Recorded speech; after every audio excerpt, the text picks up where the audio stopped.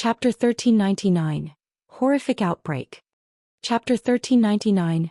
Horrific Outbreak. He blocked the attack by himself. An indescribable shock filled the watching players when they saw Feng emerge from the clash unharmed. They had experienced the Frost King's strength personally. The Grand Lord had killed players with activated berserk skills as if they were a joke. Yet Feng had repulsed the Frost King with a single blow. Although the Frost King had weakened slightly after finishing off the Inferno Demon with that powerful skill, players had no hope against its strength. I wonder what Heaven's Burial's reaction will be if Zero Wing takes down the Frost King? Purple Eye mused, smiling bitterly at the repulsed Frost King. She had hoped that the Star Alliance could use the Frost King to elevate its status in Star Moon Kingdom. Unfortunately, that plan was no longer feasible. However, the setbacks the Star Alliance suffered were nothing compared to those of Heaven's Burial.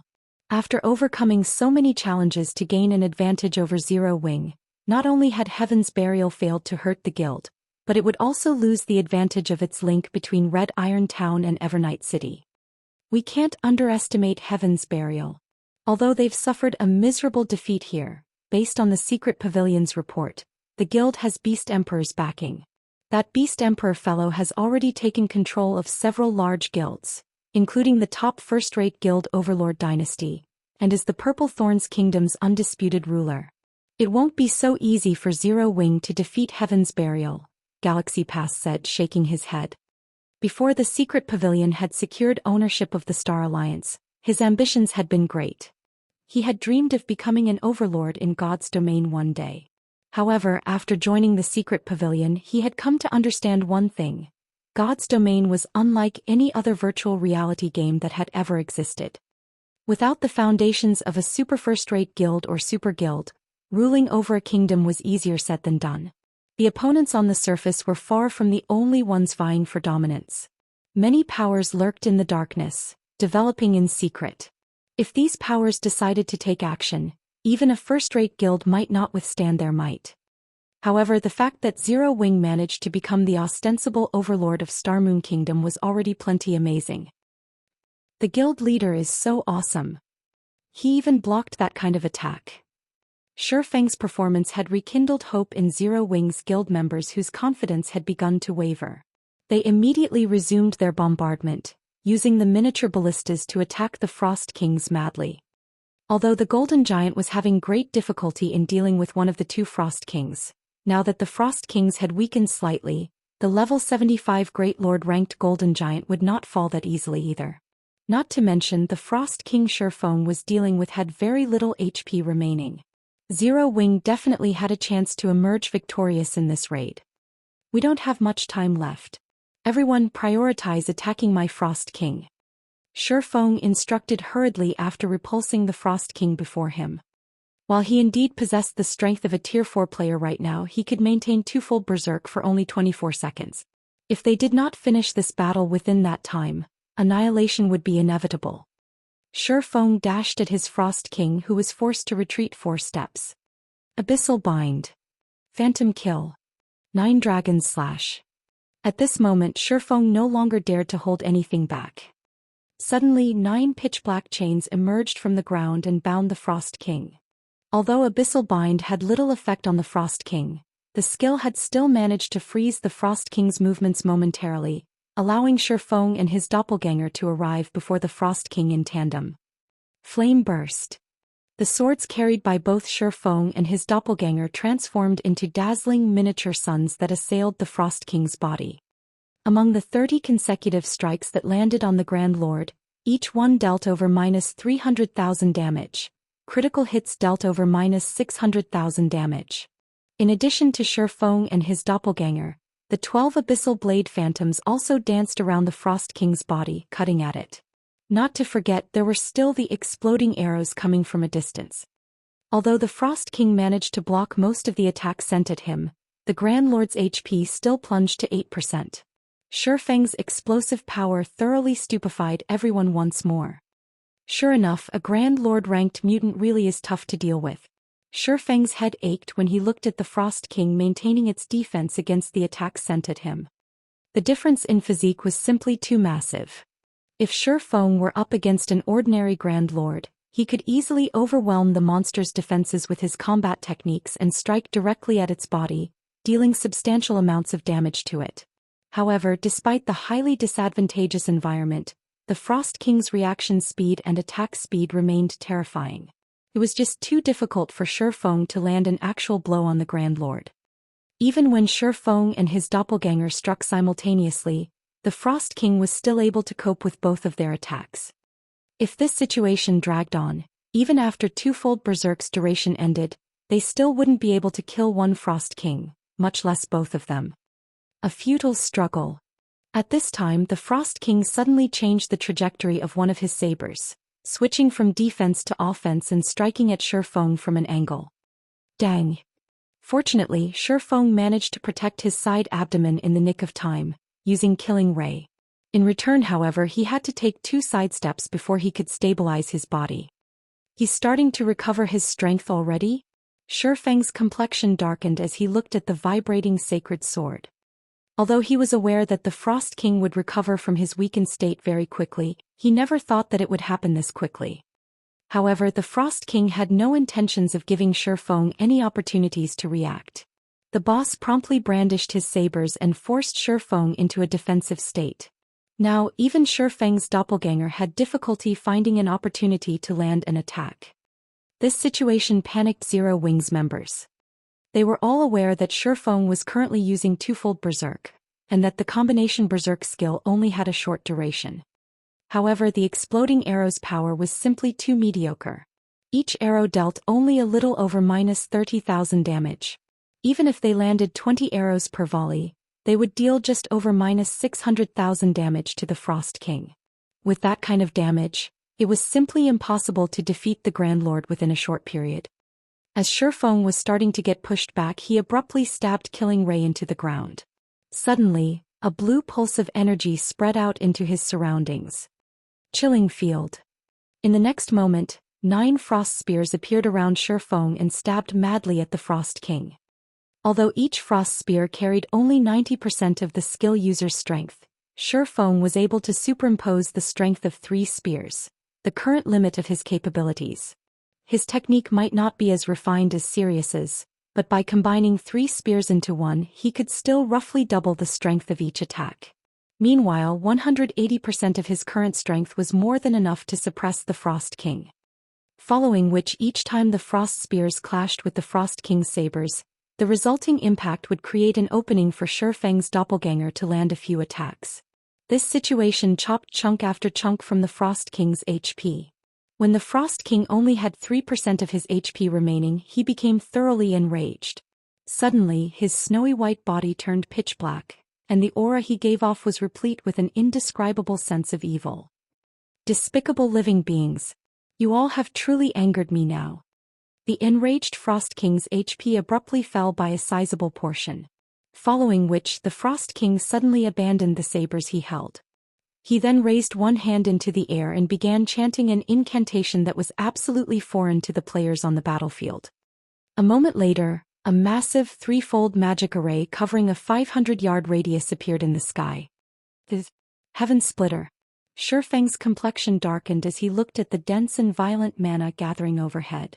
From time to time he could also see blue arcs of lightning flashing across. Heaven Splitter was a Tier 4 super large-scale destruction spell. Its result was complete and utter destruction.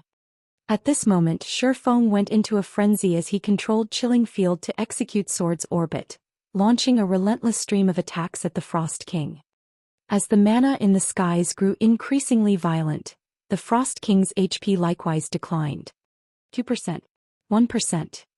Die. Feng bellowed as he activated Divine Providence and Dragon Breath. Immediately, a white beam of light devoured the Frost King, reaping the final strand of his HP. Chapter 1400, King's Loot. Chapter 1400, King's Loot. When the HP of one of the Frost Kings reached 0, both Frost Kings suddenly turned into ice and shattered. At the same time, the heavy pressure on Zero Wing's members lifted, and they collapsed wearily to sit down on the ground. That was so close. Everyone from Zero Wing breathed out a sigh of relief when they noticed the magic array in the sky disappearing gradually. Had the magic array been allowed to gather mana for even a moment longer, this battle would definitely have ended in their annihilation. After the Frost King's death, everyone received a generous amount of EXP. Although not everybody managed to level up, their experience bars still increased by a sizable portion, equivalent to 1 day's worth of grinding. However, compared to the EXP they received, everyone paid much more attention to the loot of the Frost King. The reason for this was the loot's abundance. The Frost King actually dropped over 100 items when it died. Even the final bosses of leveling maps would not drop such a large number of items. Usually one would be fortunate to get 1 or 2 dozen items. Yet now there were actually over 100 items dropped. Just looking at the loot made everyone's heart race. What? So many items actually dropped.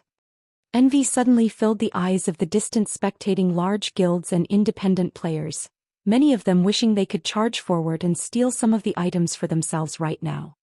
However, the onlookers simply left their fantasies as fantasies. Setting aside how much time they would need to cross the long distance separating themselves and the loot, just getting through Zero Wing's experts to reach the loot would already be a near impossible feat. Crap. I bet there are going to be plenty of dark gold weapons and equipment among the loot. Dark gold rank? Aren't you underestimating the mutated Frost King a little too much? I recall that the last mutant that appeared in White River City had dropped epic items after it died. Since the Frost King was much more powerful than that previous mutant, most likely there are going to be many epic items among the loot. Even until now, our guild has only managed to obtain 1 epic item. Moreover, it was even taken by the guild leader. If I could have one as well, I'd definitely be willing to leave my guild and join Zero Wing. Everyone speculated on the Frost King's loot. What frightening loot! With merely a glance at the items dropped, Feng already spotted more than 10 weapons and equipment. Meanwhile, the majority of the loot consisted of various attribute gemstones and magic crystal treasure chests. Attribute gemstones were one of the hard currencies in God's domain. No matter what level players reached, attribute gemstones would not become obsolete. Meanwhile, the magic crystal treasure chest was something only Grand Lord ranked bosses and above had a chance of dropping, starting from level 50. Depending on the magic crystal treasure chest's quality, the number of magic crystals it rewarded would also vary. This could be considered a relatively good way for expert teams to obtain magic crystals. Common magic crystal treasure chests gave between 5 to 20 magic crystals, and on the market they sold for roughly 3 gold each. Bronze magic crystal treasure chests gave between 30 to 50 magic crystals and sold for roughly 12 gold each. Mysterious iron magic crystal treasure chests gave between 100 to 150 magic crystals and sold for roughly 37 gold each. Secret silver magic crystal treasure chests gave between 300 to 500 magic crystals and sold for roughly 120 gold each. Fine gold magic crystal treasure chests gave between 1,000 to 2,000 magic crystals and sold for roughly 450 gold each. Dark gold magic crystal treasure chests gave between 3,000 to 5,000 magic crystals and sold for roughly 1,200 gold each. Meanwhile, the Frost King had dropped a total of 5 magic crystal treasure chests, 3 secret silver rank, 1 fine gold rank and 1 dark gold rank. After another 10 minutes or so, Feng was finally done organizing the Frost King's loot. As he was doing so, he could not help but grow ecstatic. Among the loot there were 2 tier 4 magic scrolls. These things were extremely valuable treasures in God's domain. Not to mention one of these 2 scrolls was even a summoning scroll. The value of this scroll was simply incalculable. Aside from those, there were also various advanced recipes and designs for the various lifestyle classes. The one Feng loved the most was the Titan device design, which ranked near the top even among advanced designs. Or to put it in another way, the Titan device was one of the consumable items all players dreamed of obtaining. Like the strengthening device, the Titan device was similarly a consumable item. Only, unlike the strengthening device which was used to extend the durability of equipment, the Titan device was used to increase the mana density around players. It allowed players to exert even more of their own strength. Of course, the increase in mana density provided by the Titan device was not as significant as that of the fragmented legendary ranked 7 Luminaries ring. It was roughly at the level of a town or city with 5 magic towers, higher than the mana density currently available in Stone Forest Town's battle arena. However, the duration of the Titan device was considerably short, lasting only 3 hours. Even so, it was still exceedingly popular among the players of God's Domain in the past. As long as Titan devices appeared in an auction house, the various large guilds and adventurer teams would immediately buy them out. Unfortunately, the Titan device design was extremely rare. Even after 10 years had passed, very few guilds had managed to get their hands on one. Only super first-rate guilds and super guilds had several of the designs, while first-rate guilds would have been fortunate to have even 3 or 4 pieces. As a result, the Titan devices these guilds produced were rarely ever sold to the public and were generally kept for internal consumption. Aside from the Titan device design, the Frost King had also dropped 2 epic items and 1 fragmented legendary item. The quality of the loot dumbfounded even Feng. Of the 2 epic items, one was a necklace called Magic Devouring Charm. The necklace's level range was between 45 and 100. Unfortunately, the necklace's basic attributes were average at best. Moreover, the necklace had only 1 passive skill. In Feng's opinion though, this necklace was definitely a top-tier necklace for magical classes. The reason for this was the passive skill Mana Body. Mana Body increased the wearer's spell completion rate by 3% and spell effectiveness by 30% while decreasing spellcasting time by 20%. This could be considered a godly skill for magical class players. Aside from the Magic Devouring Charm, the other epic item was a spatial bag. The value of this item exceeded even the Magic Devouring Charms. Although the spatial bag did not provide any attributes or skills to players, it could be stored inside a player's bag space and be used to store 12,000 slots worth of items, nearly double the available slots in Feng's current bag space. Meanwhile, the most amazing aspect of this spatial bag was its built-in warehouse. Players could store non-bag space items such as diamond wood and 7 luminaries crystals inside this warehouse. Moreover, the spatial bag could store up to 300 non-bag space items, triple the amount the Hurricane sailboat could carry. If put up for auction, it could easily sell for over 50,000 gold. With this, transporting diamond wood will become much more convenient. As Feng looked at the spatial bag, he quickly thought of many more ways of making money. Non-bag space items were generally very precious in God's Domain. Due to the trouble of transporting them, these items generally sold for very high prices. Hence, maritime adventurer teams were able to make a fortune by transporting items. As long as one transported some popular non-bag space items to a location that did not produce them, one would be able to sell the items for astronomical prices. Now that Feng had the spatial bag, he could travel to various countries to purchase their local non-bag space items for a low price and resell these in other countries. After he was done looking at the 2 epic items, he could not help but shift his sights to a dazzling staff. Despite the 2 epic items earlier being worth tens of thousands of gold, the total value of these 2 items was not even worth 1/10 of this staff. The reason being, this staff was a fragmented legendary weapon. Chapter 1401. Advanced Garrison Order. Chapter 1401. Advanced Garrison Order. To current players, epic items were already godlike existences that were unobtainable. What more fragmented legendary items? Even until now, there had been no news of any guild or player that had managed to get their hands on a fragmented legendary item. Although there was the possibility that the ones who had done so were keeping it a secret like Zero Wing, the odds of it happening were very low. After all, in addition to fragmented legendary items being extremely rare, the difficulty of acquiring one was also exceedingly high. In the past, Shadow, which had been a second-rate guild, had never obtained a single fragmented legendary item. From this, one could imagine just how rare fragmented legendary items were.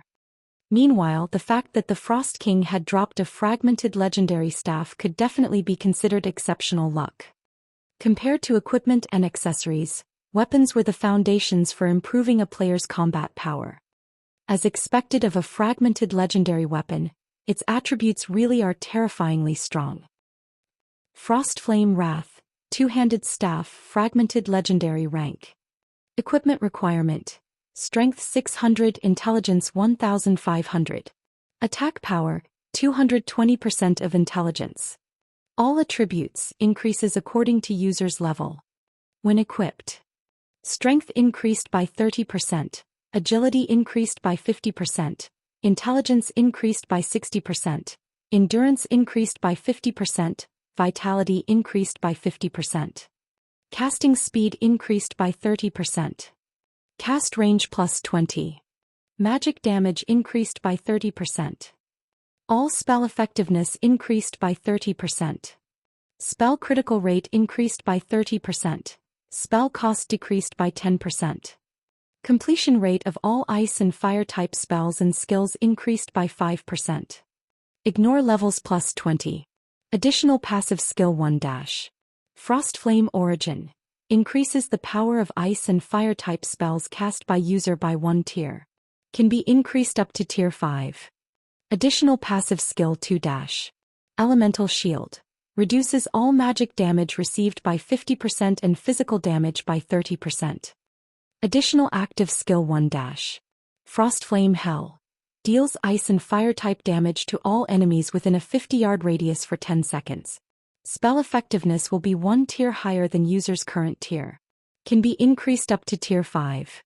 Cooldown 10 minutes. Additional active skill 2 - Frost Flame Space.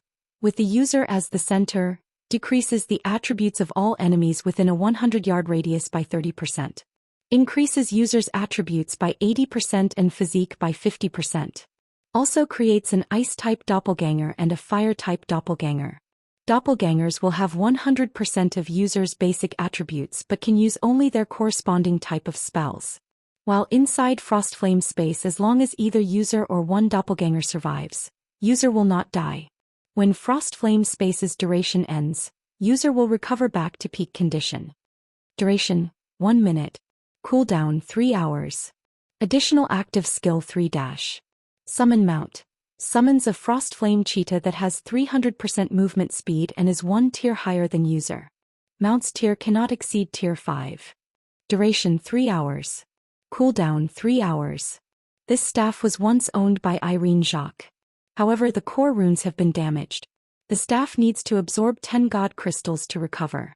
Current number of absorbed God crystals, 0/10. To Elementalists, the Frost Flame Wrath was simply a divine weapon. Moreover, obtaining this staff was equivalent to obtaining a dark gold mount as well. The mount summoned could also serve as an MT, making up for the disadvantages of an Elementalist. Only, the staff's equipment requirements were somewhat high. Normally, magical class players rarely ever invested their free attribute points into strength. Moreover, magical class equipment rarely ever provided strength bonuses. A level 45 magical class player would be fortunate to have even 300 strength. The 1,500 intelligence required was similarly a hard target to achieve for current players. At this stage of the game, magical class players that had 1,000 intelligence could already rank near the top among their class. However, as long as he could arm one of the guild's elementalist experts with the Frost Flame Wrath, they would immediately soar to become a peak expert. Following which, Feng stored the Frost Flame Wrath and began going through the other items dropped. Very quickly, Feng discovered a crystal token inside his bag. Meanwhile, there was the word City carved on the token. His eyes immediately glowed at the sight. What? An advanced garrison order? The reason why the NPCs of Evernight City had mentioned that guilds could garrison Evernight City if they killed the Frost King was the garrison order the Frost King would drop. With the garrison order, a guild could garrison a city and enjoy various benefits. Every NPC city possessed different levels of authority. Meanwhile, an advanced garrison order allowed a guild to have advanced authority right off the bat. Could the basic garrison order have transformed into an advanced one due to the Frost King turning into a mutant? Based on Feng's memories, the guild that killed the Frost King in the past had obtained only a basic garrison order. Advanced Garrison Order. Owner of this token may allow one guild to permanently garrison Evernight City and enjoy advanced authority in the city. The basic garrison order of a dark city allowed the connection of a guild town to said dark city. As the amount of reputation a guild possessed in a dark city increased, the amount of authority it had within the city would increase as well. Greater authority allowed a guild to connect multiple towns with the city. Meanwhile, if a guild possessed advanced authority in a dark city, Not only could it connect multiple guild towns to the city, but it could also purchase land in the central area of the city. In God's domain, dark cities were much more popular among players compared to ordinary NPC cities. However, players needed to complete certain quests before they could enter a dark city. Either that or become a red or dark player. Despite the various weapons and equipment available for exchange inside dark cities being limited to red and dark players, that did not stop normal players seeking items suitable for themselves from exchanging for these items. Normal players just needed to commission a red or dark player to act as a proxy for them in exchange for compensation. Hence, trade within dark cities was very active. Particularly after players reached level 50 and high-quality weapons and equipment became increasingly rarer, such dark city exchanges would become even more popular in God's domain. In the past, the population of dark cities had, at one point, even exceeded that of capital cities of kingdoms. One could just imagine how many players were conducting trades in dark cities.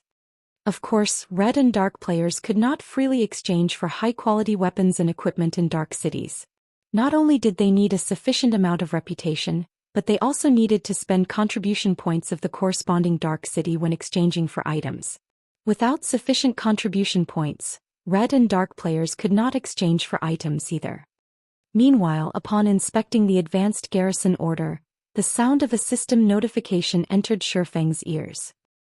System, do you wish to bind the token? Without hesitation, Feng chose to bind the token to himself. After all, one of his goals in coming to the Frozen Scar this time was the garrison order. System, you have bound the token to yourself. Please visit Magistrate Magrants at Evernight City's City Hall. After binding the advanced garrison order, Feng continued looking through the remaining loot. These were level 50 dark gold weapons and equipment. If sold, each one of them could easily fetch over 1,000 gold. Overall, more than 10,000 gold's worth of level 50 dark gold weapons and equipment had dropped. Once he had organized the loot, he did not share any details with the team. He merely gave all participants the GCPs they deserved so that they could exchange for the weapons and equipment they wanted once they returned to the guild. After all, a 1,000-man team was different from a 100-man team. There just wasn't enough equipment to share with everyone. If a team auction were held, it would definitely consume a lot of time. Hence, he might as well place all the dropped dark gold weapons and equipment in the guild warehouse and let everyone make their choices. As for the epic items and above, they were the guild's secrets and should not be displayed or put up for exchange casually. I should make a trip to Evernight City and open up the transfer path. Feng then removed the guild war order and took out a return scroll to leave the Frozen Scar. Meanwhile, news of Zero Wing successfully raiding the Frost King had spread throughout the entire Starmoon Kingdom. Chapter 1402, Popular Battle Arena. Chapter 1402, Popular Battle Arena. The news of the Frost King's defeat immediately caught the attention of many adventurer teams and independent players. This is a lie, right? I heard that many people got annihilated by the Frost King. Even the allied forces of the various large guilds, consisting of over 100,000 elite players, were helpless against the Frost King. Just how did Zero Wing succeed? Zero Wing's killing the Frost King means that it can now directly garrison Evernight City. With this, Stone Forest Town will also be connected with Evernight City. Previously, I avoided going to Stone Forest Town since I felt it was too much of a hassle. However, if there's a teleportation array connecting the town to Evernight City, it might not be a bad idea to pay the town a visit. Now that Stone Forest Town has a link to Evernight City, it will definitely remain the #1 town of Starmoon Kingdom even in the future. I wonder what kind of actions Heaven's Burial will take? The various adventurer teams and independent players were overjoyed over the fact that they could travel directly to Evernight City via Stone Forest Town. Previously, Stone Forest Town was already very popular for the many rare items being sold there as well as having a training location like the Battle Arena. Only, due to the inconvenience of traveling to Stone Forest Town, many players in Starmoon Kingdom had given up on the endeavor. Now that Stone Forest Town was connected to Evernight City, visiting the town became much more convenient. Starmoon City, Heaven's Burial's residence. Damn it! Zero Wing actually succeeded. Broken Flow's complexion darkened after watching the video showing Zero Wing's raid of the Frost King. Guild leader, what should we do next? Heaven's Burial had suffered tremendous losses this time. Not only did over 10,000 elite members die, but they even lost the kill of the Frost King. Now, Zero Wing's prestige in Starmoon Kingdom was as dazzling as the midday sun. Meanwhile, as soon as the various adventurer teams and independent players received news of Zero Wing's success, they all started thinking about teleporting from Evernight City to Stone Forest Town and taking a look around. One could just imagine how bustling Stone Forest Town would become once it was actually linked with Evernight City. We'll let Zero Wing enjoy its success for now. It has merely opened a teleportation channel between Stone Forest Town and Evernight City right now. In God's domain, levels and resources are the truly important things. What we truly need to focus on this time is the Empire's Rise expansion pack. Moreover, Beast Emperor has just sent a message for our side to start preparing soon, Singular Burial said, sneering. However, we can't let Zero Wing off too easily either. Notify the personnel at the auction house. Tell them to increase the number of rare items we're putting up for sale as well as lower the processing fees a little. I want to see just how many merchant players and adventurer teams are really willing to go to Stone Forest Town. Guild leader, if we do that, Red Iron Town's income will dwindle to nothing, Daybreak Fog said worriedly.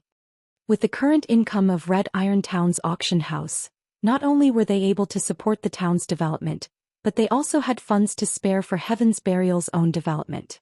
However, if they lowered the processing fees they collected, they would only be able to sustain the town's development. To Heaven's Burial, which was currently in dire need of funds, this was not a beneficial situation. It's fine. As long as Beast Emperor and we can deal with the matter over at the neutral map, Red Iron Town and Stone Forest Town will be meaningless to us, Singular Burial said, laughing. Alright, just go and get the necessary arrangements done. He and Beast Emperor were fully aware of how powerful Zero Wing was. Since the very beginning, they never intended to rely on Red Iron Town to compete with Zero Wing. They simply wanted to use the town to hinder Zero Wing's development somewhat. Understood. After giving the matter some thought, Daybreak Fog found Singular Burial's decision reasonable. She then made her way to Red Iron Town. The first floor hall of Stone Forest Town's battle arena. Currently, there was a long line of players waiting in the hall to get into the combat rooms. Although duels held in the combat rooms had minimal effect for top-tier experts, they were very effective for the general masses. After all, players could maintain a calm state of mind while in a high mana density environment. For ordinary players, the effectiveness of fighting inside a combat room for 1 hour was equivalent to fighting PvP battles in the outside world for 10 hours or more. What's up with those two people? How many times have they entered the advanced combat rooms already?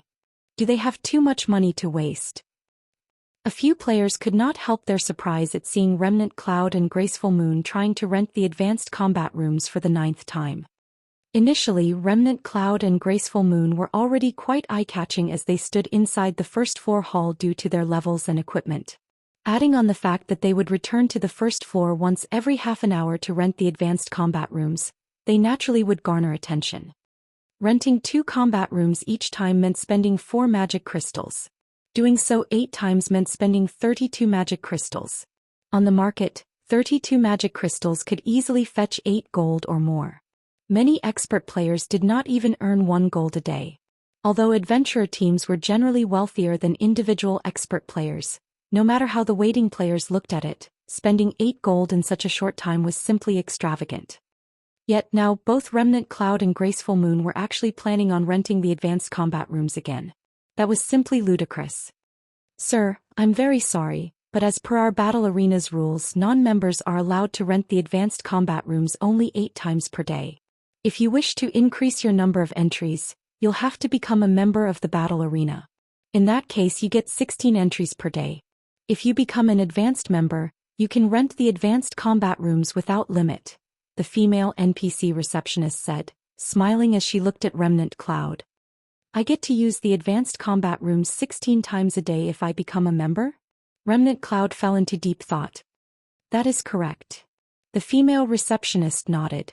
If you wish to become a member of our battle arena, you'll have to deposit 1,200 magic crystals into your individual account.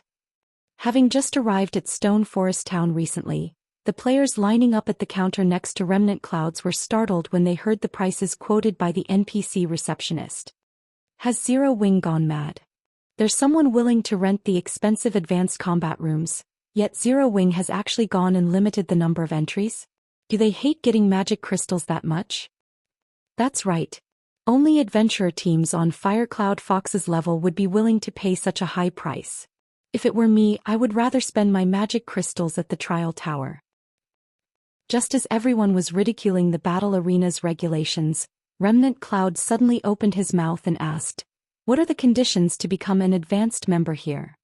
He dumbfounded everyone. What's going on? Is Firecloud Fox that wealthy? Everyone could not help but be shocked by Remnant Cloud's question. Although this was their first time hearing about the advanced membership, needless to say, the advanced membership fee would definitely be much higher than the basic membership fee. If you wish to become an advanced member directly, you have to deposit 3,000 magic crystals into your personal account. If you become an advanced member, not only will you be able to rent the advanced combat room without limit, but you'll also receive a 20% discount when using the normal combat rooms, the NPC receptionist explained. How fraudulent. If I had that many magic crystals, I would rather stay cooped up inside the trial tower than come here. Zero Wing is insane.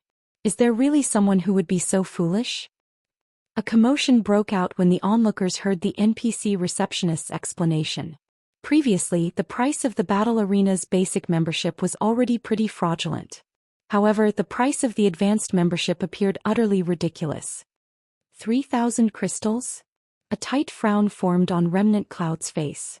After a moment of deliberation, he said, "I just need to have a total of 3,000 magic crystals stored inside my personal account, right?" "That's right." The receptionist nodded. "If that's the case, carry out the basic membership procedures for the two of us for now," Remnant Cloud said, gritting his teeth as he paid 2,400 magic crystals to the NPC receptionist. This amount was already close to 1/3 of Firecloud Fox's stockpile of magic crystals. Of course, if it was possible, Remnant Cloud very much preferred to become an advanced member instead. That way he could keep improving himself inside the advanced combat room. However, he had brought less than 3,000 magic crystals this time. Hence he could only settle for basic membership for now. Understood. The NPC receptionist received the 2,400 magic crystals and started the membership procedures of the battle arena with Remnant Cloud and Graceful Moon. After completing the procedures, Remnant Cloud and Graceful Moon immediately turned around and dashed towards the staircase, apparently planning on entering the advanced combat rooms again. Is this a joke? Is he some actor hired by Zero Wing?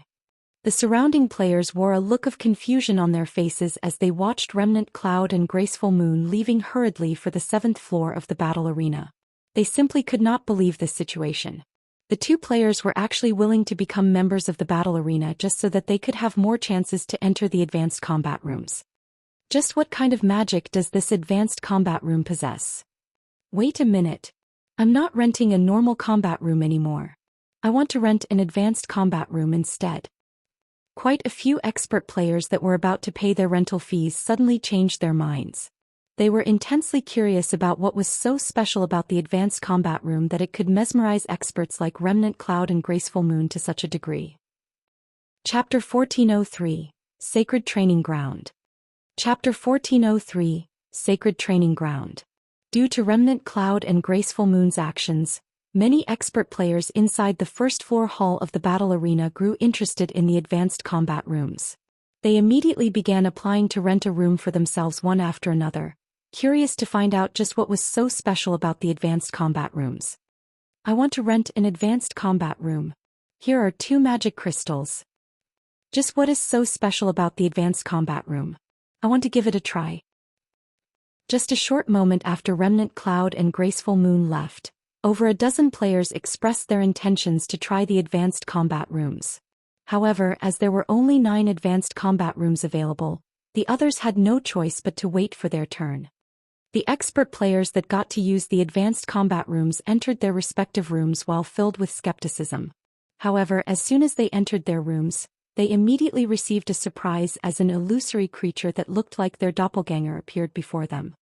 Upon fighting with these illusory creatures, the players found out that not only were the illusory creatures capable of using the exact same skills they themselves did, but the illusory creatures even executed the skills perfectly like second nature. There was no sense of awkwardness in their movements whatsoever. Moreover, the might of the skills the illusory creatures executed were much more powerful than the players' own. After just a short clash, the players found themselves completely suppressed by the illusory creatures. Their defeat took less than 30 seconds. If not for the weapons and equipment they wore possessing powerful skills, they might not even have lasted 10 seconds. So strong. Is this for real? Can I really exhibit that kind of combat power? Why is there such a huge gap between the skill he used and the skill I used? Upon reviving, the players looked at their respective illusory creatures in shock. Originally, they could already exhibit greater combat power in the battle arena due to the high mana density here. However, they never imagined that they had the potential to elevate their combat power to such a degree. The illusory creatures' grasp on timing and skill completion rates in particular captivated them completely. Before they knew it, their respective illusory creatures had already killed them. Following which, the expert players inside the advanced combat rooms fully indulged in the wonders of the room. Even after 30 minutes had passed and they were ejected from their respective rooms, they still wore a dazed look on their faces. What? Didn't I just enter recently? It's over already? Why do I feel like only a few minutes passed? The expert players looked at the advanced combat rooms they were just kicked out from with great reluctance. However, as their time limit was up, they could only accept their fate and dash downstairs to get in line and rent the advanced combat room once more. What's going on with these people? The next batch of players queued up to use the advanced combat rooms stared in confusion at the last batch of players coming out from the rooms. They could not understand why these players were in such a hurry to go downstairs after leaving the advanced combat rooms. Commander, it seems that more and more people have found out about the secret of the advanced combat room. Should we continue queuing up for the rooms, or should we head to the Divine Colosseum instead? Graceful Moon frowned when she saw another batch of experts coming up to the 7th floor. She and Remnant Cloud had intended to keep the functionalities of the advanced combat rooms to themselves and monopolize the rooms for as long as possible. After all, only 9 advanced combat rooms were available. If other players found out about the wonders of the rooms, the advanced combat rooms would definitely be heavily contested. The spars held inside the advanced combat rooms had inspired her greatly, so much so that it was much more effective to train inside the advanced combat rooms than spar against an opponent of equal or superior standards. After just 9 training sessions, she had already managed to improve the completion rate of one of her Tier 1 skills by 3%. Although 3% did not seem like much, since the completion rate of this skill had increased from 82% to 85%, both the might and effect of the skill had undergone a qualitative transformation. Moreover, by fighting against the illusory creature, she had managed to get a grasp on when would be a good time to use her skills. The advanced combat room was so beneficial that she and Remnant Cloud had even delayed their plans to train at the Divine Colosseum in preparation for tomorrow's ranking competition. Not many people have discovered it yet, so the wait should not be that long. Let's continue queuing up for now. We'll return to the Black Dragon Empire only after the queue gets too long, Remnant Cloud said after giving the matter some thought. Previously, he had planned on heading to the Divine Colosseum to train after testing the advanced combat room once. However, just one try had gotten him addicted. Compared to the Divine Colosseum's trial tower, the advanced combat room could provide him with much greater aid, especially when it came to the improvement of skill completion rates. Meanwhile, details regarding the advanced combat rooms quickly spread, causing a huge commotion on Starmoon Kingdom's official forums. Amazing advanced combat rooms appear in Stone Forest Town. Shortly after this post appeared, it was already upvoted to the top 10 positions on the forums. This allowed everyone to find out about the advanced combat rooms. Is this a scam? Is the advanced combat room really that miraculous? Why would I need to lie to you? Right now, the advanced combat rooms are already in great demand. Just the number of players currently queued up for the rooms is already close to 300. Many people are regretting the fact that they did not rent a room for themselves before when nobody was using them. I heard that due to the high demand, the battle arena amended the regulations for the advanced combat rooms. Now, non-members get only 1 entry per day, while basic members get 4 entries. Only advanced members have no limit. Moreover, the rental price has also increased from the previous 2 magic crystals to 4 now. Zero Wing is so fraudulent. They actually dare to charge 4 magic crystals. This is insane. Who would be willing to rent something so expensive? Expensive? You can't rent one right now even if you want to. Moreover, it is precisely because of this price hike that there are currently only around 300 people lined up. If Zero Wing kept the previous price, you might not get a room even after waiting 10 days. Forget 4 magic crystals. If I can get into a room right away, I'm even willing to pay 10 magic crystals. For a time, everyone was filled with anticipation towards the advanced combat rooms of Stone Forest Town. This was especially true for expert players. Previously, the only attraction for them in the battle arena was the monthly tournament held there. At most, they would use the normal combat rooms to spar with friends. They had no particular need for the battle arena. However, with the appearance of the advanced combat rooms, these experts became entranced with the battle arena. Meanwhile, inside Evernight City, Feng had arrived before the city hall. The city hall of a dark city was much stricter than White River City's city hall. Moreover, just standing before the building itself, Feng could already feel a dense power of darkness coming from it. He could even see the power of darkness in the form of dark fog encircling the building. Even dark players would feel uncomfortable when subjected to such a dense power of darkness. However, to Feng, who wielded the Bible of Darkness, this power of darkness was practically non-existent. As a result, he arrived inside the courtyard of the city hall with relative ease. However, the farther he got into the city hall, the denser the power of darkness present in the atmosphere. The pressure he felt grew increasingly heavier as well. This is a restricted area of the city. Non-related personnel are forbidden entry.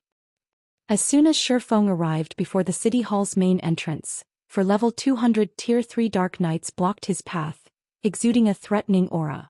If Feng made any sudden movements, they would promptly take action. They were much crueler when compared to the guards in ordinary NPC cities. I have come to meet with Lord Magrants, Feng said as he revealed the advanced garrison order. An advanced garrison order? The 4 Dark Knights were momentarily stunned when they looked at the crystal token in Feng's hand. Their attitude instantly became much more respectful as one of them said, "Please wait here for a moment. I'll notify the Lord Magistrate immediately." The advanced garrison order was like the proof of one's status. Wielders of this token were equivalent to the major nobles of Evernight City. Let alone guards like themselves, even the magistrate of Evernight City had to treat the owners of advanced garrison orders with respect. Very quickly, the Dark Knight that went to report Feng's arrival returned. The NPC then stopped before Feng and said respectfully, "The Lord Magistrate has already been notified of your presence. Please follow me." After saying so, the Dark Knight led Feng into the city hall. Crap. Who's that? He's actually able to enter the city hall. That's not possible, right? I heard that one needs to reach at least Baron rank in order to enter the city hall. How can someone have reached that rank already? Could that person be Zero Wing's guild leader Black Flame? I heard that Zero Wing has killed the Frost King and can directly garrison Evernight City. Black Flame. The rumor is actually true. If it's true, we're in luck this time. If we want to go to Stone Forest Town in the future, we can simply teleport there.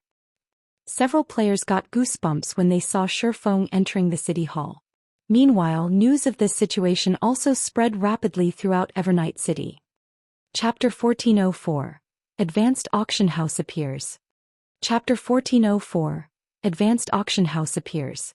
After entering the city hall, the Dark Knight led Feng to an office on the 5th floor. Even before Feng entered the office, though, he could already feel an aura of death leaking out of the room and shuddered involuntarily at the aura's intensity. As the doors to the office opened, an aura several times stronger than even that of a Tier 4 mythic monster washed over him. For a moment, it felt as if the space around him froze. "Come in." A deep and chilling voice came from within the room. Upon entering the room, Feng was immediately greeted by the sight of the deep voice's owner sitting behind an office table. The owner of the voice was a hunched middle-aged man with skin as pale as snow. The man wore a set of dark robes and held a stack of parchment in his hands. If not for the faint tinge of life in the aura the man exuded, one would even think that they had come across the god of death. Meanwhile, this man was none other than Magrance, Evernight City's magistrate. Magrance was the overlord of Evernight City. At the same time, he was also a Tier 5 Dark Magus, an existence that even Starmoon Kingdom feared. Magrance was the reason why the kingdom's army did not dare take action against Evernight City. Facing an NPC of such caliber, Feng did not dare waste time playing around with words. He immediately took out the advanced garrison order and placed it on the table. Lord Magistrate, I wish to have my guild garrison this city. I hope that you can permit it, Feng said respectfully. This is indeed my city's advanced garrison order. All right, I permit your guild to garrison Evernight City. Magrance nodded after glancing at the crystal token on the table. He then took out a piece of parchment and a map of Evernight City and said, "Write down your guild's name on this parchment. You may then pick one of the empty spots on the map to cite your guild's residence." After receiving the parchment and map, Feng wrote the words, "Zero Wing," on the parchment without hesitation. He then started browsing through the available locations for a guild residence. Is this the privilege of having an advanced garrison order? Feng grew ecstatic when he saw the available locations on the map. Evernight City was different from ordinary NPC cities. There was a huge difference between its normal, inner and central areas. The privileges that a guild got to enjoy within the city was dependent on the location of its garrison. The members of a guild garrisoned in Evernight City's normal area were allowed entry into Evernight City even without doing the city's entry quest. Those of guilds that garrisoned the city's inner area were also qualified to take part in the Dark Auction, which was held once a week at the city's auction house. Usually, players would need to have a certain amount of local reputation and complete a series of quests in order to participate in the weekly Dark Auctions. Lastly, the central area was where all guilds within Starmoon Kingdom wished to garrison. As long as a guild managed to set up a residence in the central area, its guild members could exchange for weapons and equipment in Evernight City without having to become a red or dark player. The quality of the weapons and equipment its members could exchange for would depend on the guild's reputation within the city. The only downside to this was that, unlike the items exchanged by dark players, the items exchanged by guild members who were not red or dark players were bound to themselves. However, the number of spots available in the central area of Evernight City was extremely limited. In addition, as there was no fee for garrisoning Evernight City, the 10 available spots would be distributed via an elimination system. Guilds would be ranked according to the number of city contribution points they accumulated each month, and those qualified to garrison the central area could compete for the 10 spots each month. With the advanced garrison order, Zero Wing could directly garrison the central area. On the other hand, Heaven's Burial only managed to garrison the inner area. Lord Magistrate, I have already made my decision. After Feng made his selection, he returned the parchment and map to Magrance. Excellent. From now on, Zero Wing will be one of the guilds garrisoned in Evernight City. You may go and take a look at your guild residence now, Magrance said, nodding after he took a look at the contents of the parchment. He then waved his hand, signaling permission for Feng to leave. At the same time, the sound of a system notification entered Feng's ears. Evernight City Region System Announcement. Congratulations to Zero Wing for becoming the first guild to garrison Evernight City's central area. Rewarding 1,000 Evernight City Guild reputation and 3,000 Evernight City Guild popularity. The system announcement repeated 3 times, notifying every player within Evernight City of its contents. Many large guilds reacted enviously to this situation. Setting aside the guild reputation awarded, just the guild popularity awarded was already enough to make the various large guilds go crazy. After all, the quality and quantity of guild quests a garrisoned guild could receive in Evernight City varied depending on the amount of popularity it had.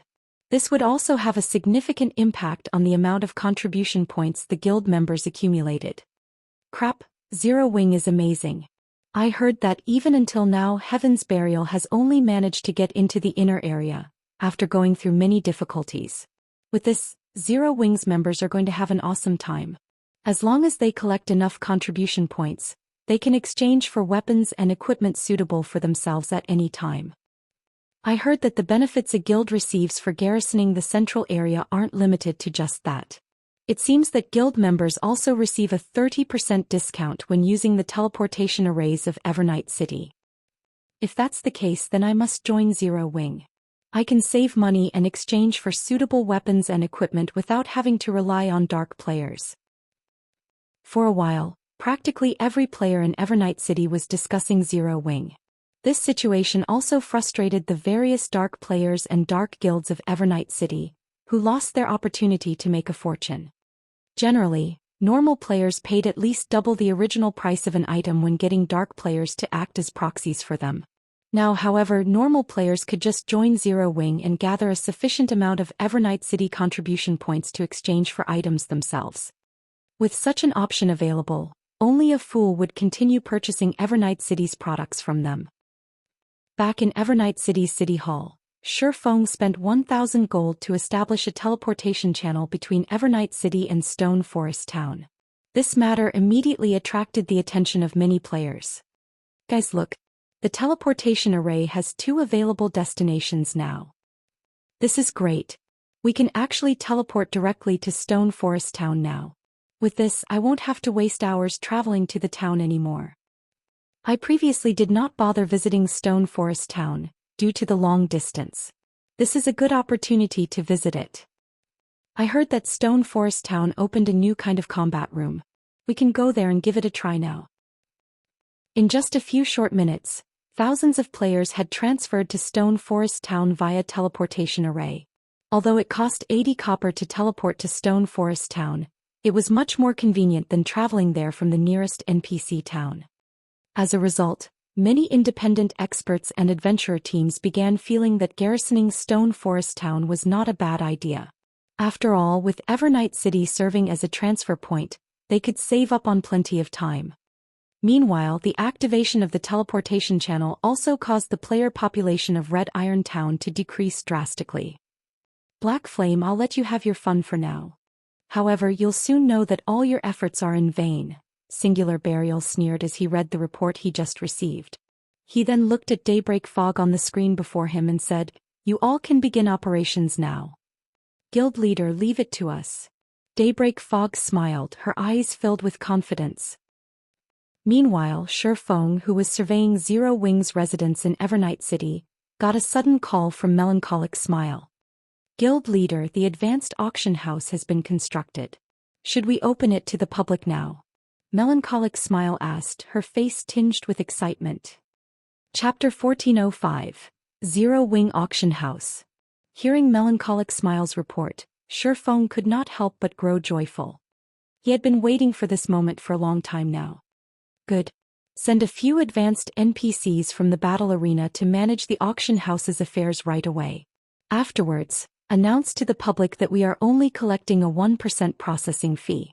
If one becomes a member of the Zero Wing Auction House, they can have the processing fee for the first 5 items they consign each day waived. Meanwhile, those wishing to become a member only need to pay a one-time fee of 10 magic crystals, Feng said. It's about time we kick Red Iron Town out of the competition.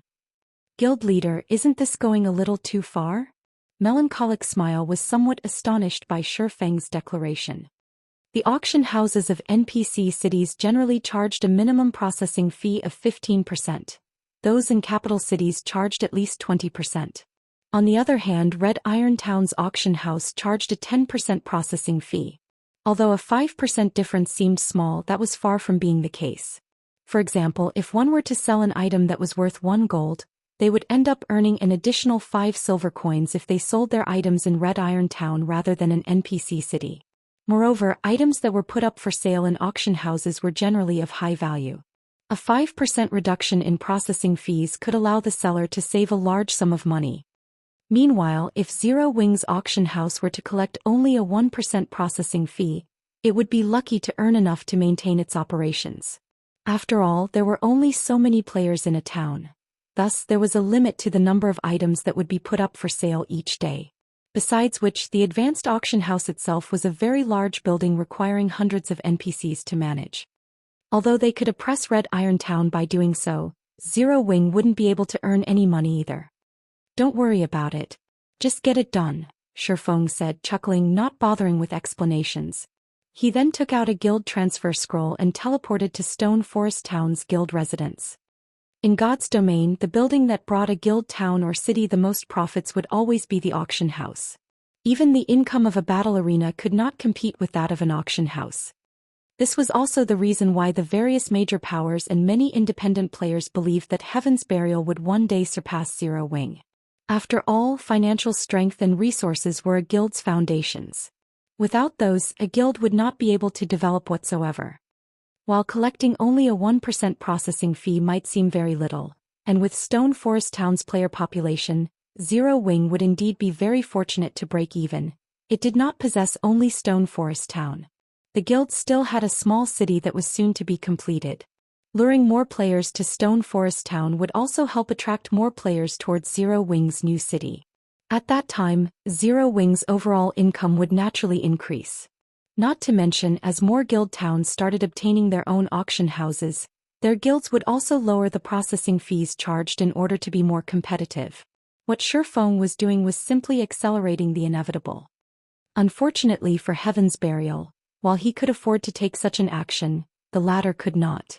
It would definitely deal a fatal blow to Red Iron Town's auction house. Hence, making this move was equivalent to killing two birds with one stone. Understood. Melancholic smile could only reveal a bitter smile as she disconnected the call.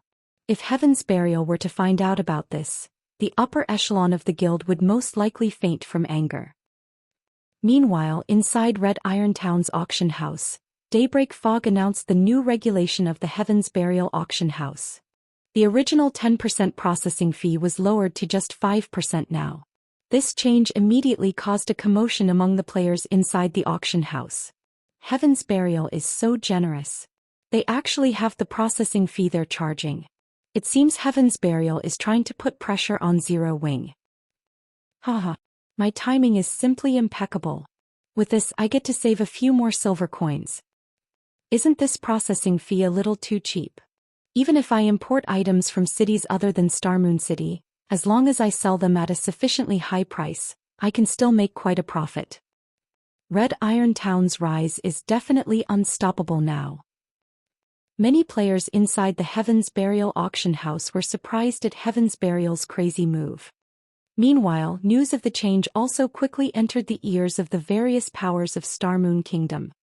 Have the higher-ups of Heaven's Burial lost their minds? Are they not afraid of not making money by pulling such a stunt? It seems Zero Wing has truly angered Heaven's Burial this time. Although Heaven's Burial will lower their profits by doing so, the number of players visiting Red Iron Town will definitely reach scary heights in the future. The town's player population might even exceed Stone Forest Town's. With this, Stone Forest Town's position as the #1 town will no doubt get stolen very quickly. Haha. This will most likely put Zero Wing in a predicament. Heaven's Burial has actually played such a move right before the start of the candlelight auction.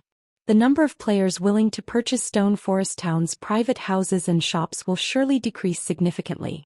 Zero Wing must be fuming right about now. The various major powers within Starmoon Kingdom were greatly shocked by Heaven's Burial's crazy actions. However, they also felt joyous about this development. Currently, the players selling items at Red Iron Town mainly consisted of Starmoon City residents. Very few players from other NPC cities were willing to visit Red Iron Town just to utilize its auction house. The main reason for this situation was the expensive teleportation fees. With the processing fees charged by the Heaven's Burial auction house halved, the money saved could be used to cover the teleportation fees. This change would definitely attract large groups of players from other NPC cities. Hence, it was only a matter of time before Red Iron Town surpassed Stone Forest Town. Once the independent players and adventurer teams based in the various NPC cities of Starmoon Kingdom received this information, they started organizing their items, prepared to make a trip to Starmoon City. In less than half an hour since the announcement was made, Red Iron Town's player population increased by over 50,000. Now, the town's total population was only a little over 100,000 away from catching up with Stone Forest Town's. Big Sis Fog, the rare items the guild leader had us send over have arrived. Moreover, based on the reports we've received, many merchant players in Stone Forest Town have already begun leaving the town. By the looks of it, they are planning on going to Red Iron Town, a level 30+ female assassin reported. Good. Put the items up for sale in batches. After this, I want to see if there are still people willing to purchase the private houses and shops of Stone Forest Town, Daybreak Fog said, nodding. Although Heaven's Burial would not earn much by lowering the processing fees to such a level, being able to lure away the merchant players of Stone Forest Town was already more than enough, as doing so would decrease Stone Forest Town's popularity in turn. Meanwhile, in front of Stone Forest Town's advanced auction house, the massive size of the building had attracted the attention of many players. What a huge building! It's practically as large as the battle arena. Could Zero Wing be planning on setting up another battle arena? That shouldn't be the case. Towns and cities are limited to only one battle arena each. Quick look. The magic barrier hiding the building is starting to disappear. Just as the passers-by were discussing the newly constructed building in Stone Forest Town, the gigantic barrier shrouding the entire advanced auction house began shattering. A moment later, a building that could rival Stone Forest Town's battle arena in grandeur appeared before everyone's eyes. Meanwhile, at the entrance of this majestic building, the words, Zero Wing Auction House, were carved in large letters. Chapter 1406, Dominating Star Moon Kingdom. Chapter 1406, Dominating Star Moon Kingdom. An auction house. What? Zero Wing built an auction house as well? Isn't the design for it supposedly very rare? What a big auction house. I recall that the Heaven's Burial auction house only has 3 floors. This one should have at least 5. Come on. Let's go in and take a look. Nice timing. I was originally planning on a trip to Red Iron Town to sell my items. Now I can save myself the effort. The passers-by were momentarily stupefied by the appearance of the advanced auction house. For a time they all thought that their eyes were playing tricks on them. As for the guild spies stationed in Stone Forest Town, they were utterly dumbfounded when they saw the Zero Wing auction house. Ever since Heaven's Burial constructed an auction house, the various large guilds and superpowers had gone nuts searching for an auction house design of their own. Unfortunately, the design was simply too rare. Even now, there was no news of any super guild, or any guild for that matter, successfully constructing another auction house. Shortly after the appearance of the Zero Wing auction house, the nearby players rushed into the building. As soon as everyone entered the auction house, they were stupefied. The reason for their reaction was the space inside the building being much larger than what they had seen from the outside. The size of the first-floor hall alone could already rival that of a sports arena. The various decorations adorning the hall also made them feel like they had just entered a palace. The Zero Wing auction house was much more luxurious than even the auction houses in most NPC cities and was only slightly inferior when compared to the auction house in Starmoon City. Moreover, the Zero Wing auction house had a total of 7 floors. The first floor was meant for consigning items, the second floor for purchasing items, the third floor for bartering, the fourth floor for NPC basic auctions, the fifth floor for NPC intermediate auctions, the sixth floor for NPC advanced auctions, and the 7th floor for large-scale private auctions. Isn't the Zero Wing auction house a little too amazing? There's actually a bartering function available as well. That's nothing. There are even NPC-hosted auctions here. The basic auctions are held once every 3 days, the intermediate auctions are weekly, and the advanced auctions are every 15 days. This is simply insane. I've been to the Heaven's Burial auction house before, and it is far inferior to the Zero Wing auction house. The requirements for participation in the NPC auctions are very stringent, though. Just the basic auction alone requires a minimum transaction amount of 150 gold at the Zero Wing auction house every week. Even expert players like ourselves would have difficulty meeting this requirement, let alone the 800 gold per 15 days and 5,000 gold per month requirements for the intermediate and advanced auctions. Zero Wing is simply too ruthless. I don't think that these requirements are high at all. Powerful adventurer teams should have no problem trading that much. If an entire adventurer team puts in the effort, it should be possible to sell 5,000 gold's worth of items within a month. These requirements are impossible only for individual players. In any case, It is pointless for individual players to participate in the advanced auction since they're too poor to afford anything there to begin with. After entering the Zero Wing auction house, everyone could not help but discuss the establishment with gusto. To independent players, bartering was undoubtedly their preferred method of carrying out transactions. The same was true for players belonging to the various adventurer teams. Very quickly, news regarding the Zero Wing auction house spread throughout the entire Starmoon Kingdom. What? Zero Wing actually has such an amazing auction house? This is wonderful. I have a few items I wish to barter. With this, I won't have to worry about getting taken advantage of by the various large guilds. The Heaven's Burial auction house simply isn't on the same level as the Zero Wing auction house. Hopefully, the Zero Wing auction house's processing fees aren't too expensive. For the bartering function, I'm willing to pay as high as 15%. Posts about the Zero Wing auction house went viral on Starmoon Kingdom's official forums, completely overshadowing the news of the Heaven's Burial auction house lowering its processing fees. Or to put it in another way, nobody was talking about the Heaven's Burial auction house anymore. How is this possible? Daybreak Fog had a complicated expression as she read the latest report sent to her by her subordinates. At this moment she was filled with shock, rage, and a little bit of helplessness. The Heaven's Burial auction house was Red Iron Town's foundation. Originally, they had been prepared to use the Heaven's Burial auction house to put pressure on Zero Wing. Now, however, the tables were turned. With the appearance of the Zero Wing auction house, all their previous efforts had instantly gone to waste. Shortly after news of the Zero Wing auction house started spreading, Red Iron Town's player population quickly decreased by 20%. Moreover, this number was still climbing steadily. One could not help but admit that the bartering function was simply too attractive to the majority of players. Meanwhile, after the Zero Wing auction house's existence became public, Melancholic Smile followed Feng's request, releasing an announcement that the Zero Wing auction house would charge only a 1% processing fee on all transactions. In addition, players who became a member of the auction house would have the processing fee for their first 5 items sold each day waived. Soon after, this announcement triggered another uproar on the official forums. Has Zero Wing lost its mind? It's only charging such a small processing fee despite having such a great auction house? Is Zero Wing not afraid of making a loss? Such ruthlessness. Originally, I thought that Heaven's Burial was already plenty ruthless. Turns out, Zero Wing is even more ruthless. With this, the Heaven's Burial auction house is definitely a goner. Is Zero Wing planning on dominating Starmoon Kingdom's auction houses? At this moment, whether it was the independent players, adventurer teams, or large guilds, they all could not help but gasp when they saw Zero Wing's announcement. Now, not only did Stone Forest Town have a teleport channel with Evernight City, but it also boasted an auction house with a built-in bartering function. Moreover, the auction house was charging only a 1% processing fee on all transactions.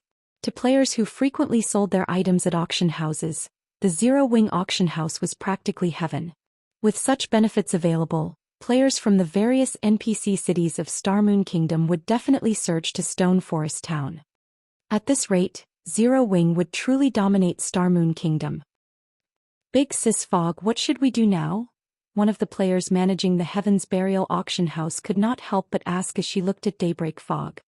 Shortly after Zero Wing's announcement, the number of players visiting the Heaven's Burial auction house had more than halved. At this rate, it was only a matter of time before the establishment lost all its customers. Zero Wing. Daybreak Fog practically shouted every syllable at the top of her lungs when she saw Zero Wing's announcement. With this, not to mention relying on the Heaven's Burial auction house to sustain Red Iron Town's development, they would already be fortunate to get back their investment in the auction house. Aside from Heaven's Burial's upper echelon, the adventurer teams garrisoned in Red Iron Town were also filled with regret when they heard about the Zero Wing auction house. So long as they remained garrisoned in Red Iron Town, they would not be able to set foot into Stone Forest Town. Like many other adventurer teams, they possessed plenty of rare items. Meanwhile, it would be a colossal waste to simply convert these rare items into coins. However, they also did not normally have an opportunity to barter for other items, unless they were prepared to get taken advantage of. Yet now, despite such a good opportunity having presented itself to them, they had crushed it with their own 2 hands. Meanwhile, due to the appearance of the Zero Wing auction house, Stone Forest Town's player population had suddenly increased by over 50%. Currently, the streets were packed with players. Among them, the visiting merchant players inundated Melancholic Smile with offers stating their willingness to sign all sorts of unbalanced agreements. Right now, she was already having trouble keeping up with the incoming calls and messages, much less do anything else. Guild leader, I've just received the latest statistics. Currently, over 3,000 players have become a member of the Zero Wing auction house. Moreover, this number is still rising rapidly. The transactions made at the auction house have also far exceeded our initial expectations. Just the processing fees we've collected thus far have already exceeded 200 gold. A big smile appeared on Melancholic Smile's face as she read through the report. Despite the Zero Wing auction house opening for business just recently, the results were already so overwhelming. At this point, it was already safe to say that the Zero Wing auction house would definitely surpass the Candlelight trading firm and Battle Arena in future income generation. Guild leader, it's about time. Can we hold the auction now? Chapter 1407, Manatite Mine. Chapter 1407, Manatite Mine. Upon hearing Melancholic Smile's reminder, Feng nodded in agreement. He too felt that now was a good time to hold the auction for Stone Forest Town's private houses and shops. Although the Zero Wing auction house was currently raking in money at a frightening pace, it would not be enough money to cover the various maintenance and construction costs of Zero Wing's future city. Moreover, Zero Wing's guild branch over at the Black Dragon Empire and Immortal Light over at the Apocalypse Empire both required considerable funds. As the era of mounts had already arrived, they needed to equip guild members with mounts as soon as possible to improve their leveling speeds. Fortunately, Zero Wing had a stable allowing it to save plenty of money on mounts. Only with Zero Wing's current funds, the number of mounts it could afford was like a drop in the ocean when compared to the number of members in the guild. Following which, Feng left the matter regarding the auction to Melancholic Smile to manage, while he returned to White River City to make preparations for claiming the Manatite mine in the Sea of Death. Currently, although Zero Wing was capable of earning a lot of coins, its supply of magic crystals was grossly inadequate. Now, Feng also needed to supply magic crystals to the Ring of Gospel, in addition to the 3 magic towers in Stone Forest Town. The number of magic crystals that the battle arena was currently raking in was just not enough to sustain such enormous expenditures. Not to mention, once Zero Wing City was completed, the guild's magic crystal consumption would definitely become even more frightening. In God's domain, the various large guilds all wished to construct as many cities as possible. After all, a city represented the generation of a massive amount of wealth, both coins and credits. However, constructing a guild city was easier said than done. To put it simply, while constructing a city was easy, maintaining it was quite difficult. The reason for this was a guild city's consumption of extraordinarily frightening quantities of magic crystals. Hence, in Feng's previous life, even first-rate guilds could construct only a very limited number of cities. Only the various superpowers that had occupied or veins capable of producing magic crystals could easily maintain multiple guild cities. Ordinary large guilds would already be fortunate to be able to maintain a small city. Now that Zero Wing City was nearing completion, Feng naturally had to make some preparations ahead of time. White River City, Candlelight Trading Firm. When Feng arrived before the Candlelight Trading Firm's entrance, he noticed that the situation at the trading firm had changed quite remarkably. Currently, there was a long line of lifestyle players queued up outside the trading firm, many of whom had reached intermediate or advanced rank. Meanwhile, of the various lifestyle classes present, alchemists numbered the most. The Candlelight Trading Firm's test is simply too terrifying. Even an intermediate alchemist was disqualified. A level 10 player lining up to apply for Candlelight's test exclaimed in surprise when he saw an intermediate alchemist walking out of the trading firm wearing a disappointed expression. Although intermediate alchemists were not as popular as advanced alchemists among the various large guilds, if they wished to join a guild, the various large guilds would still welcome them with open arms. After all, nurturing an intermediate alchemist was neither easy nor cheap. Nevertheless, the candlelight trading firm had actually rejected an intermediate alchemist without hesitation. Based on your level, you must have just recently entered White River City, right? A level 28 basic alchemist standing behind the level 10 newcomer said. Chuckling, he continued, there is nothing surprising about an intermediate alchemist getting disqualified. Previously, there were even advanced alchemists that got disqualified. This can't be true, right? Those are advanced alchemists we are talking about. The level 10 newcomer revealed a dubious expression when he heard the basic alchemist's words. You better believe it. Ever since the candlelight trading firm revealed the new benefits it is offering to alchemists, it has become a sacred land for alchemist players. For your info, if you manage to become the 10th most skilled alchemist in candlelight, you will get to use secret silver ranked alchemy tools. These are tools that very few guilds in Starmoon Kingdom possess. Moreover, this is the benefit provided to just the 10th ranking alchemist. If you manage to reach 4th place, you will get to use an entire set of secret silver alchemy tools. Meanwhile, the 1st ranking alchemist gets to use an entire set of dark gold alchemy tools. Due to these benefits, alchemists from all over Starmoon Kingdom as well as from several neighboring kingdoms have come to join Candlelight. As a result, Candlelight's criteria for alchemists have also increased significantly. You should feel fortunate that you are not an alchemist. Otherwise, as an apprentice, I'm afraid you won't even get through the first test. When the level 28 basic alchemist spoke about the candlelight trading firm, his eyes were filled with yearning. Inwardly, however, he also felt a sense of helplessness. While the alchemists of the candlelight trading firm received excellent benefits, the requirements to join Candlelight were proportionately difficult. It seems that those alchemy tools are working quite well as promotional tools. Feng could not help but smile when he overheard the conversation between the two lifestyle players. I should find an opportunity to obtain high-ranking forging tools and engineering tools as well. While the importance of lifestyle players had grown during recent times, it had not reached a point where lifestyle players were indispensable in the game. However, once mainstream players reached level 50, the need for lifestyle players would thoroughly reveal itself. At that time, the guilds that controlled the most top-tier lifestyle players would be able to dominate the trade market of God's domain. Following which, Feng entered the candlelight trading firm and went straight to his personal special forging room. He then took out the Titan device design from his bag and started examining it. The Manatite mine located on the island in the Sea of Death was very special. Originally, Feng planned on capturing it only after Zero Wing's entire main force had obtained their Tier 2 classes. However, there was no need to do so now. The Manatite mine was located on an island called Karna Island, which had powerful monsters and an unusual environment. Not only was the island covered in the corrosive power of shadows, but the mana density was also abysmally low. Due to this reason, initially, no guild had attempted to capture Karna Island in the past. Nobody could have imagined that such a low mana density environment actually housed a Manatite mine, something the various large guilds had dreamed of obtaining. An environment with extremely low mana density would have a drastic impact on players' combat powers. On Karna Island, players would be fortunate to be able to exert even 20% or 30% of their combat powers. The monsters on Karna Island were already terrifyingly strong to begin with.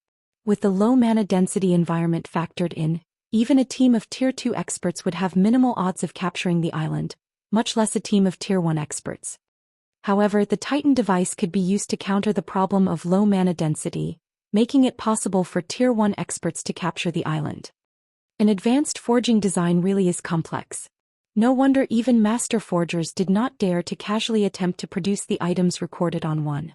Feng could not help but take a deep breath after examining the contents of the design. Originally, the success rate of producing an item recorded on an advanced forging design was already very low. Meanwhile, the complexity of the Titan device's production method was above average even among advanced forging designs, which would depress the production success rate further. Based on Feng's initial estimates, if he tried producing the Titan device as an advanced forger, his success rate would be only around 10%. He would be lucky to succeed once out of 20 tries.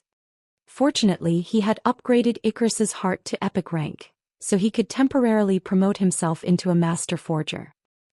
following which Feng used God's blessing and sacrificed 500 life force to extend God's blessing's duration from 1 hour to 2 hours. After activating God's blessing, Feng did not waste time, taking out the book of forging and the necessary materials, which he had tasked others with preparing for him beforehand. He then began carefully forging the Titan device. Meanwhile, the auction over at Stone Forest Town had officially commenced. Chapter 1408, Horrific Auction. Inside the 7th floor auction hall of the Zero Wing Auction House. Previously, everyone had thought that very few people would attend the auction this time since only Stone Forest Town's private houses and shops were up for sale. Yet now the hall, which could accommodate up to 30,000 people, was actually at capacity. Moreover, this was despite Zero Wing having limited entry into the auction to only members of the Zero Wing auction house and those that carried more than 2 gold on their persons. Usually, only expert players would have such a large sum in their pockets. Commander, look.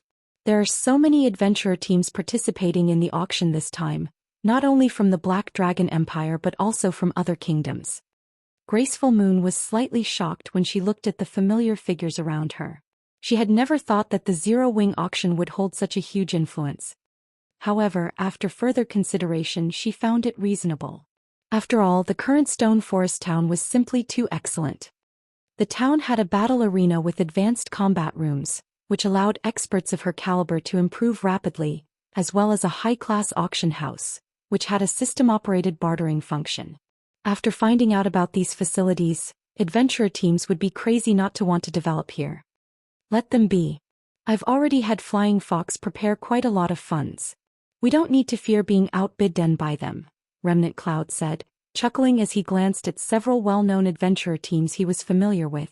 These adventurer teams all ranked within the top 50 in the Black Dragon Empire. His original plan was to compete for the adventurer houses that were going up for auction at the Candlelight Trading Firm in a few days' time. However, after taking into account the current state of Stone Forest Town, he concluded that Firecloud Fox's financial strength was no match for that of top adventurer teams. Not to mention Zero Wing was planning to sell only 5 adventurer houses. Hence, he had decided to settle for buying 2 or 3 private houses in Stone Forest Town instead, enough to accommodate their adventurer team's main forces. Meanwhile, in order to surely obtain those private houses, he had mobilized the entirety of Firecloud Fox's forces and raised a total of 5,000 gold. With that kind of money, he could already purchase a relatively large private house in the Black Dragon Empire's capital. Just as everyone in the auction hall was discussing the Zero Wing auction, Melancholic Smile came out from behind the main stage and announced the start of the auction. Since only the private houses and shops of Stone Forest Town were being sold this time, Melancholic Smile did not bother with providing much of an introduction.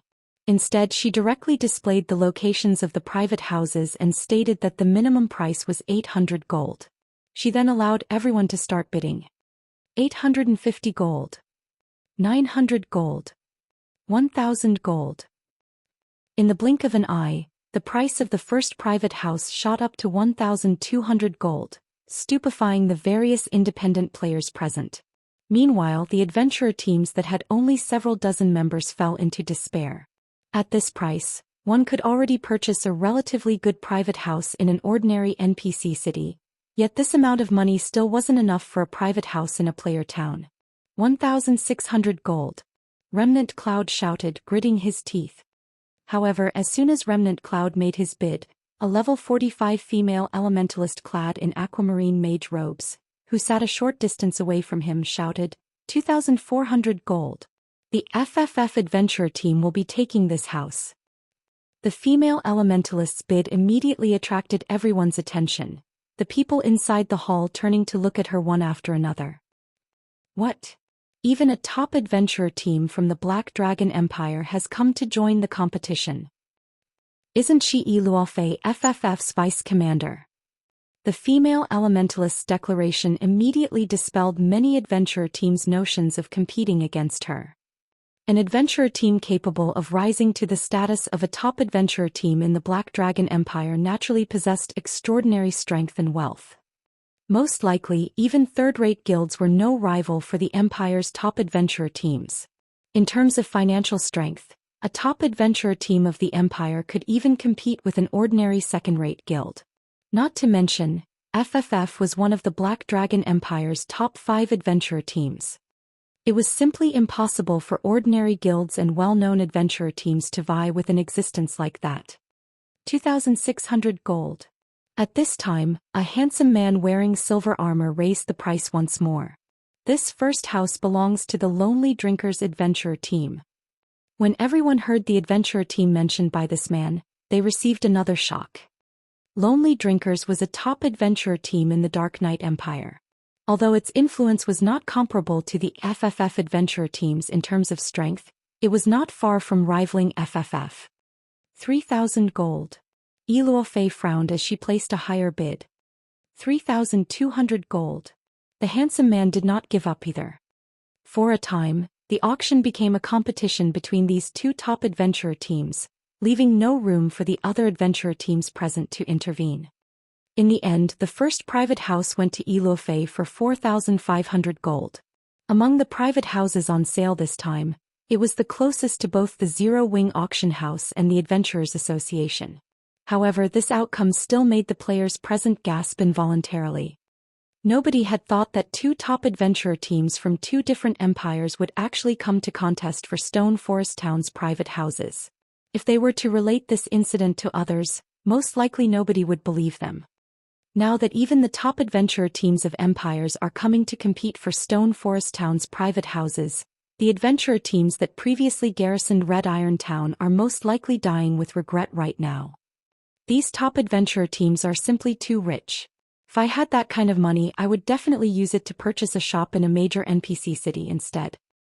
What do you know? In the future, Stone Forest Town will become even more amazing than major NPC cities. There is no loss in buying the town's private houses now. In the future, the houses will most likely go for even higher prices. No one had ever thought that the private houses of Stone Forest Town would be so popular. The guild members of the various large guilds present were stupefied by this scene. In such a way, a total of 20 private houses were sold in the Zero Wing auction, with the most expensive for 4,500 gold and the cheapest for 1,500 gold.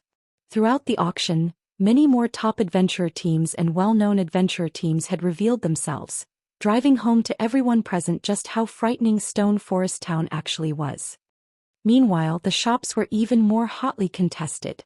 Of the 10 shops sold, even the cheapest one had gone for 3,500 gold, while the most expensive one, which was located between the Zero Wing Auction House and the Battle Arena, had gone for 9,000 gold.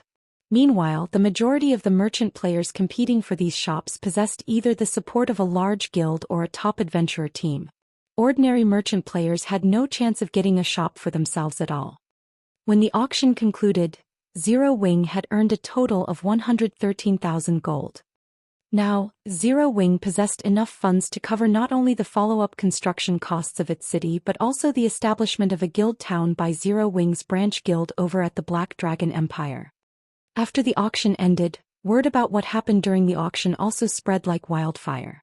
Upon receiving this news, the various adventurer teams and merchant players that were still undecided were rendered utterly speechless. They also regretted the fact that they did not try to compete for the private houses and shops. Meanwhile, throughout all this, Feng had been fully focused on forging the Titan device in White River City's Candlelight trading firm. After actually attempting to make the Titan device, he had to admit that the difficulty of doing so was exceedingly high. Despite him having been promoted to a master forger, his success rate was only around 25%, though he was fortunate to succeed 2 out of 10 tries during the actual production. Meanwhile, the cost of each attempt was roughly 2 gold. Overall, each Titan device cost 12 gold to produce. Without sufficient funds, even a large guild would not dare to spend so much. After all, the Titan device simply improved the combat state of a player. It did nothing for a player's basic attributes. While Feng was forging a Titan device, the system notified him of an incoming call. When he turned his head to glance at the caller ID, he could not help but be stunned to discover that the person calling him was actually the vice commander of the Midnight Tea Party, Endless Scars. Chapter 1409, Promotion to Master. Chapter 1409, Promotion to Master. Why is she calling me all of a sudden? Feng was somewhat confused as he looked at Endless Scars' ID. Endless Scars had been a legendary existence in the past. In addition, Midnight Tea Party, the adventurer team she was currently in, had been an existence that even super guilds feared. However, neither Endless Scars nor the Midnight Tea Party had shown any interest in guilds. Hence, Feng didn't bother keeping in touch with Endless Scars and the Midnight Tea Party. He never imagined that Endless Scars would take the initiative to contact him now. However, Feng did not put too much thought into the matter. He immediately put down his work and accepted the call. Guild Leader Black Flame, congratulations. I heard that even the various superpowers are feeling envious over the current Stone Forest town. Endless Scars said sincerely, a faint smile on her face. That's nothing to brag about. Vice Commander Endless is the one who's amazing. You've managed to obtain such a powerful weapon and equipment since I last saw you, Feng said as he looked at the dark purple mage robes Endless Scars was wearing in the screen. Currently, although Feng could not see Endless Scars' level, the mana surrounding her was actually visible to the naked eye, flickering in and out of existence, which was definitely not an effect that ordinary epic items could create. One could just imagine how powerful the weapon and equipment Endless Scars carried on her body were. To what do I owe this sudden call? It's nothing important really. I just wish to invite Guild Leader Black Flame to join me on a quest, Endless Scars said, giggling. As long as you help me complete this quest, I am willing to compensate you with a secret technique tablet. Even if we fail to complete the quest, I'll still compensate you with 5,000 magic crystals. A secret technique tablet? Feng was shocked. Secret technique tablets were extremely rare items that the various superpowers in God's domain desperately competed for, as these allowed players to grasp all sorts of powerful combat techniques. Under normal circumstances, nobody would trade away their secret technique tablet. Feng found it very hard to imagine that Endless Scars would be willing to use such a rare item as remuneration. Even a bronze secret technique tablet was still quite shocking.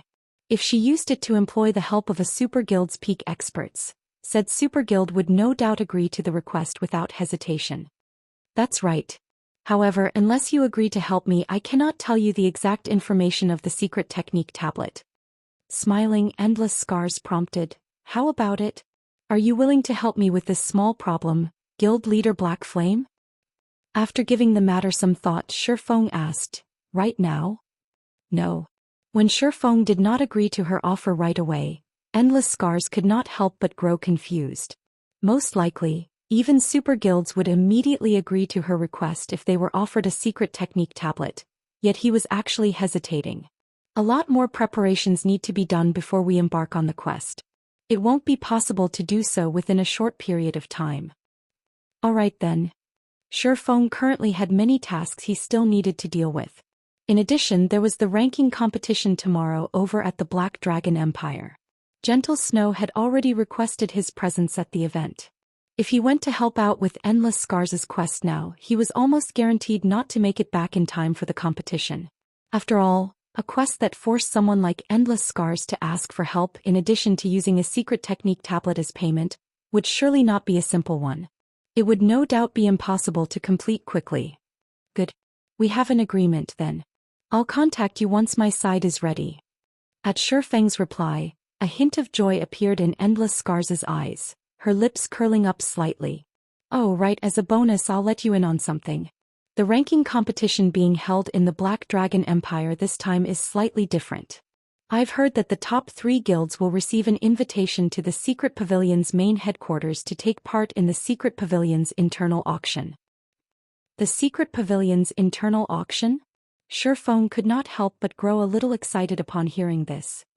As a transcendental existence in the virtual gaming world, the Secret Pavilion possessed countless rare in-game items. However, this was still only the tip of the iceberg. What was truly amazing about the Secret Pavilion was its ability to procure items in the real world that were of great help to a guild's development, such as training slots, data of expert players that could be used in a simulation system, S-rank nutrient fluids, Harmony Tea virtual gaming cabins and other products. Even first-rate guilds would have a very difficult time procuring these things in large quantities, what more other large guilds. However, the Secret Pavilion only sold these items in its internal auction. Moreover, the auction was not held in the virtual world of God's domain, but in the secret pavilion's main headquarters in the real world. In the past, those qualified to participate in the secret pavilion's internal auction were first-rate guilds at the very minimum. Guilds of lower status had had no chance of participating in the event whatsoever. Of course, in order to obtain these items, the various large guilds would also have to pay a significant price. The currency used during these internal auctions was not credits but top-tier weapons and equipment, as well as precious in-game items that were generally not sold to the public. Either that or magic crystals at the bare minimum. Even coins were not accepted. The internal auction was equivalent to using real-world resources to exchange for resources in God's domain. To Zero Wing, this was indeed an excellent opportunity. S-rank nutrient fluids and virtual gaming cabins were generally not things that could be purchased even if one had the money to do so. Yet these items were paramount to a guild's development. Even if one was reluctant to part with their resources in God's domain, they would still be willing to part with a considerable portion if it meant obtaining these items. To Feng, however, this was wonderful news. Currently he had plenty of resources in God's domain, such as the advanced mana armor kits, magic devices and various exotic potions, and now the Titan devices. He also possessed advanced speedboats, which were important to the various superpowers at this stage of the game. If push came to shove, he could even use the miniature ballistas, soul water and soul crystals, items that a superpower like the secret pavilion would definitely want to trade. Not to mention he could also produce all of these items without limit so long as he had the materials. He was more than willing to convert these items into real-world resources. I heard that the secret pavilion has put in quite a lot of effort into its internal auction this time. Participation in it offers plenty of benefits for an up-and-coming guild like Zero Wing. It's best if you make some preparations for the auction. Endless Scars gave a reminder before disconnecting the call. There is indeed a need to make some preparations. Feng nodded in agreement. The items sold at the secret pavilion's internal auction were not cheap. Based on what he had heard, a bottle of S-rank nutrient fluid could go for 3 to 4 million credits worth of rare items, which really wasn't a price that ordinary guilds could afford. If he did not stockpile some resources ahead of time, he might end up being a spectator at the auction. After his call with Endless Scars ended, Feng resumed forging Titan devices. In order to increase his success rate, he had even taken out his precious magical gold as well as 100 plus magisteel ingots, which the guild had collected, raising his success rate to roughly 35%. As Feng continued forging Titan devices, he became increasingly proficient at it. Moreover, when he recalled the scene where Celiora remolded and repaired thousand transformations, particularly how she utilized magic arrays to condense materials together, he could not help trying to condense materials using magic arrays himself, especially since he had the 7 Luminaries ring to increase the ambient mana density. After all, as long as he learned to condense materials using magic arrays, not only would his production speed increase, but his success rate would also increase significantly. The first attempt failed. The second attempt failed. After experiencing numerous failures, Feng started recalling and experimenting with the various magic arrays he had produced before. Suddenly, the celestial magic array came to mind. Out of curiosity, he tried using a foundational celestial magic array to condense the materials. As the materials took shape, the amount of mana gathered in the magic array became increasingly terrifying. 5 minutes later, a Titan device appeared before his eyes. However, unlike the previous Titan devices he made, the color of this Titan device was silver instead of a dull gray. Did it succeed? Feng carefully inspected the Titan device's attribute panel. Suddenly, the sound of a system notification entered Feng's ears. System, congratulations. You have created a new advanced item. System, congratulations. You have been promoted into a Master Forger. Chapter 1410, All-Round Device. Chapter 1410, All-Round Device. I got promoted into a Master? Feng could not help his confusion as he looked at the system notification. He had long since maxed out his forging proficiency. However, he had not created any new items since becoming an advanced forger, so he had remained stuck at the rank all this time. It never occurred to him that creating a new advanced item would directly promote him into a master forger. With this, he would save a lot of time. Now that Feng had truly been promoted into a master forger, he could retrieve the master forger's insignia and further improve his production success rate. He could also start learning foundational forging skills which were reserved for master forgers. These foundational forging skills were of great help to master forgers in creating new items. For example, there was material analysis, which allowed master forgers to analyze material to get a better idea of what materials would complement it. Aside from that, there was also attribute analysis, which allowed master forgers to produce weapons and equipment tailored to a particular player, allowing the said player to exert more of their actual strength.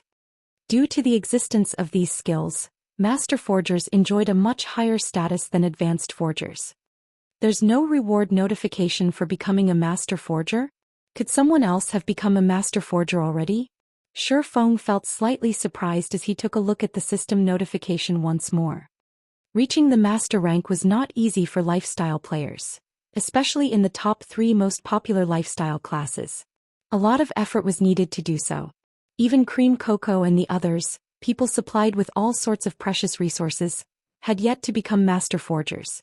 Meanwhile, he had only managed to become a master forger so quickly due to his luck. He never imagined that there would actually be someone who had become a master forger even sooner than he did. However, Feng did not dwell on the matter. There were plenty of talents in God's domain. There was nothing strange about someone becoming a master forger ahead of him. After his joy from becoming a master forger faded, Feng shifted his gaze to the silver device sitting atop his workbench. Before, due to his excitement, he had completely neglected to inspect his creation. What amazing attributes! Feng's eyes glowed as he looked at the attribute panel displayed before him. Not only did the silver device increase the user's surrounding mana density by an additional 20% when compared to the Titan device, but it also amplified basic attributes. Although it only increased the user's basic attributes by 5%, this was still a rare bonus. After all, the Titan device was originally a tool specifically meant to counter low mana density environments. Now that it also increased all of its users' basic attributes by 5%, using it was equivalent to equipping an additional advanced mana armor kit. System. Please give the advanced item a name. You may also leave your personal mark on this item.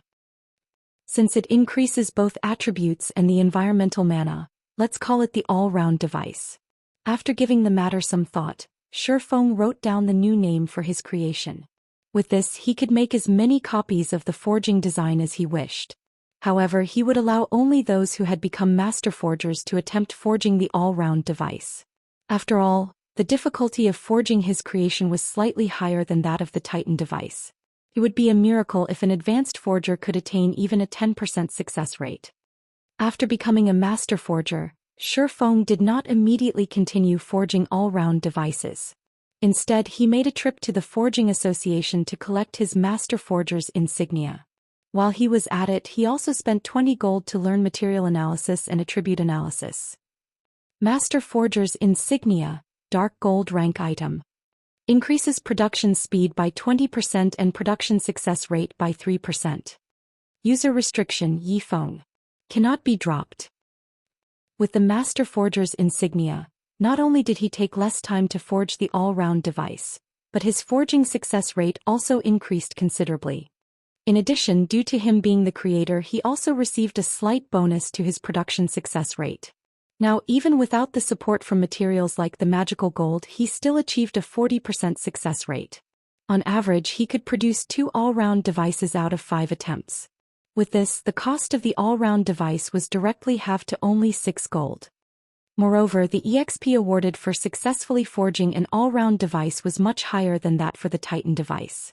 Each success awarded EXP equivalent to a chieftain of the same level. Meanwhile, Feng took roughly 15 minutes to successfully produce one all-round device, essentially spending 15 minutes to kill a chieftain of the same level. Although the efficiency was slightly poor, he could keep producing the all-round device as long as he had sufficient materials. This would be equivalent to him continuously killing chieftains of the same level, something rarely possible out in the fields. Overall, Feng's experience bar skyrocketed. Following which, Feng forged one all-round device after another, passing more than half a day unawares. Meanwhile, he also reached 76% of level 57. As long as he continued forging the all-round device for another day, he would reach level 58.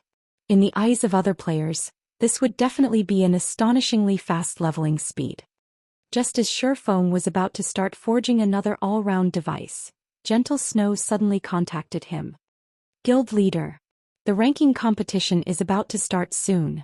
Why aren't you here yet? Don't tell me you've forgotten about it? Gentle Snow asked, a frown on her face. It's starting already? Feng automatically checked the time and discovered that he had actually unknowingly spent close to an entire day cooped up inside his special forging room. Alright, I'll head over immediately. His harvest today was considerably good. Due to his increasing proficiency with the forging process, he managed to forge a total of 131 all-round devices and over 100 Titan devices. Not only did he have enough for his trip to Karna Island, but he also had some leftovers he could sell or use as a guild benefit. Although the Titan device only improved the mana density around its user, if it was used appropriately, such as in the exploration of low-mana environments, its value would increase several-fold. In reality, there were quite a few low-mana environments in God's domain, many of them locations that guilds and adventurer teams wished to explore. Only, due to the environments severely affecting one's combat power, players were generally forced to give up on ranging through these areas. Take the Dragon's Graveyard, a well-known forbidden land in the Black Dragon Empire, for example. Due to a certain incident, many dragons had died in that location in the past. Now it was a forbidden land for the living. A level 50 to level 100 super large-scale leveling map that had practically no mana present, such that players could not use tier 1 skills and spells there. If players entered the map, their combat power would be reduced to less than 10%. As luck would have it, the bosses located at the inner and core areas of the Dragon's Graveyard had quite a significant chance of dropping the stable design and all sorts of advanced designs and recipes. However, this was still just the tip of the iceberg. If one managed to get the first kill on the Dragon's Graveyard's final boss, they would be awarded their choice of weapon at Black Dragon City. Moreover, this weapon would be a fragmented legendary weapon. Hence, in the past, the various large guilds in the Black Dragon Empire had put in a lot of effort into searching for tools that could help raise one's ambient mana density. Only after gathering sufficient tools did they succeed in raiding the Dragon's Graveyard. Meanwhile, back then, the Titan device had been one of the best tools available for the purpose. In the past, a single Titan device had easily sold for 50 gold. One could just imagine how desperate the various large guilds were back then. Of course, compared to the value of a fragmented legendary weapon, this price was not worth mentioning whatsoever. Black Dragon Empire, Black Dragon City. As soon as Feng appeared inside Black Dragon City's teleportation hall, he was greeted by the sight of a massive crowd of players. After he exited the teleportation hall, the players were still packed like sardines. Normally, one could see such a street scene only in small but popular places like Stone Forest Town. Even the imperial capitals of the 4 great empires were far from comparable to Black Dragon City right now. The streets teemed with not only level 40+ players but even the rarely seen expert players. Players riding mounts were also a dime a dozen at the moment. It was as if every expert player in the Black Dragon Empire had gathered at Black Dragon City. One could just imagine how lively the ranking competition this time was going to be. Following which, Feng summoned the evolved demonic flame tiger and made his way towards Black Dragon City's underground arena. Chapter 1411. Initial Appearance in Empire. Chapter 1411. Initial Appearance in Empire. Black Dragon City, Underground Arena. Currently, the street outside the arena was crowded with players. However, the players that could actually enter the facility numbered extremely few. Players who wished to enter the underground arena needed an invitation from the secret pavilion or to have passed the qualifiers for the official competition. Everyone else could only stand outside the arena. Of course, catering to the general public's interest, the secret pavilion would also livestream the competition on the large screens outside the underground arena, allowing people on the streets to watch the matches. This was a privilege available only to players that had rented the entire underground arena. However, it cost around 15,000 gold to rent the underground arena of an imperial capital for an entire day. Most likely, only the secret pavilion was capable of carrying out such a feat. Other superpowers would balk at spending so much money just to host a competition. Aside from playing on the screens outside the underground arena, the live stream of the competition would also be uploaded to the official forums, allowing all players in the Black Dragon Empire to watch it as well. Hence, a player who achieved a good battle record in the competition could definitely become famous throughout the empire. Meanwhile, the members of guilds that received an invitation from the secret pavilion were currently entering the underground arena one after another. Quick look. Those players in that group seem to be from the first-rate guild Undefeated Dynasty. Their levels are so high. They're all actually above level 45. Look. Those people seem to be Fantasy Shrines members. The equipment they're using is so good. Every one of them is actually geared with 1 or 2 pieces of epic equipment. The bystanders were stunned by the 5 first-rate guilds that were entering the underground arena. The weapons and equipment worn by the expert players they normally saw were already plenty amazing. However, now they were looking at the representatives of the 5 first-rate guilds whose levels and items surpassed those of expert players by leaps and bounds. Meanwhile, each of the 5 first-rate guilds attending the competition this time had sent between 8 and 12 representatives. Even the most inferior piece of equipment these representatives wore was level 40 dark gold equipment. As for epic weapons and equipment, although not everybody was equipped with one, each first-rate guild boasted at least 7 or 8. Let alone the ordinary players on the street, even the second-rate guilds attending the competition were shocked at the robust foundations these first-rate guilds displayed. "Snow, is the guild leader not here yet?" Zhou Yueru asked as she walked out of the underground arena. Currently, she was dressed in a set of dazzling crimson robes and held a blue crystal staff in her hand. Meanwhile, the instant Zhou Yueru appeared, she immediately attracted the attention of many players on the street. However, while part of the reason why so many players had their attention stolen by her was the contrast between her devilish body and angelic countenance, the greater reason was her personal fame. Just recently, Zhou Yueru had annihilated the expert team of Corpse Soul all by herself. Meanwhile, Corpse Soul was an infamous dark guild in the Black Dragon Empire. The top-tier experts of the Dark Guild were existences that gave the various large guilds headaches. Many second-rate guilds and even first-rate guilds had to treat the Dark Guild cautiously. Yet due to one of Corpse Soul's experts provoking Zhou Yueru, the latter had annihilated the entire 20-man team said expert belonged to. Enraged by this situation, Corpse Soul had dispatched several of its top-tier experts to assassinate Zhou Yueru. However, not only did those top-tier experts fail to accomplish their mission, but a few of them had even fallen at her hands. After news of this matter spread, Zhou Yueru's nickname of Flame which became famous across the entire Black Dragon Empire. "He should be here soon," Gentle Snow said as she looked at the time. Grinning, she said, "Why are you in such a hurry? Could it be that you can't wait to show Yi Feng the results of your latest training?" The guild's core upper echelon knew that Yi Feng and Black Flame were the same person. Back when Gentle Snow found out, she had been stunned. She had never imagined that Yi Feng could create such a powerful guild, one capable of rivaling even veteran first-rate guilds, all by himself. Hee. Of course. I want to see what kind of reaction he'll make when he finds out that I've already reached the refinement realm. Zhou Yueru giggled. Ever since joining Zero Wing, she realized that there would always be someone better than herself.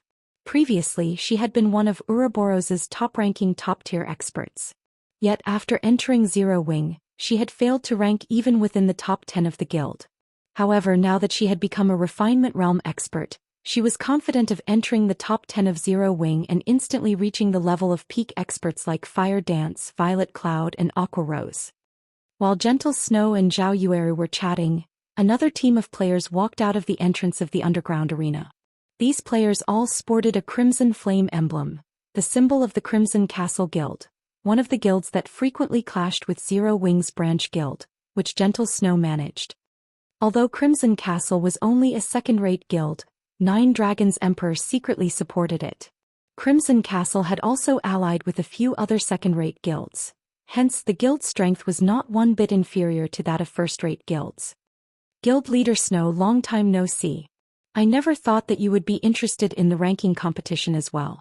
It seems the competition this time is going to be interesting, Crimson Fox, the guild leader of Crimson Castle, said, smiling as he walked up to Gentle Snow.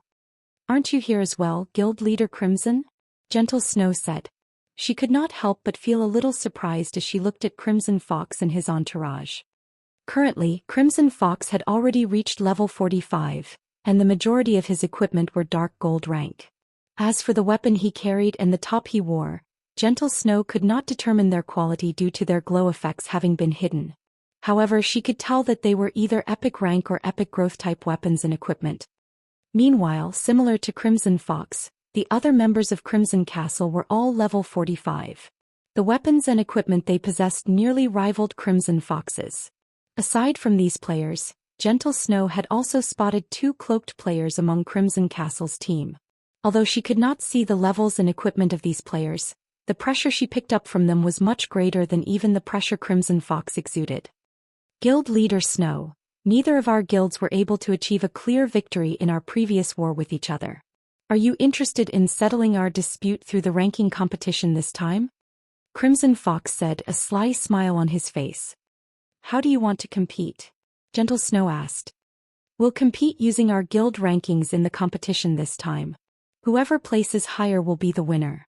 Meanwhile, whoever loses will give up on Hidden Fog Town. How about it? Crimson Fox suggested. As Crimson Fox had deliberately spoken in a very loud voice, everyone on the street heard his words. What's going on? Is Crimson Castle planning on competing with Zero Wing? As expected of large guilds, they're actually using a town as a wager. I wonder if Zero Wing will dare to accept the challenge. If Zero Wing is afraid of accepting even such a small challenge, what qualifications does it have to participate in the ranking competition? At this moment, everyone could not help but turn to look at Gentle Snow and Crimson Fox. In regard to this situation, Gentle Snow also hesitated to decide. Hidden Fog Town, a dark town located in the vicinity of Lake Heart City, had a mithril vein. Conquering Hidden Fog Town was equivalent to obtaining the mithril vein, which would greatly help in a guild's production of weapons and equipment. Only, due to Zero Wing and Crimson Castle's inconclusive war over this dark town, neither guild had managed to capture it thus far. While Gentle Snow was hesitating, a deep voice resounded throughout the entire street before the underground arena. Okay, Zero Wing agrees to your conditions.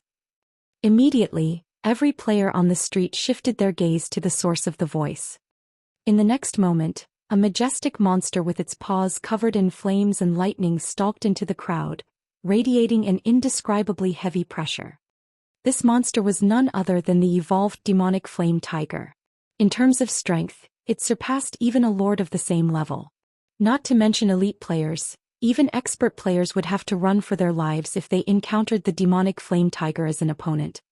Meanwhile, upon seeing the demonic flame tiger, the players standing in its path moved to the side automatically, wearing dumbfounded expressions. What kind of mount is that? How is it giving off such intense pressure? Who is that person? Chapter 1412. All parties alarmed. Chapter 1412. All parties alarmed. And you are. Crimson Fox could not help but grow confused as he watched Feng approach his location. Currently, Feng was wearing a black cloak, so Crimson Fox could not see his appearance and level at all. However, based on the deadly threat Crimson Fox sensed from the demonic flame tiger, he could tell that Feng was definitely not your run-of-the-mill expert. Everyone present similarly shifted their gazes to Feng, curious to find out Feng's identity. In the next moment, Feng removed his black cloak, displaying his disguise as Black Flame.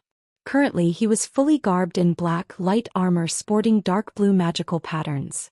At his waist hung 2 exquisite long swords.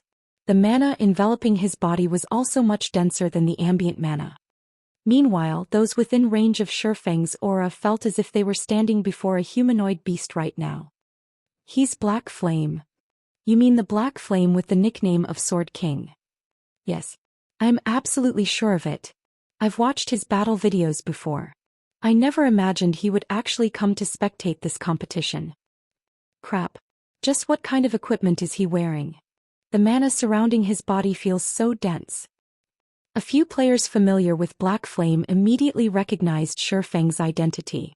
A huge commotion promptly broke out on the street as everyone started discussing Black Flame. In Star Moon Kingdom, everyone was familiar with Black Flame's name.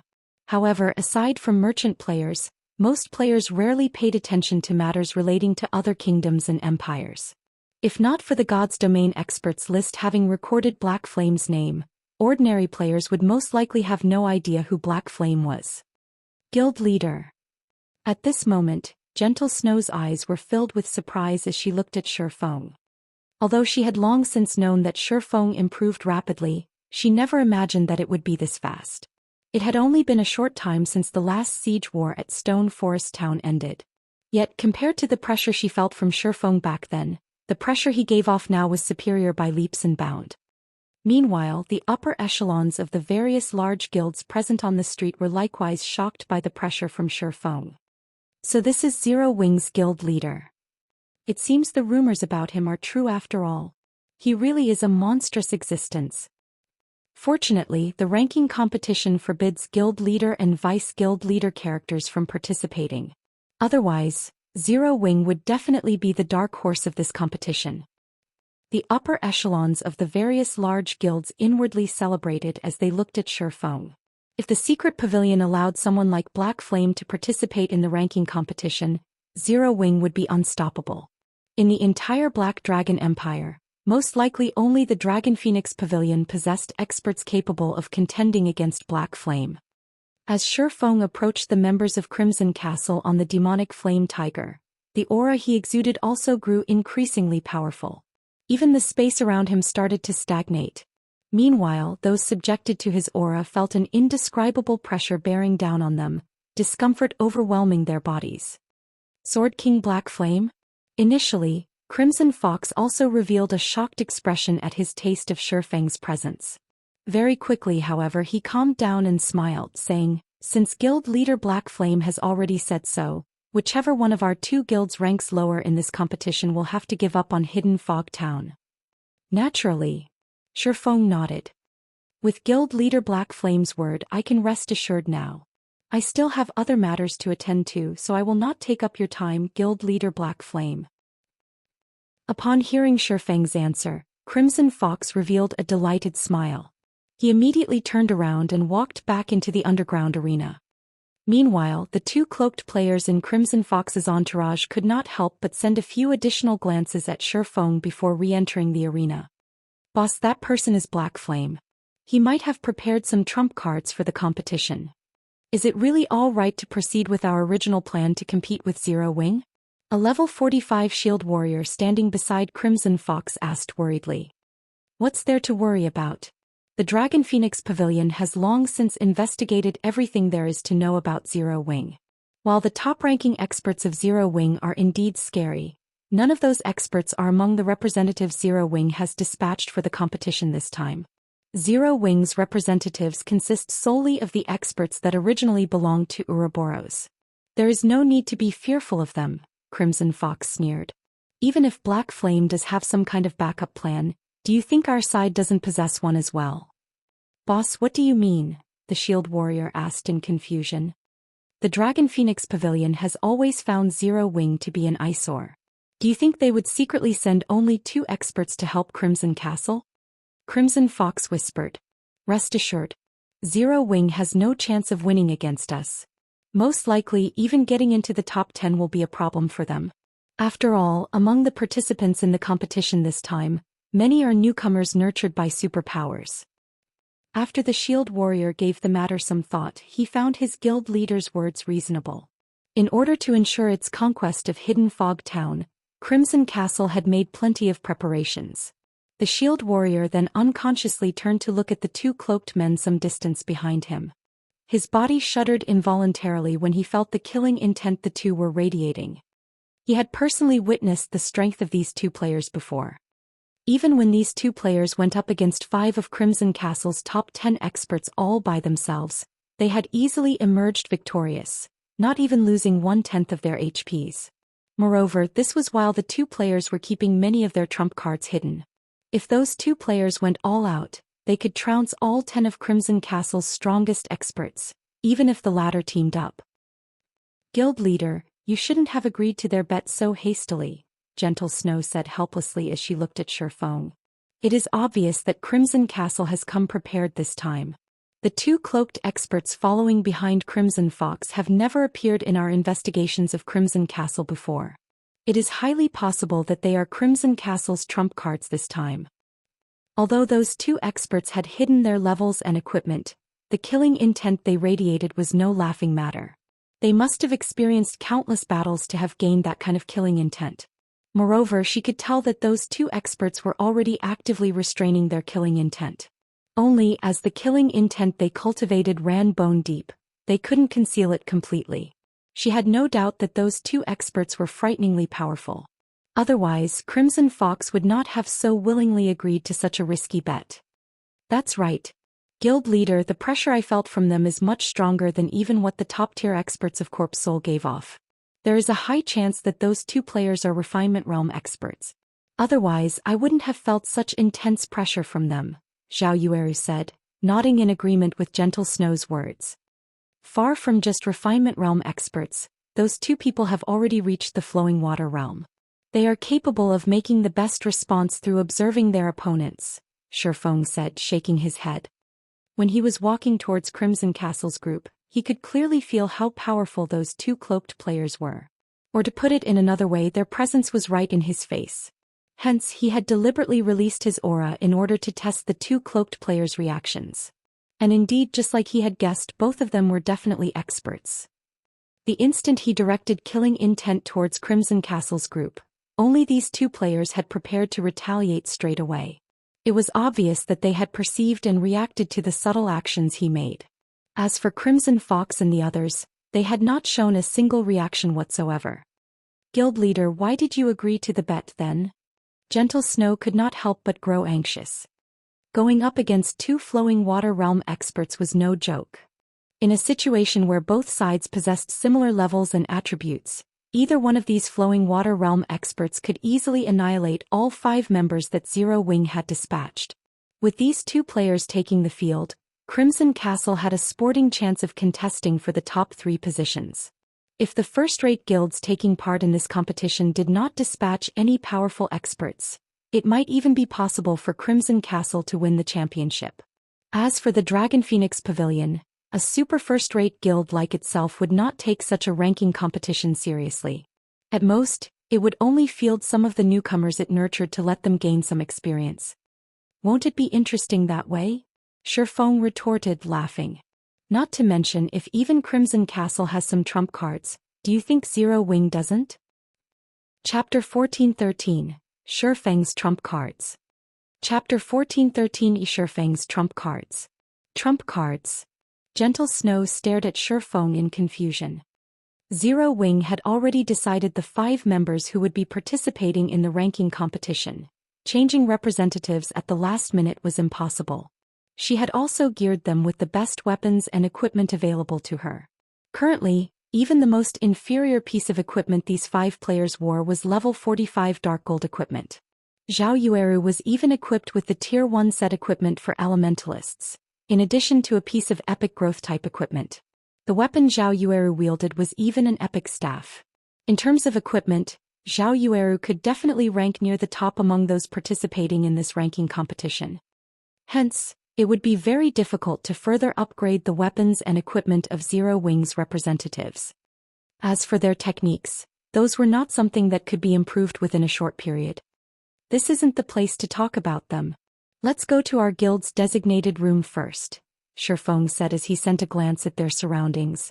Currently, members of various large guilds were focused on them. It was obvious that these guilds were starting to grow cautious of Zero Wing in this competition.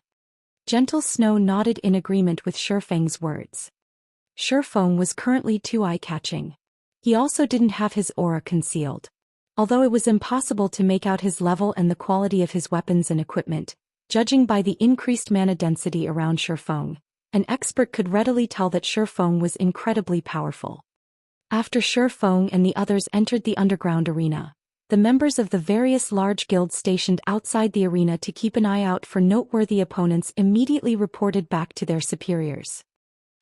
Meanwhile, over a dozen people were currently seated inside one of the underground arena's luxurious VIP rooms.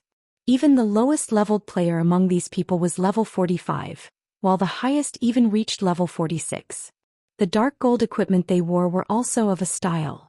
These were obviously set equipment. At this stage of the game, even first-rate guilds had trouble collecting one set of level 45 dark gold set equipment, yet there were actually 6 sets here. Seated in the front of this group of players were a man and a woman. These 2 people were none other than 9 Dragons Emperor and Phoenix Rain. Although both of them were representatives of the Dragon Phoenix Pavilion, they sat on different sides of the room, each of them leading a group of newcomers they'd cultivated on their own. The newcomers of each side also faced their counterparts as if they were mortal enemies. They looked nothing like members of the same guild. To the various large guilds, the ranking competitions hosted by the Secret Pavilion were a good opportunity for them to raise their fame. To the various superpowers, however, these competitions were merely amusements. After all, even without doing any publicity, everyone was already familiar with their guilds. Hence, during every ranking competition, the various superpowers in God's domain would field their internally nurtured newcomers instead of their mainstays. One of the reasons for doing so was to allow the newcomers to gain some combat experience. The second reason was to let the public know just how powerful the newcomers they nurtured were. Interesting. Zero Wing's Black Flame has come as well? 9 Dragons Emperor's lips curled up slightly when he read the report that just came in. He actually agreed to Crimson Castle's wager? It seems he's pretty confident in his own guild members. Pavilion Master, should we supply a few more epic items to Crimson Castle? Martial Dragon whispered. No need.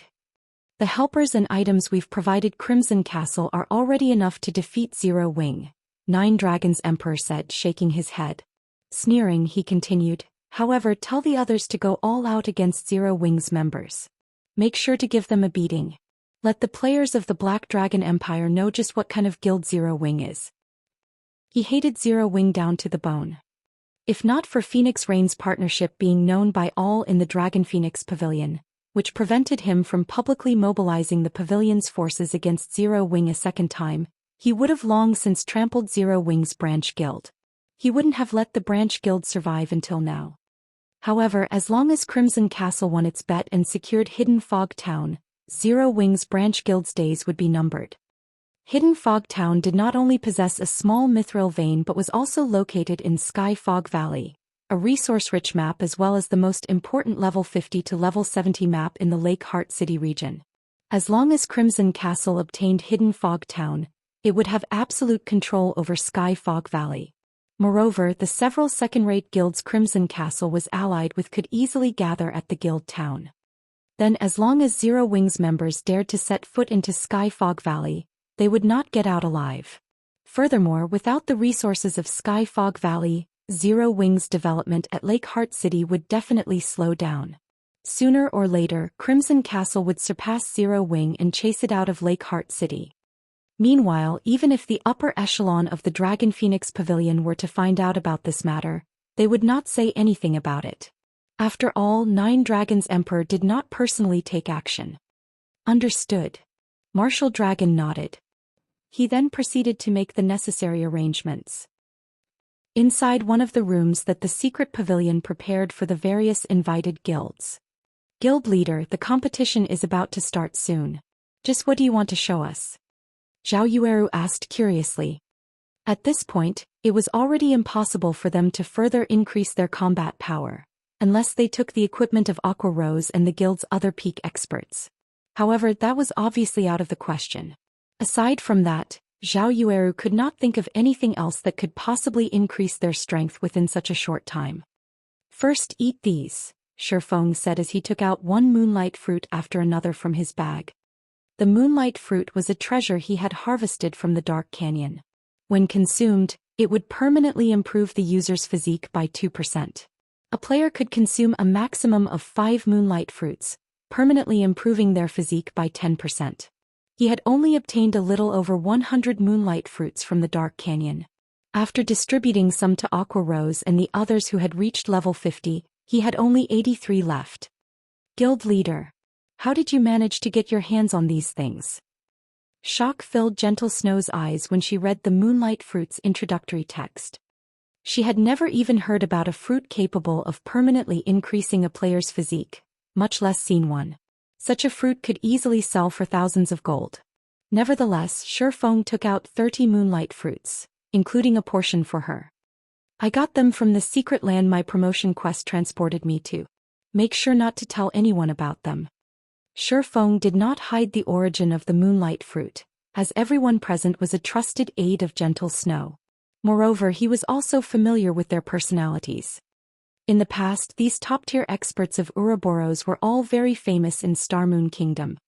Besides Zhao Yueru, the others participating in the ranking competition this time were Fierce Snake, Windmill, Wild Bone and Negative Life.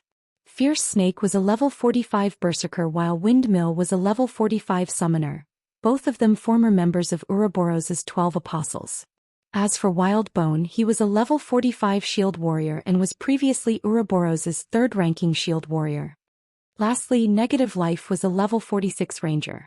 In terms of talent, he was inferior only to Soaring Snake, the leader of the 12 Apostles. Only, as he had entered the virtual gaming world a lot later than Soaring Snake, his combat standards had been inferior to Soaring Snake's. However, after receiving various resources from Zero Wing, his combat standards had improved rapidly. Right now, he was already close to rivaling Minor Wind in terms of combat standards. These people had stayed by Gentle Snow's side all this time, so Feng was not afraid word of the moonlight fruit would leak out. These moonlight fruits are amazing. I can already feel my combat power increasing by at least 10%. Zhao Yueru exclaimed in surprise after consuming 5 moonlight fruits and carefully sensing the changes to her body. As for everyone else, due to their deficient standards, their combat power had only increased by 5% or so. Alright, don't get too excited yet. Just a 10% increase to your physique won't be enough to make up for the gap in techniques. Next up, wear these, Feng said as he began taking out epic items from his bag one after another, placing a total of 6 on the table. A portion of these epic items was loot from Heaven's Burial, while the rest came from boss drops and quests. Guild leader, did you rob a kingdom's treasury? Zhao Yueru's eyes widened when she saw the epic items on the table. The others were likewise stupefied by this scene. While they all knew that Zero Wing's foundations were extraordinary, they had never thought that the guild could still bring out so many epic items for them to use. Right, Yueru, how much intelligence and strength do you currently have? Feng asked. My intelligence is at 1,370. As for my strength, it's at 400, Zhao Yueru stated proudly. These attributes were considerably high for an elementalist of her level. That should be barely enough, Feng muttered after some mental calculations. He then started taking out attribute gemstones and a skill book for a tier 1 passive skill that increased the user's strength attribute. First, equip these tier 3 gemstones. After you're done, wear the magic devouring charm and Eye of Arnos. Zhao Yueru was rendered speechless when she heard Feng's comment that her attributes were barely enough. However, she still obediently equipped the attribute gemstones and the 2 pieces of epic equipment and learned the tier 1 skill. How are your intelligence and strength now? Feng asked. My intelligence is at 1,590, and my strength is at 614, Zhao Yueru replied, feeling greatly elated. Good. Then temporarily set aside that staff of yours and use this one for the competition, Feng said as he handed Frostflame's Wrath to Zhao Yueru. Chapter 1414, Competition starts. Chapter 1414, Competition starts. This is. As Zhao Yueru gazed at the staff with a red and white glow, its beauty captivated her. As a fragmented legendary weapon, Frostflame's Wrath radiated an intense powerful the moment it appeared, making ordinary players feel quite uncomfortable. The surrounding mana inadvertently flowed towards Frostflame's Wrath, and it instantly became the focal point of the room. At this moment, Zhao Yueru wasn't the only one to notice how unique Frostflame's Wrath was. Even Gentle Snow and the others had noticed the weapon's extraordinary features. Could that be? Gentle Snow had déjà vu when she saw Frostflame's Wrath. A possibility surfaced in her mind, but she quickly shook the thought away, refusing to believe it was feasible. When Zhao Yueru accepted Frostflame's Wrath and checked its attribute panel, she was stunned. How is this possible? This is a fragmented legendary weapon. Zhao Yueru couldn't believe her eyes. To obtain a single epic item, a large guild would have to invest countless resources and manpower. At this stage of the game, a first-rate guild would be fortunate to have 7 or 8 epic items. Even the various superpowers had very few epic items. However, even now, no one had heard of any of the superpowers obtaining a fragmented legendary item. First-rate guilds and below could only fantasize of wielding such items. Yet Feng had just handed her a fragmented legendary staff. She even began to wonder if Feng had a few hidden backers. You need to keep this staff a secret. You should be aware of the consequences should others discover this matter, Feng whispered a warning. Although he had revealed Frostflame's wrath, not just any player could inspect it. Only the wielder could check its attribute panel. Hence, aside from Zhao Yueru and himself, nobody knew that Frostflame's wrath was a fragmented legendary weapon. However, since Gentle Snow had her own fragmented legendary item, could likely guess the staff's identity. Other players would, at most, assume it was a top-tier epic weapon. After all, fragmented legendary items were truly too rare. Even after 10 years in God's domain, Shadow had never obtained a single fragmented legendary item. Amichung. Zhao Yueru nodded seriously. She had never expected Feng to let her use such a precious weapon. She wouldn't expose the guild's secrets. Alright, before you enter the competition field, use these all-round devices. How far you go in the competition will depend on you. Feng then took out 10 all-round devices and handed them to Zero Wing's 5 representatives. Each all-round device lasted 4 hours, 1 hour more than the Titan device's duration. 2 all-round devices should be more than enough to last until the end of the ranking competition. Although players weren't allowed to use magic scrolls and items such as berserk potions and frost grenades in the secret pavilion's ranking competitions, they could use anything else. The underground arena's large-scale arena in the Black Dragon Empire could accommodate 100,000 people. Currently, players filled the space. The venue was even livelier than the competitions in the Dark Arena due to the ranking competition's lower restrictions. This time, the secret pavilion had invited all of the local second-rate guilds and above. The local well-known players and adventurer teams had received an invite as well. It wasn't hard to fill the underground arena's largest venue. So many players are participating in the competition this time. I know, right? The last one only included the players from the Black Dragon Empire, but I've heard that quite a few superpowers have sent their newcomers to gain some experience in this competition. In addition, famous experts from the neighboring kingdoms have come to join the fun. The secret pavilion has doubled the number of official slots in the competition. Now, a total of 6,400 people can take part. Many of the top 100 players from the previous competition will likely lose their spots. Haha. Our 100 Beast Adventurer Team's commander and vice commander will definitely rank among the top 200. We'll be able to rank among the top 30 adventurer teams in the Black Dragon Empire. Top 200. Your commander only ranked 40th during the last competition. He'll be lucky to make it into the top 500 this time. I heard that even the FFF Adventurer Team is only aiming to get 2 people into the top 100. After all, the newcomers from the various superpowers are terrifying. Furthermore, several hundred top and well-known adventurer teams from the neighboring kingdoms have also sent participants. That's right. Don't forget, this competition isn't just a contest between adventurer teams. The Black Dragon Empire's various large guilds are also participating. Those guilds' foundations are far more powerful than adventurer teams. One top-tier expert from a second-rate guild could easily trample an expert from a well-known adventurer team. Only representatives from top adventurer teams have a chance of securing a top position in this competition. The crowd in the spectator stands engaged in heated discussions regarding the competition. Generally, they only got to watch such a large-scale competition once a month. It was the highest standard competition ordinary players had access to. Most ordinary players envied those who got to watch the competition in person. However, these players were even more jealous of the players in the 30 VIP rooms. From these rooms, players could see the 10 stages as if they stood next to them. The difference between the experience of sitting in a VIP room versus sitting in the spectator stands was like the difference between heaven and earth. Unfortunately, there was a limited number of VIP rooms available. After prioritizing the superpowers, The secret pavilion handed these rooms to the first and second-rate guilds before dividing the rest among the top 5 adventurer teams in the Black Dragon Empire. Everyone else could only look upon these rooms in envy. While players chatted, Yuan Tiexin, the host of this ranking competition, appeared on the main stage. Immediately, cheers erupted throughout the venue. Ladies and gentlemen, I welcome you to watch the Black Dragon Empire's monthly ranking competition. As there are a lot more participants this time, we've modified the competition slots and rules slightly. First, there are 6,400 official participants this month. These participants will be categorized into 10 stages. Each participant will fight in 30 matches. The system will randomly determine these matches' competitors. Each victory will grant 1 point. In the end, the top 100 participants of each stage will move on to the competition's main phase.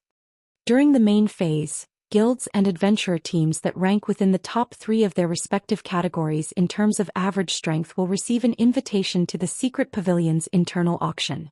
I won't continue to waste everyone's time, so let the competition begin. The moment Yuan Tiexin announced the start of the competition, the audience cheered once more. At the same time, the various participants felt a heavy pressure weigh them down. They hadn't realized that the first phase alone would eliminate 5,400 players. Every one of the 6,400 participants was an expert, yet so many people would be eliminated so quickly. This competition would be far crueler than the previous events, which had only included 3,200 players. After Yuan Tiexin finished speaking, the system began to distribute the 6,400 participants randomly into 10 groups. Each group had 640 participants. However, only 100 players would proceed to the final phase. The various guilds and adventurer teams' ranks would be determined based on their average results during this final phase. Haha. Zero Wing is pretty lucky. All 5 of its representatives have been selected for the competition's 2 death groups.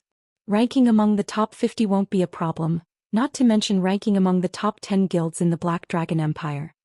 Crimson Fox could not help but laugh when he saw the system-generated lists, sneering as he glanced at the VIP rooms above him. Chapter 14:15. Who has bad luck? Chapter 14:15. Who has bad luck? The screens above the 10 stages displayed the participants' numbers in each group. Of course, the various major powers had already investigated the noteworthy participants. The moment the system finished forming each group, they located the noteworthy participants' stages. The participants for the 3rd and 5th group are amazing. Isn't number 29 Falling Flowers, the 10th ranked swordsman in the Purple Thorns Empire? Crap. Thorny Language, one of the experts that ranked within the top 100 in the previous competition, is number 1514. The spectators talked among themselves when they saw the name lists on the screens. Group 3 and 5 received the most attention. These 2 groups contained 1/3 of the players who had been predicted to rank among the top 100 this time. The battles in these 2 groups would be very intense. When Gentle Snow saw the lists from her VIP room, her expression darkened. Among Zero Wing's 5 representatives, 2 had been assigned to Group 3 and 3 were in Group 5. It wouldn't have been a problem if these groups had slightly more experts than the others, but that clearly wasn't the case. Among the Superpowers newcomers, 13 were in Group 3 and 19 had been assigned Group 5. These 2 groups alone included more than half of the newbies from the various superpowers. In addition, each of these 2 groups had over a dozen representatives from first-rate guilds. They also consisted of many players from the various top adventurer teams. Overall, these people had taken roughly 90 slots among the 2 groups. There were also the various independent experts from the Black Dragon Empire and the neighboring kingdoms. Who knew if dark horses hid among these independent experts? Group 3 and 5 were death groups. Aside from Zhao Yueru, Zero Wing's representatives would have a difficult time qualifying for the competition's final phase. If they encountered one of the seeded participants or one of the superpowers newcomers, they would have to endure an arduous battle. Points would be awarded to guild representatives who made it into the final phase. These points would be used to calculate each guild's rank. Aside from superpowers which wouldn't be included in the guild rankings, each guild had 5 representatives. Naturally, the more qualified representatives a guild possessed, the greater its advantage would be. Unless 3 or more of Zero Wing's representatives made it to the final phase, it would be at a disadvantage against Crimson Castle. Furthermore, Crimson Castle had 2 Flowing Water Realm experts. Those 2 experts were almost guaranteed to rank quite high during the final phase. Relax. None of them should have any problem qualifying for the next phase, Feng reassured, chuckling when he noticed Gentle Snow's worried look. While there were many experts in Group 3 and 5, Zhao Yueru and the others were no weaklings. Their weapons and equipment ranked among the best in this competition. In addition, they had equipped the all-round device. They had no reason to fear anything less than a refinement realm expert. Feng's confidence rendered Gentle Snow speechless. If this were an ordinary competition, she wouldn't mind losing. In fact, this was a good opportunity for Zhao Yueru and the others to gain combat experience. However, the development of Zero Wing's branch guild was on the line. If they succeeded, it would further the branch guild's progress in the Black Dragon Empire, enabling it to contend with the 5 first-rate guilds in the empire. If they failed, however, the consequences would force her into an awkward position. After all, she was the branch guild's manager. She had no wish to see it fail. As Feng spoke, the competition began. Following which, the system randomly selected participants for the first fight. In the blink of an eye, the list of matchups appeared on the screen above their respective stages. These participants simply needed to enter their respective stages to begin the match. Group 1, number 4187 vs number 712. Group 2, number 1714 vs number 6024. Group 3, number 584 vs number 5513. Matches occurred simultaneously on the 10 stages.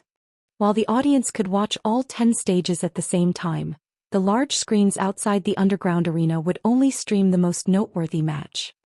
That shield warrior with the crimson shield is so amazing. He actually killed that level 43 berserker after losing less than 1/10 of his HP. He's pretty powerful. He either blocked or dodged every one of the berserker's attacks. The shield warrior's defense is impeccable. By my guess, he should rank among the top 100 shield warriors. The players crowding the open-air bars outside the underground arena heatedly discussed the players as they watched the live-streamed matches. Most of the matches ended quickly. Generally, each match lasted less than 1 minute. Even in a stalemate, the match would end after a certain amount of time, as this was the competition's initial phase. The victors of these matches would be determined by how much remaining HP each participant possessed.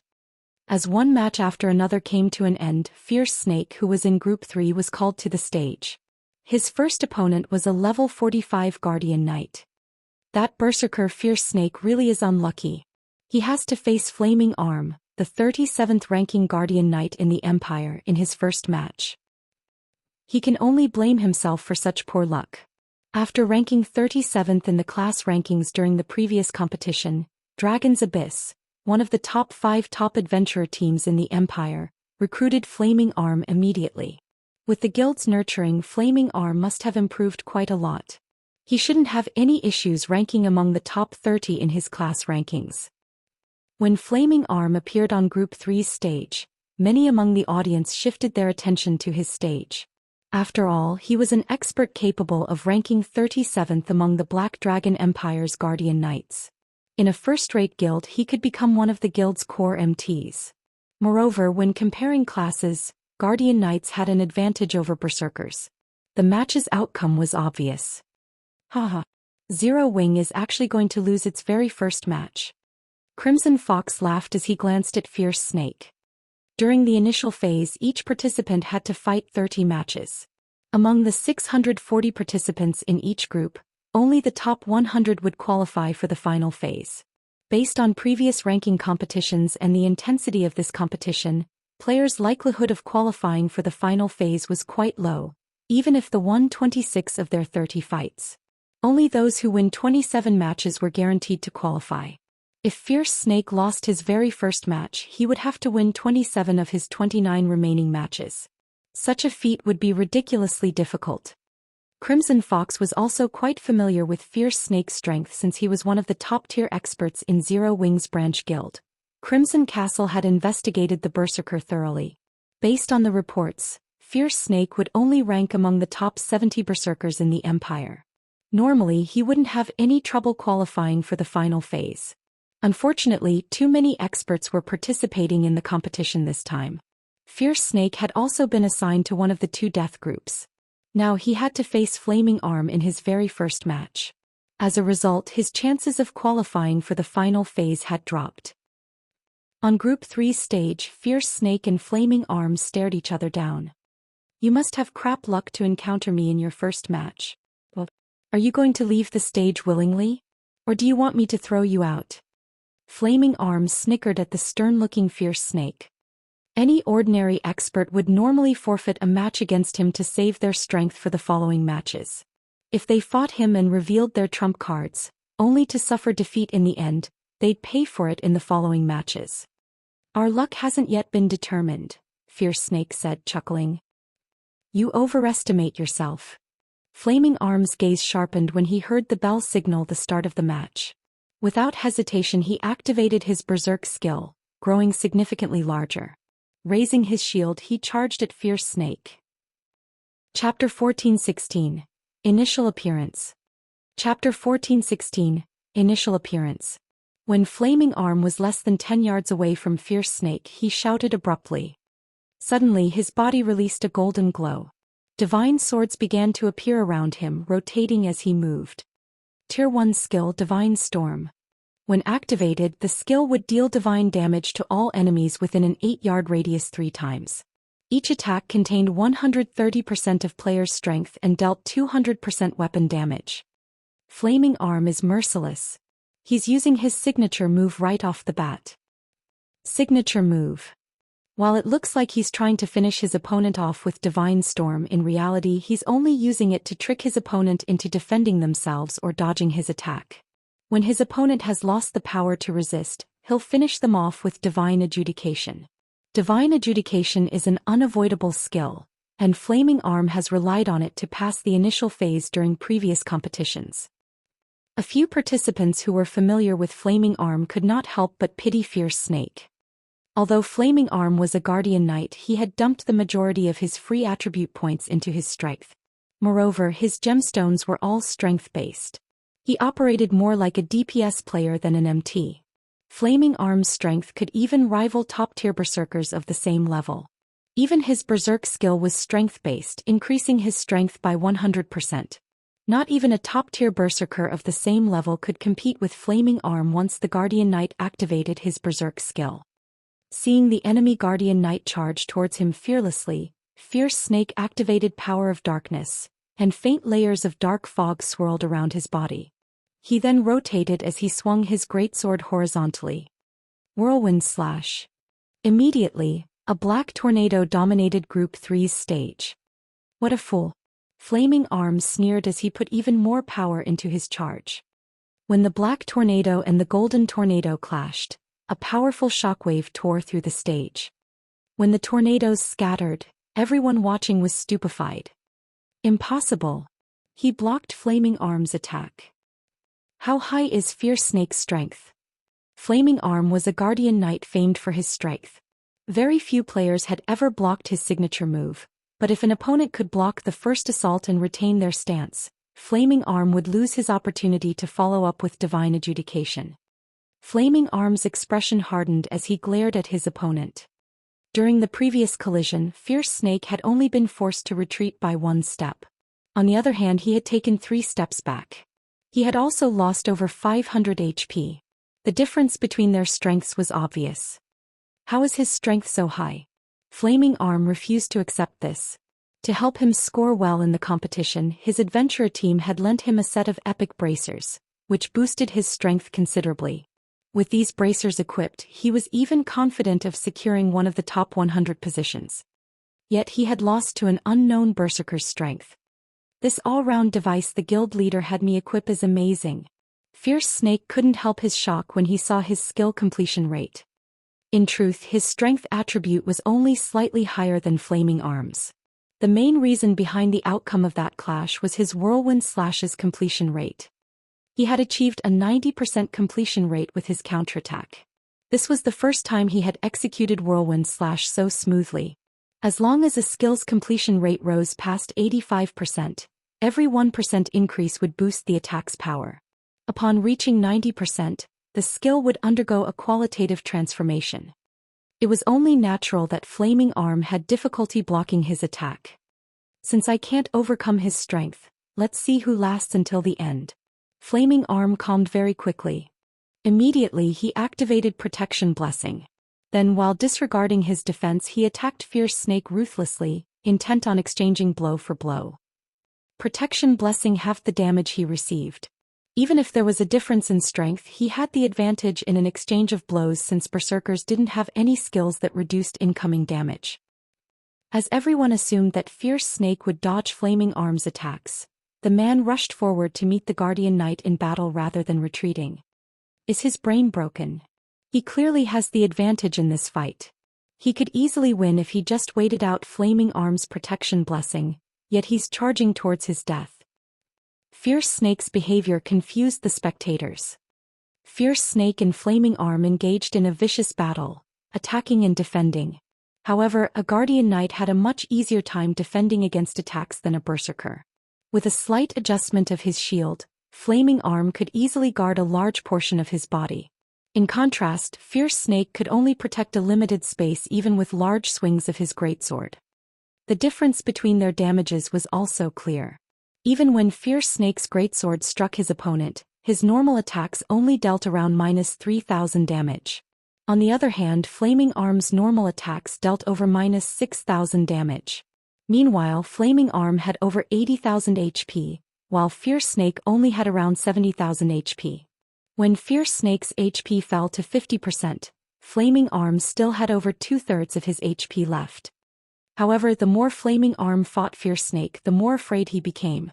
As the battle dragged on, he could sense his opponent's combat standards improving. Moreover, the more Fierce Snake fought, the more natural the berserker's actions became. As a result, it became increasingly difficult to land an attack. On the other hand, Fierce Snake had an easier time hitting him.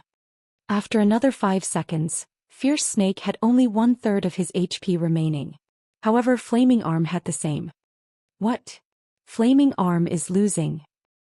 No one could believe their eyes as they watched Flaming Arm's HP fall below Fierce Snake's, the gap between them growing wider as the seconds ticked by. How is his combat standard so high? Has he been toying with me all this time? When Flaming Arm saw his HP drop to a critical level, he knew that he had lost his chance of winning. Not only was the difference between their combat standards so great, but his Protection Blessing's duration was running out. What Flaming Arm didn't know was that due to the sudden increase of mana density around Fierce Snake, he couldn't fight at his peak, but as the match progressed, Fierce Snake adapted to the increase brought about by the all-round device. Honestly, Fierce Snake could have ended the battle already. However, fighting a top-tier expert like Flaming Arm was inspiring. Hence, he hadn't bothered to use any of his skills, toying with the enemy Guardian Knight. When Fierce Snake eventually eliminated the final strand of Flaming Arm's HP, gasps of amazement echoed from the crowd. Zero Wing's Fierce Snake is so amazing. I never thought that, aside from the several well-known peak experts, Zero Wing had someone like this. I've underestimated Zero Wing. It seems we'll have to be more careful of this berserker later on. His melee combat abilities are too strong. After the match, the various major powers representatives were a little afraid of this berserker Fierce Snake. After all, Fierce Snake had relied on normal attacks to defeat the Black Dragon Empire's 37th ranking Guardian Knight. If he had used his skills, he would have wiped the floor with Flaming Arm. After Fierce Snake's match, Windmill, Wild Bone, and Negative Life completed their matches. Without suspense, they won their respective battles. Moreover, they also won their matches without any skills. No one had seen the true depth of their prowess. As the ranking competition grew more intense, Zhao Yueru's turn eventually came. Group 5, number 9 18 vs number 29. What? The flame which is going up against Falling Flowers. Both are experts capable of qualifying for the final phase. To think the system would pit them against each other. This is going to be interesting. Falling Flowers is one of the top 10 swordsman experts in the Purple Thorns Kingdom. I've heard that some time ago she even defeated Whistling Sword, the 394th ranked player on the God's Domain experts list. On the other hand, even the Dark Guild Corpse Soul is helpless against the Flame Witch. This will be an intense fight. Everyone grew excited as they watched the two women approach Group 5 stage. As soon as the match began, both sides activated their berserk skills. Upon doing so, Zhao Yueru executed triple casting. Although she had only cast 2 Tier 1 spells and a Tier 0 spell, both her spell casting speed and her spell's power shocked the audience. Fireballs, flame spears and flaming chains shot towards falling flowers in rapid succession. Despite being a refinement realm expert, falling flowers couldn't keep up with the attacks. After exhausting of her life-saving skills, the dozens of fireballs and flame spears killed her instantly. Chapter 1417. Shocking the Empire. Chapter 1417. Shocking the Empire. From the moment the bell signaling the start of the match rang until the moment the system displayed its end, less than 5 seconds had passed. The match was so overwhelmingly one-sided that Falling Flowers hadn't even had time to scream before she transformed into particles of light and disappeared from the stage. At this point, Group 5 stage had become a smoldering mess. Looking at the stage, Zhao Yueru was momentarily dazed. She struggled to believe that it had been her doing. What just happened?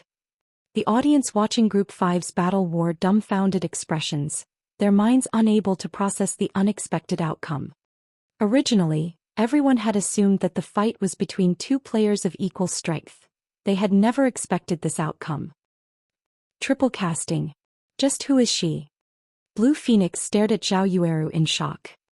Current peak magical class experts were just barely learning to triple cast, and Zhao Yueru could already triple speed cast. Even Blue Phoenix had yet to grasp that level of the technique. Even after entering the legacy space of Zero Wing's secret spell casting technique, she had only grasped double speed casting. Moreover, based on the power of Zhao Yueru's spells, it was obvious that her skill completion rates were very high. How many secrets is Zero Wing hiding? Phoenix Rain couldn't help but glance at Zero Wing's room from her seat next to Blue Phoenix. Zero Wing had previously revealed that it had powerful magical class experts such as Violet Cloud, Aqua Rose and Alluring Summer. Now the guild had revealed Zhao Yueru. Due to Zhao Yueru's astonishing performance, the audience began to pay more attention to Zero Wing. How strong is Zero Wing? It even has such a powerful Elementalist expert. I had thought that Zero Wing's only capable expert was the Sword King, Black Flame. Now it turns out that the guild has such a magical class expert. After this match, the Black Dragon Empire's players began to look into the guild known as Zero Wing. The moment they did, however, they flabbergasted. They had never thought that Zero Wing would be Starmoon Kingdom's #1 guild. This ranking competition is going to be interesting. So, Zero Wing is pretty strong. We'll likely see a change to the Black Dragon Empire's top 10 guild list. Zero Wing should have no problems ranking among the top 10. However, getting into the top 5 will probably be a challenge. After all, the 5 first-rate guilds in our empire have many powerful experts. Why would it be easy to surpass them? While everyone discussed Zero Wing, the various large guilds turned their attention towards the guild as well. They began to search for a method to deal with Zhao Yueru. Although Zhao Yueru's ability to triple speed cast was powerful, she wasn't undefeatable. Following which, the spectators' astonishment grew as they watched one match after another, Zero Wing's 5 representatives improving their battle records. 15 consecutive victories, 20 consecutive victories, 30 consecutive victories. It seemed as if no one could stop Zero Wing's representatives. Not even top adventurer reams and first-rate guilds' top-tier experts were a match for them. In the end, all 5 qualified for the final phase. Zhao Yueru in particular had displayed overwhelming power from start to finish. On the other hand, some of the representatives from first-rate guilds and top adventurer teams, who had been expected to make it to the final phase, were disqualified.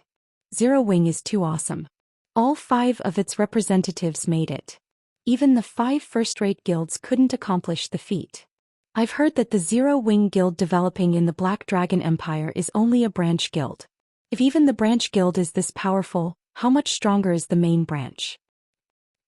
I think I heard that Zero Wings branch guild in Lake Heart City has been recruiting members. Once the competition is over, I must go and apply to join the guild. Before anyone had realized it, Zero Wing had become a rival for the Black Dragon Empire's top 5 first-rate guilds. Its fame in the Empire skyrocketed. Guild leader, are you sure about giving them so many all-round devices? The outcome of the competition had shocked Gentle Snow. She was very familiar with the standards of Zero Wing's 5 representatives. Although their combat power had increased thanks to the weapons and equipment Feng had provided, the improvement was limited. It wasn't possible for them to achieve such exaggerated results. She might have understood if only Zhao Yueru had been victorious, yet despite their assignment to the death groups, the other 4 representatives had won their matches as well. This was unbelievable. Fierce Snake and Negative Life's performances were particularly shocking. They had contended with Refinement Realm experts. In the end, they had relied on superior basic attributes and high skill completion rates, barely defeating their opponents. Gentle Snow had found this outcome incredible. After all, she was fully aware of just how powerful a Refinement Realm expert was. Such experts should have no issues defeating non-Refinement Realm experts, even with 30% higher basic attributes. Furthermore, Fierce Snake and Negative Life's basic attributes weren't much higher than their Refinement Realm opponents. The only explanation for their unexpected performances was the all-round device. Gentle Snow hadn't expected such amazing results from the all-round devices. They were so effective that they allowed Fierce Snake, someone who wasn't even a half-step Refinement Realm expert yet, defeat a Refinement Realm expert. Relax. While the all-round device's production is somewhat costly, we can make as many of it as we want. Feng hadn't expected the item to be so effective either. After fighting so many matches, Fierce Snake and the others had obviously improved. If they could continue fighting different Refinement Realm experts, it wouldn't be long before then entered the Refinement Realm as well, becoming cornerstones for Zero Wing. As many as we want?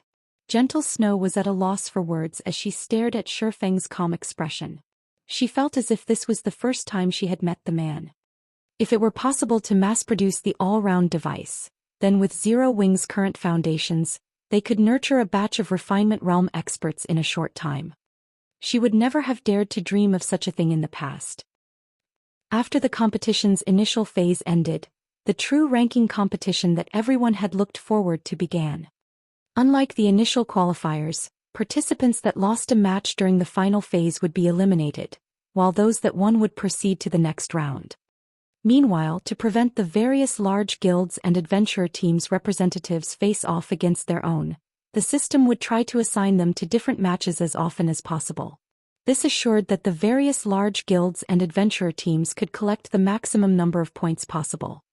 Aside from Zhao Yueru, Fierce Snake and the others were strong enough to rival Refinement Realm experts. In the end, they easy passed the first 3 rounds and ranked among the top 150 in the competition. However, 3 had lost the 4th round due to Refinement Realm expert opponents with epic items. In the end, only Zhao Yueru and Negative Life had won their 4th matches in the final phase. During the 5th round, a Refinement Realm expert with more than 1 epic item had eliminated Negative Life. He had lost with little resistance. Guild leader, Zero Wing is far more powerful than we had expected. What should we do now? The shield warrior named Lonely Castle asked Crimson Fox worriedly in Crimson Castle's VIP room.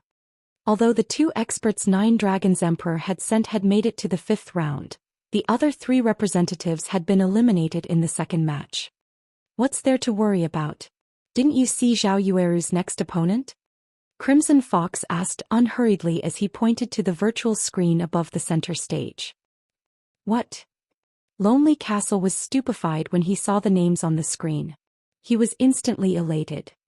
Zhao Yueru's opponent for the 5th round was Yi Luofei, the FFF Adventurer Team's vice commander. She had the nickname Frost Empress and was one of the Black Dragon Empire's 4 great elementalists. The Dragon Phoenix Pavilion had even offered her the position of vice commander over its main force to recruit her. Chapter 14:18. You still aren't qualified. As the current match on the main stage was about to end, everyone shifted their gaze to the screen hovering above the stage, excitement and joy sparkling in their eyes. The next match is going to be awesome. The Frost Empress and Flame Witch? How unfortunate. Both clearly have the strength to rank in the top 30, yet they have to face each other in the 5th round. I wonder who's strongest. Do you even need to ask? It's definitely Ilofe. After all, she is the 3rd-ranked Elementalist in the Black Dragon Empire. She even ended in the top 20 during the previous competition.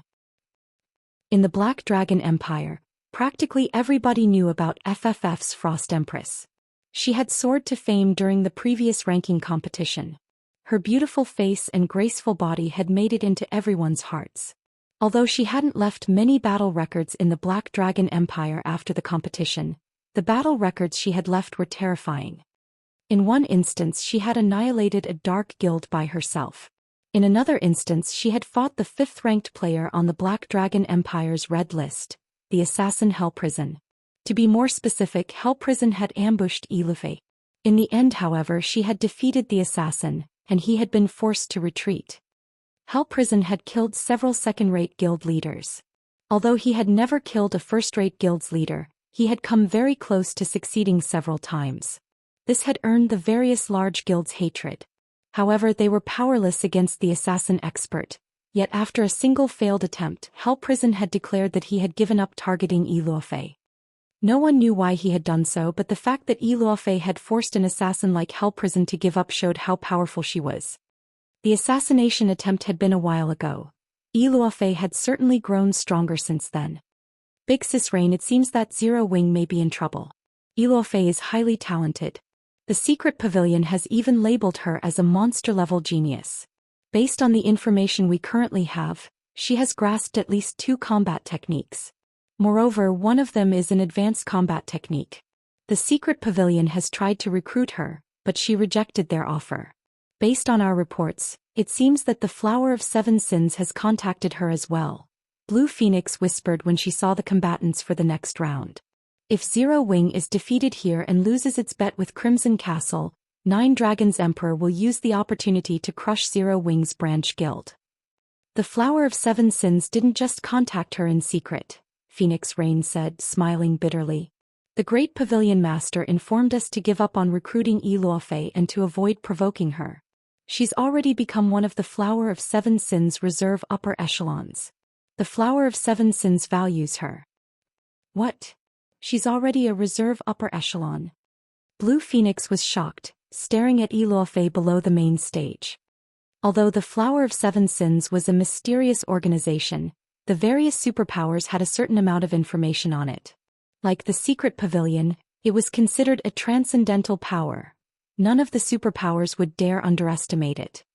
The requirements to become one of the Flower of 7 Sins' upper echelons were even stricter than those to become a super guild's upper echelon.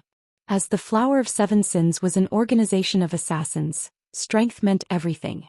If one wished to become one of the organization's upper echelons, they needed to have the strength to back up the ambition. Every one of the Flower of 7 Sins' upper echelons was an absolute monster. Now that Ilufe was a reserve upper echelon, this proved that the Flower of 7 Sins had acknowledged her strength. The organization had clearly deemed that she could become a monster-level expert as well. When the waiting participants saw the next pairing, a commotion rippled through the crowd. "Oi, it seems you've encountered a proper opponent this time," a slim assassin in dark gray leather armor said from beside the woman, smiling. "A proper opponent?" Ilufe glanced at Zhao Yueru, who sat a short distance away. She responded indifferently, "Commander, please stop joking. She's still not worthy of being my opponent. Someone on Phoenix Rain's level might be, but not her." "Well, in any case, don't take the match too seriously. Just defeat her casually. Save some cards for the rest of your opponents. Otherwise, you'll have trouble fulfilling your agreement with the Flower of 7 Sins," Yen Tianxing, the FFF Adventurer Team's commander, said as he glanced at the several cloaked players beside the stage. "Commander, rest assured, I'll claim the championship and leave those upper echelons speechless," Ilufe confidently declared before walking towards the stage. When the Flower of 7 Sins had tried to recruit her, she had given the organization a condition. She required that they turn FFF into one of the top adventurer teams in God's domain, not just the Black Dragon Empire. However, a large amount of resources would be required to do so. Although the Flower of Seven Sins had agreed to her condition, the organization had offered one of its own. She must secure the championship in this ranking competition. Iluofei didn't think too much about the condition. After all, not only had the Flower of Seven Sins given her a top-tier epic staff upon her joining, but it had also sent her into 2 legacy spaces, allowing her to improve tremendously. She had even broken through to the Void Realm, pushing her 5 senses to their very limits. When Iluofei and Zhao Yueru stepped onto the stage, cheers erupted throughout the venue. Not only were they gorgeous, but they were also highly venerated experts. I've always heard that Zero Wing is a one-man guild. I never thought that it would have an expert such as you. I had planned to challenge your guild leader during my previous trip to Stone Forest Town, but I never actually met him. After this match, please convey my request to guild leader Black Flame. Tell him that I'd like to challenge him. The time and location are up to him. Iluofei spoke to Zhao Yueru softly. The Flower of Seven Sins had actually given her 2 conditions. If she completed one of them, the organization would agree to her condition, pushing FFF to the heights of God's domain. Obtaining the championship was the first condition. The second was to kill Zero Wing's guild leader, Black Flame. Moreover, the second condition was available long-term. She had watched Black Flame's battle videos. While he was a monster, she was confident of defeating him. The moment Iluofei finished speaking, an uproar shook the arena. What's this? Iluofei just publicly challenged Zero Wing's guild leader. This is interesting. I wonder if Black Flame will accept the challenge? If he does, I have to watch it. As expected of the Frost Empress, she dares to challenge the Sword King. Everyone here was quite familiar with the name Black Flame. After all, he ranked among the top 100 on the God's Domain experts list. The secret pavilion had even given him the nickname Sword King. When he had received it, it had caused quite a stir throughout God's Domain. However, while the crowd cheered over the matter, Zero Wing's members wore ugly expressions. Fierce Snake and the others who sat below the main stage were furious. A measly vice-commander of an adventurer team had dared to issue their guild leader a challenge. Zero Wing was Starmoon Kingdom's #1 guild. Luo Yifei's blatant challenge was no different than spitting on Zero Wing's reputation. She simply wasn't taking Zero Wing seriously in the least. Haha, nicely done. As expected of someone the Flower of Seven Sins has acknowledged. Nine Dragons Emperor laughed in his VIP room. Black Flame really is famous everywhere, Phoenix Rain muttered, sighing as she looked at Zero Wing's room. Although she did not believe that Iluofei could defeat Black Flame, this challenge humiliated Zero Wing, Starmoon Kingdom's overlord. If Iluofei defeated Zhao Yueru, the challenge would deal an even greater blow to the guild's reputation. You wish to challenge our guild leader? Zhao Yueru's gaze chilled as she glared at Iluofei. Unfortunately, you still aren't qualified. Chapter 1419. Difference in Equipment. Chapter 1419. Difference in Equipment. As soon as Zhao Yueru finished speaking, she released Frost Flame's Wrath's aura. As a fragmented legendary weapon, Frost Flame's Wrath could exude a frightening pressure. Once a player equipped it, they could actively suppress this aura, making the staff look like an ordinary item. At the same time, this aura could strengthen the player's aura. With the liberation of Frost Flame's Wrath's aura, Zhao Yueru's aura underwent a sudden transformation. Fire and ice-type mana surged towards her in a frenzy, causing the surrounding space to tremble. How can a player have such a powerful aura? Is she really the flame which I've heard about? Why does it seem like the space around her is darker? The participants below stage felt a powerful pressure weigh them down when Zhao Yueru released Frost Flame's Wrath's aura. Some participants had even taken an unconscious step back. The waiting participants weren't the only ones surprised. The various large guilds' upper echelons in the VIP rooms were shocked as well. If a player's aura could be so powerful, ordinary players would find it taxing to endure, not to mention fighting while under the aura's pressure. Guild leader, the staff he gave to Yueru. Could it be? Although Gentle Snow suspected that Frost Flame's Wrath might be a fragmented legendary weapon, she wasn't certain. After all, fragmented legendary items were simply too rare in God's domain. Even now, no one had heard of any of the superpowers obtaining one. Hence, the likelihood of Feng possessing a second fragmented legendary item should be abysmally low. That's right. It is indeed a fragmented legendary weapon. Moreover, it is a top-tier fragmented legendary staff suitable for elementalists, Feng confirmed, nodding. Gentle Snow was speechless as she processed Feng's nonchalant explanation, overwhelmed by shock. Very few people likely had a better idea of how powerful a fragmented legendary item was than her. After all, her current armor was fragmented legendary equipment. It was due to the 7 luminaries battle armor that she could contend with peak experts. At the moment she was only a refinement realm expert. She was worlds apart from Super Guild's peak experts, yet with the power of fragmented legendary equipment, she compensated for the difference in their combat standards. Meanwhile, the fragmented legendary item Zhao Yueru wielded was a weapon, the item that provided the largest boost to a player's combat power. Only now did Gentle Snow understand why Feng had agreed to Crimson Fox's bet without hesitation and why he had remained so calm throughout the competition. If peak experts from super guilds participated in this ranking competition, it'd be no different than adults bullying children. Thus, the various superpowers only sent in their newbies that they had nurtured internally. Otherwise, all the players from the various large guilds and adventurer teams would be able to do little more than watch from the sidelines. Meanwhile, although the match had begun on the main stage, neither side hurried to attack. Rather than the expected indifference, surprise colored Yi Luofei's face. She had never expected to feel such an intense pressure from a refinement realm expert like Zhao Yueru. This was the first time something like this had ever happened. I've really underestimated Zero Wing. To think the guild had hidden an expert like you, Yi Luofei commented seriously as she watched her opponent. After getting a good look, however, Yi Luofei smirked as she continued. However, you can only rely on this empty aura. It might be effective against ordinary experts, but it is useless against me. Saying so, Yi Luofei activated her berserk skill. She then began to chant incantations as she wrote runes in the air. Yi Luofei's chanting speed was extremely quick. She wasn't slower than Zhao Yueru in the least. Moreover, compared to Zhao Yueru's chants, Yi Luofei's pronunciation was more accurate. Furthermore, not only did she draw her runes as easily as a graffiti artist, but she also had no inconsistencies. What precise triple speed casting! Blue Phoenix was shocked as she watched the terrifying amount of mana gather around Yi Luofei. Unlike skills, spells had additional variables known as incantations and runes.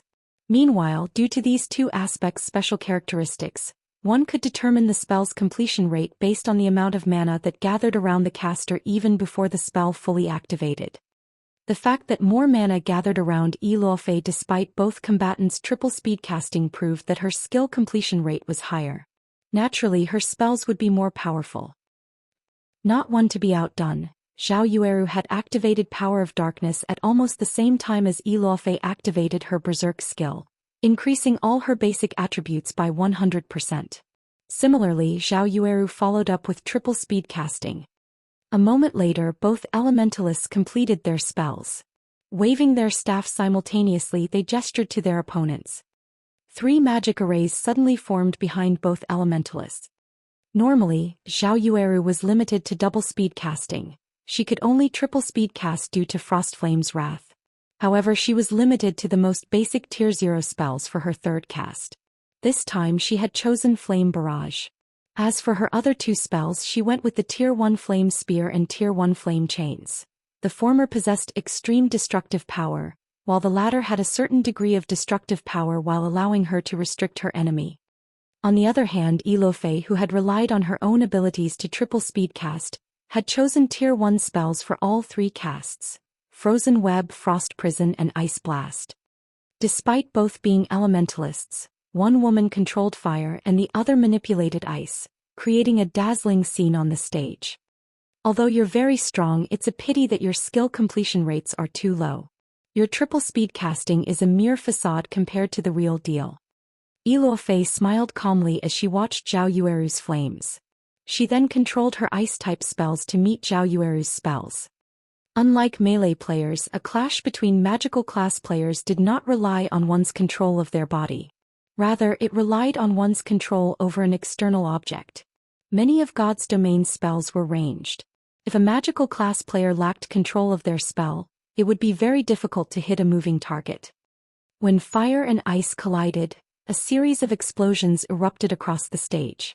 Half of the stage transformed into a flaming hell, while the other half had become an icy nightmare. The results were extraordinarily spectacular. However, when their spells clashed, Ilofei, who had been confident of her victory, revealed a grim expression. She currently wore 2 pieces of epic equipment, a shirt and a pair of shoes. Her staff was also epic rank, increasing her completion rate with ice-type spells to a certain degree.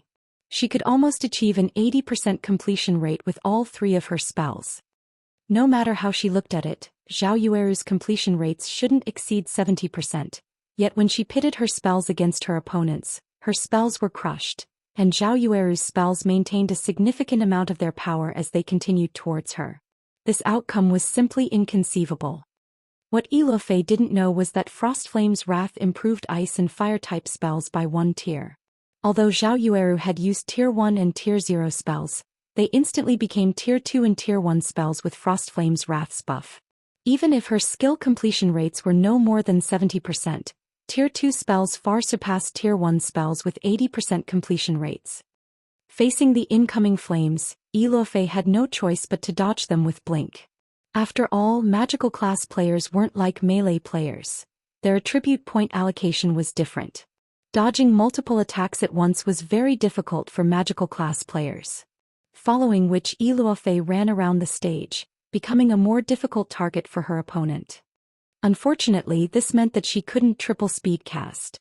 She could only rely on double speed casting. In contrast, Zhao Yueru could stand still and attack Ilofei freely. Occasionally she was forced to dodge an unavoidable spell with Blink, but otherwise she could easily triple speed cast. Very quickly, Ilofei found herself running on fumes, finding fewer opportunities to retaliate. At the same time, Zhao Yueru shaved away her HP with her spell's residual damage. After 15 seconds, Ilofei's HP fell to 50%. On the other hand, Zhao Yueru, who had only occasionally failed to dodge an attack, still had over 90% of her HP. The difference between these fighters was obviously at a glance. I'll admit that your combat standards are higher than mine. Unfortunately, if you can't defeat me despite that advantage, how are you qualified to fight my guild leader? Zhao Yueru quipped as she stopped her attacks suddenly. Seeing Ilofei's sorry state, she smiled as she continued, I've grown bored of exchanging spells with you, and I believe that my guild leader has grown impatient with our fight. How about we end this match now?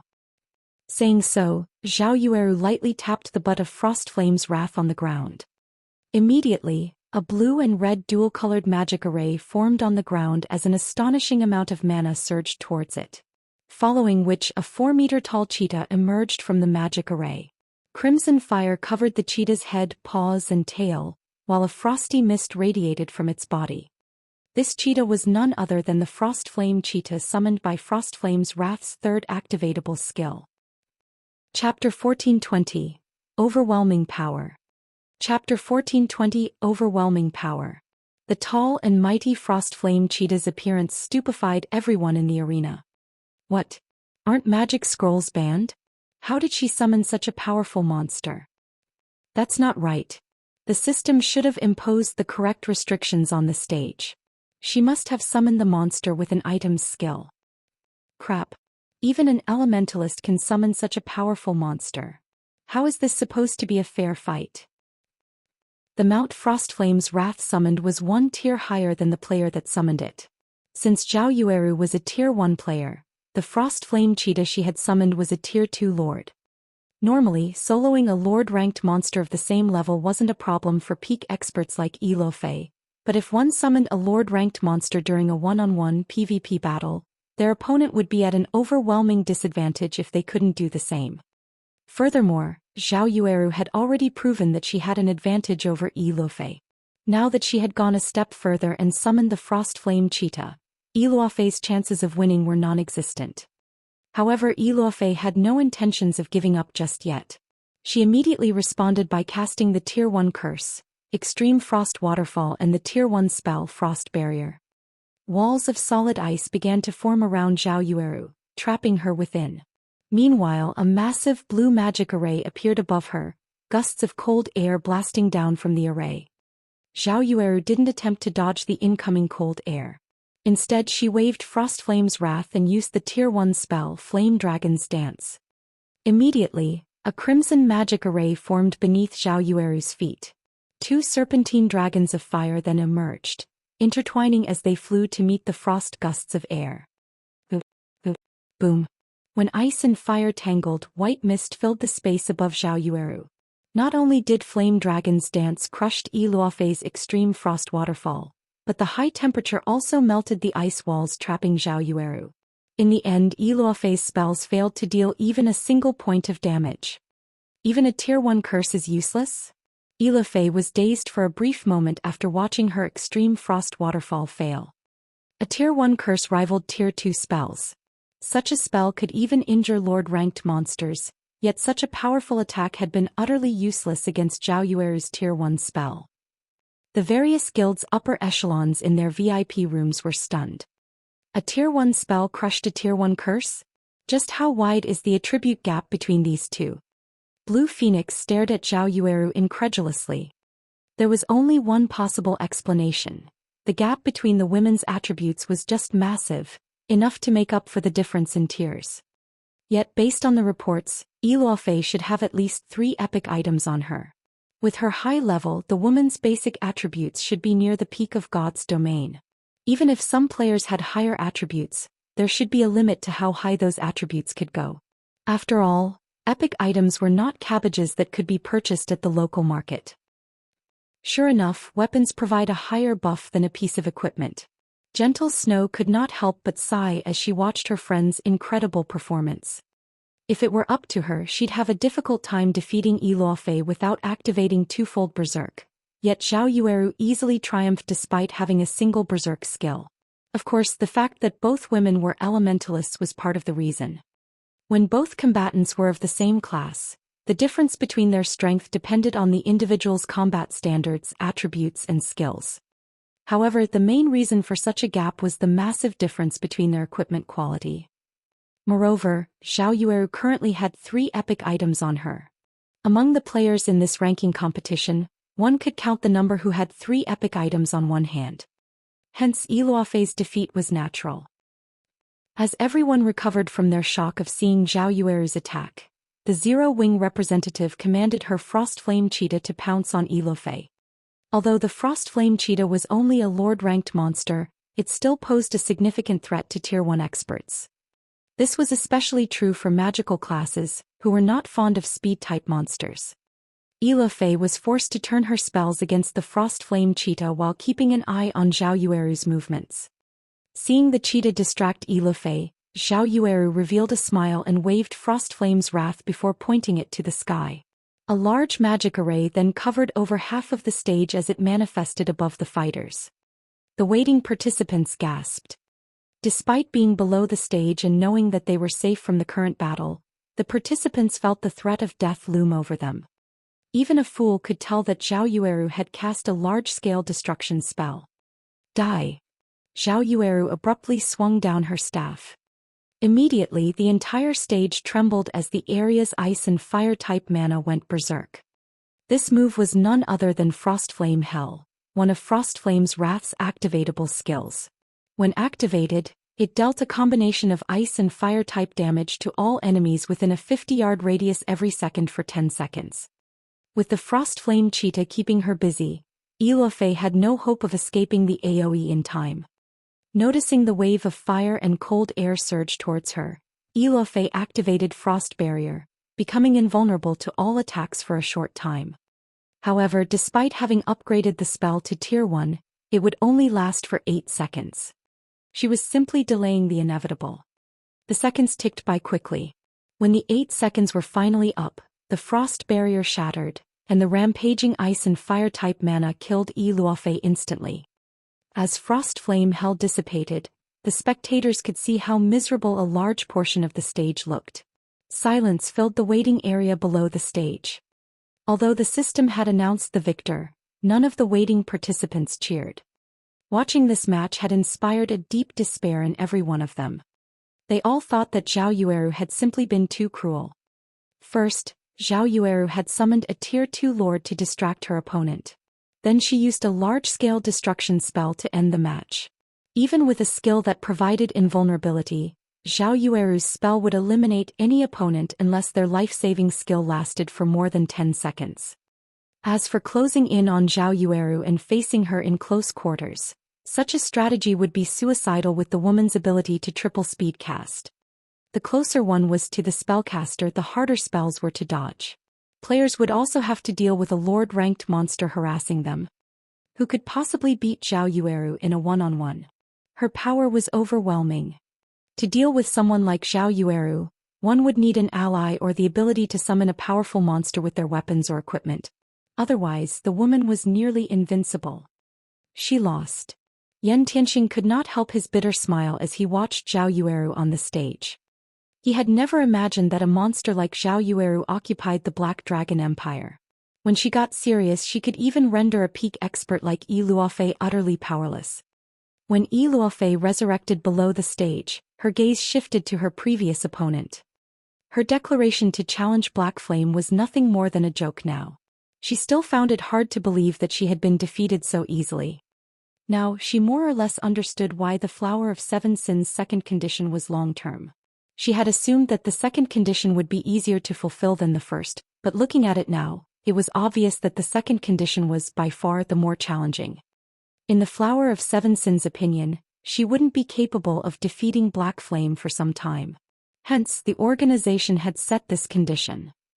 Chapter 1421, Dragon's Graveyard. As Zhao Yueru descended from the stage, the waiting participants instinctively stepped aside, opening a path for her. They had heard that she had killed a dark player twice after some dark guild had provoked her, dealing a heavy blow to the guild. While experts like themselves had assumed that had been a joke, they'd have to rein in their courage to stop trembling if Zhao Yueru even glanced their way. They had to be careful around her. Should they accidentally annoy the woman, they might die the moment they left the city. The Flame Witch is too awesome. She might even secure one of the top 10 spots. Top 10? More like top 5. The combination of that lord-ranked monster and the large-scale destruction spell is invincible in a duel. Only a handful of participants may be able to close in on the Flame Witch before she activates the combination attack. Aside from those few, she can likely blast everyone to smithereens. The Frost Empress was pretty unlucky this time. If she hadn't come across the Flame Witch, she might have ranked among the top 15, yet now she won't even stand among the top 50. With the Flame Witch on Zero Wing's side, Zero Wing should get a spot among the top 5 guild rankings. Unlike the participants below the stage, the audience in the stands fell into a heated discussion about Zhao Yueru. They were all curious to see what the woman's rank would be in this competition. As for Yi Luofei, who had been defeated, they couldn't help but lament for her misfortune. Damn it! Why did things end up like this? Crimson Fox cursed as he watched Zhao Yueru step down from the main stage. To think they've hidden a trump card like Zhao Yueru all this time. Zero Wing is quite cunning. Guild leader, what should we do now? Lonely Castle, the shield warrior beside Crimson Fox, asked anxiously. The higher one ranked in the competition, the more points they would receive. Moreover, the point scale was steep. Players that ranked between 1000th and 501st would receive 5 points. Players' points would double if they ranked between 500th and 249th, increasing to 10 points. Meanwhile, players that made it to the third round would be awarded 20 points, 50 points if they reached the fourth round and 100 points for the fifth round. Although both experts Nine Dragons Emperor had sent to assist Crimson Castle had made it to the fifth round, Nine Dragons Emperor had stated that the two players would be lucky to make it into the top 16, the seventh round. Reaching the seventh round only awarded 300 points, yet if Zhao Yueru ranked among the top 4 players, she would receive 600 points. Her points alone were more than the total those two experts could earn. If Zhao Yueru were lucky and made it into the finals, she would be awarded 1,000 points. She could earn more points than Crimson Castle's 5 representatives together. For now, hand the epic items Nine Dragons Emperor loaned us to those two experts. Our priority is to ensure that both reach the 7th round. As for Zero Wing, It is still unknown whether or not Zhao Yueru makes it to the semifinals. If she encounters one of those few melee experts, she could lose. If she faces Yan Tianxing, her success will immediately come to a halt, Crimson Fox said as he glanced at Yan Tianxing, FFF's commander.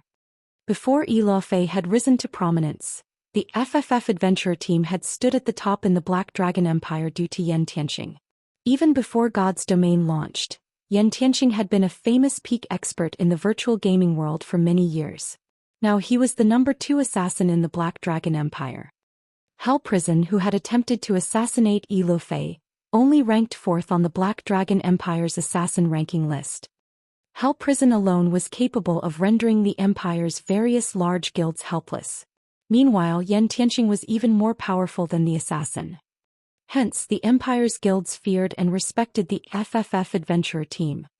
Understood. Lonely Castle saw the reasoning in Crimson Fox's words. Although it was possible that Zhao Yueru could rank among the top 5, it was only a possibility. If she were unlucky, she might encounter an expert that could counter her combat method in the next round and eliminate her. Unfortunately, while Crimson Fox's hope was nice, the reality was far from it. As the competition progressed, Zhao Yueru secured impressive victories during her 6th and 7th matches, making her way into the quarterfinals. She was only 1 round away from ranking among the top 4 competitors.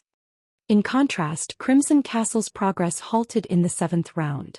In the end, the guild only racked up 630 points.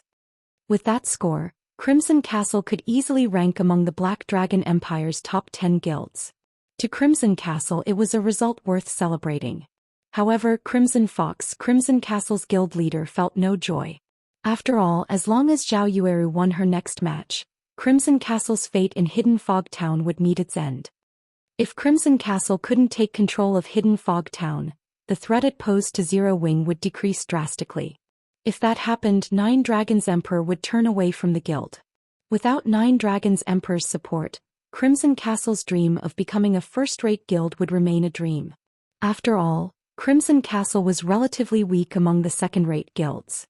A titan like the Dragon Phoenix Pavilion only offered support due to its threat to Zero Wing. Please don't let her pass. Crimson Fox silently prayed as he watched the screen above the stage. At the end of each round, the system would randomly generate pairings for the new fight. Seeing the player IDs flicker on the virtual screen, Crimson Fox's heart began to pound. Once the quarterfinals pairings were determined, he was ecstatic. Wonderful. The heavens haven't forsaken Crimson Castle. Crimson Fox was overjoyed when he saw that the first match was a fight between Zhao Yueru and Yan Tianxing. As long as Crimson Castle won its bet with Zero Wing, its status as a first-rate guild was guaranteed. A first-rate guild. Countless guilds dreamed of achieving such glory. The Flame Witch is in danger now. Yan Tianxing ranks 2nd among assassins and is known for his speed. The Flame Witch won't be able to execute her combination attack so easily against him. Even if the Flame Witch loses, she'll have nothing to be ashamed of. After all, she has a class disadvantage. But Yan Tianxing's win isn't certain. It isn't so easy to close in on an Elementalist who can triple casting. If his timing isn't right when he closes in on the Flame Witch, he might die instantly. The Flame Witch's damage is no laughing matter. She even instant-killed a shield warrior while full HP and shield wall active. Killing a glass cannon like Yan Tianxing would be a piece of cake for her. Everyone cheered and chatted as they watched Zhao Yueru and Yan Tianxing approach to the main stage. As the timer above the main stage began to count down, Yan Tianxing turned towards Zero Wing's VIP room and announced, "Guild Leader Black Flame, this humble man has heard that your guild intends to auction adventure houses in Stone Forest Town. If I win this match, would you allocate a slot for the FFF adventure team? Of course, if I lose, I will hand over 10,000 magic crystals and a treasure map for the dragon's graveyard." When Yan Tianxing finished speaking, the venue fell silent, dumbfounded by his bet. Everyone's first reaction was to question his intentions. Shouldn't he be trying to avenge Luofei? Shouldn't he have made some valiant remark about defeating Zhao Yueru? Yet the FFF's commander, one of the Black Dragon Empire's famous top adventurer teams, had just publicly declared his intention of garrisoning in Stone Forest Town. Garrisoning in Stone Forest Town wouldn't have been overly surprising. A top adventurer team occupying a guild town was always good news for the guild. Yet based on Yan Tianxing's request, it seemed as if the right to garrison in Stone Forest Town was extremely precious. He had even bet 10,000 magic crystals and a treasure map for the right. The treasure map he had gambled was even related to the dragon's graveyard. This was just ludicrous. Chapter 1422, Forbidden Lands Treasure. Chapter 1422, Forbidden Lands Treasure. What's going on? Has Yan Tianxing lost his mind? If I recall correctly, Stone Forest Town has a relatively effective battle arena. Some of the top-ranking participants in the previous competition had gone there as well. But what's so good about the town? Does he really have to go this far? Isn't it just a guild town? FFF is one of the top 5 adventurer teams in our empire. Even first-rate guilds would beg FFF to occupy their towns. I'm pretty sure FFF can gain access to Stone Forest Town just by asking. What? Don't you know? Many experts are trying to train in Stone Forest Town's battle arena. I've heard that the advanced combat rooms are super amazing. They can create a perfect replica of the player that enters the room. The replica can even execute all of the player's skills and spells at 100% completion rate. Those rooms are more effective than fighting an expert of the same caliber. That's right. Firecloud Fox's Remnant Cloud and Graceful Moon visited Stone Forest Town's battle arena and used the advanced combat rooms multiple times. Both managed to rank among the top 500 in this competition. Their performance was significantly more impressive than last time. Remnant Cloud's combat power has improved so much that he even beat his old rivals. Stone Forest Town doesn't only have its battle arena. It also has an advanced auction house with a built-in bartering function. Due to the battle arena and the advanced auction house, Stone Forest Town has become Star Moon Kingdom's undisputed #1 guild town. I've heard about that too. Many top and well-known adventurer teams in Star Moon Kingdom and several neighboring kingdoms are trying to garrison in Stone Forest Town. Unfortunately, Zero Wing only plans to open 5 adventurer houses to the public. The various adventurer teams are frantically collecting funds. When the time comes, the competition for those adventurer houses will be intense. Though it is surprising that even an adventurer team like FFF is interested in the town. For a time, many people both in and outside of the arena discussed Zero Wing's Stone Forest Town. Many of the Empire's players began to gain some understanding of the guild town. When the advanced combat rooms in particular came up in conversation, many expert players' eyes shone with excitement. Players were more interested in improving their skill completion rates than fighting experts of the same caliber. Most layers of their standards plateaued around 80% skill completion rates. Only after achieving an 85% skill completion rate could they truly exert 100% of their skill's power and effects. Now that they knew they had an opportunity to improve their skill completion rates, why would they ignore it? While the players in the spectator stands discussed Stone Forest Town, the various guilds' upper echelons in the VIP rooms glared at Yan Tianxing. Has Yan Tianxing lost his mind? He's using the Dragon's Graveyard's treasure map as a wager. Doesn't he know what the Dragon's Graveyard is? When the upper echelons heard the proposed bet, their eyes became bloodshot with anger. While the majority of the Black Dragon Empire's guilds didn't know about the Dragon's Graveyard, first- and second-rate guilds such as theirs had investigated the area. Naturally, they had some understanding of the treasure map. One of the reasons for the Black Dragon Empire's names was the Dragon's Graveyard within its territory. According to legend, the Dragon's Graveyard had been home to the Black Dragon tribe. However, for some unknown reason, that location had become a dragon graveyard. Dragons were known for their love of treasure. Needless to say, dragons' habitats would contain unimaginable treasures. Although the Black Dragon Empire had embarked on several expeditions into the Dragon's Graveyard, the Empire had eventually given up on the map and labeled it a forbidden land due to the severe losses it suffered during such expeditions. If one had a treasure map for the area, they could gain frightening wealth. To solidify this assumption, their guilds had secured an astonishing bounty after exploring the Dragon's Graveyard's outer region. Upon reaching level 50, drop rates from monsters decreased drastically. The quality of dropped weapons and equipment also decreased. When killing level 50 Great Lords, players generally only obtained a single piece of level 50 mysterious iron equipment. However, it was a different story in the dragon's graveyard as its level 50 Great Lords dropped level 50 secret silver equipment. Meanwhile, a treasure map was akin to a treasure chest, but unlike treasure chests, players had to hunt down their prize after obtaining the map. Fortunately, the extra step meant greater rewards. Treasure maps weren't differentiated by rank either. Rather, the value of a treasure map was based on the danger of its location. As a forbidden land, the dragon's graveyard's treasure map would likely lead to more than one epic item. Why wouldn't they be jealous? The only problem was the graveyard's severe environment. Upon entering the map, players' combat power would fall below 10%. Players would also find it difficult to activate Tier 1 skills and spells. Generally, they were limited to Tier 0 abilities. Players had to pay a hefty price to deal with a level 50 Great Lord. Furthermore, Great Lord-ranked monsters were common in the dragon's graveyard. There were also quite a few Grand Lords.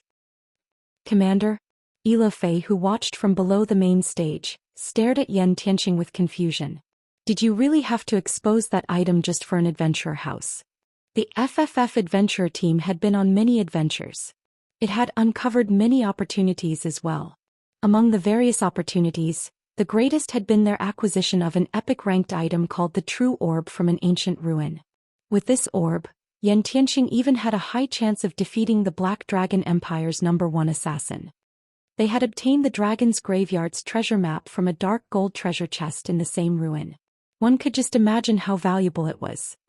Ilo Fei couldn't understand Yan Tianqing's decision.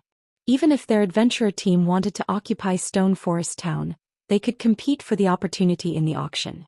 With the FFF adventurer team's financial strength, they were likely to win a slot. This gamble was just unnecessary. Guild Leader, the Dragon's Graveyard is a super large-scale map in the Black Dragon Empire with extremely abundant resources. The treasures in the area are extraordinary. However, due to the harsh environment, most large guilds have struggled to pioneer the map, Gentle Snow explained. Yan Tianqing is quite generous. Feng could not help but laugh. He must know that the competition for the Garrison slots is going to be intense.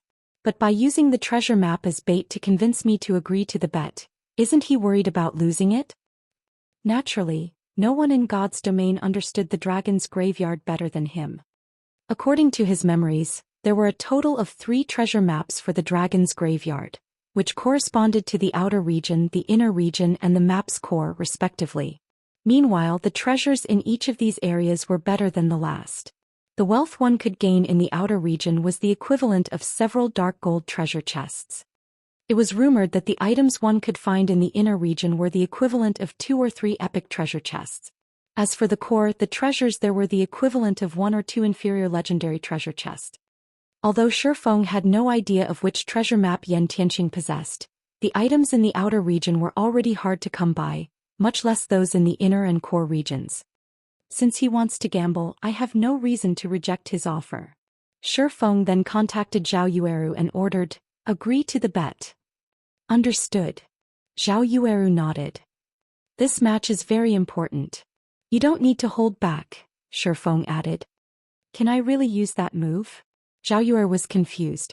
However, a hint of anticipation flashed in her eyes. Before the competition had begun, Feng had forbidden her from using all of her strength in battle. His reasoning was very simple. Every additional trump card she had was an advantage. Their priorities in this competition were to defeat Crimson Castle and earn enough points to rank among the top 3 guilds in the Black Dragon Empire. Yes, he is very strong. If you hold back, you might lose, Feng confirmed. Hearing that she could go all out, Zhao Yueru's eyes sparkled with excitement as she shifted her gaze towards Yan Tianqing. My guild leader has agreed to your conditions so long as you don't regret making them later on, Zhao Yueru said, smiling. I have never gone back on my word before. Besides, I made the bet in front of so many people, Yan Tianqing responded, smiling. Since we have an agreement, let us begin. Saying so, Yan Tianqing activated his berserk skill and vanished as if he had never existed in the first place. Chapter 1423, Flame Witch. Chapter 1423, Flame Witch. The instant Yan Tianqing activated stealth and disappeared, Zhao Yueru summoned the Lord-ranked Frost Flame Cheetah beside her. She then proceeded to double speed cast. Tier 1 spell Flame Orb. Tier 1 spell Flame Rain.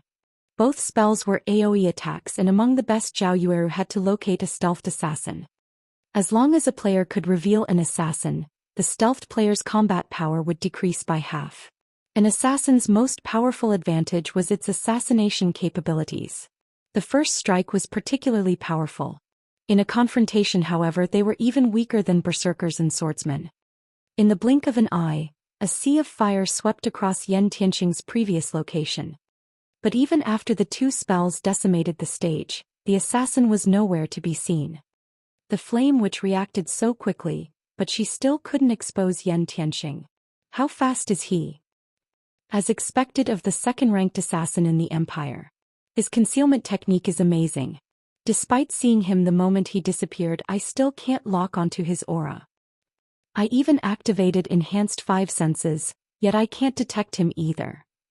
The participants below the stage were shocked as they watched the sea of fire engulf the stage. By the time the match began, Zhao Yueru had already begun casting her spells.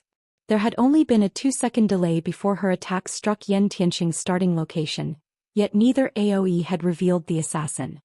What shocked these players even more was the man's concealment technique. The magic barrier around the main stage contained attacks within. Meanwhile, observation and perception skills wouldn't be affected.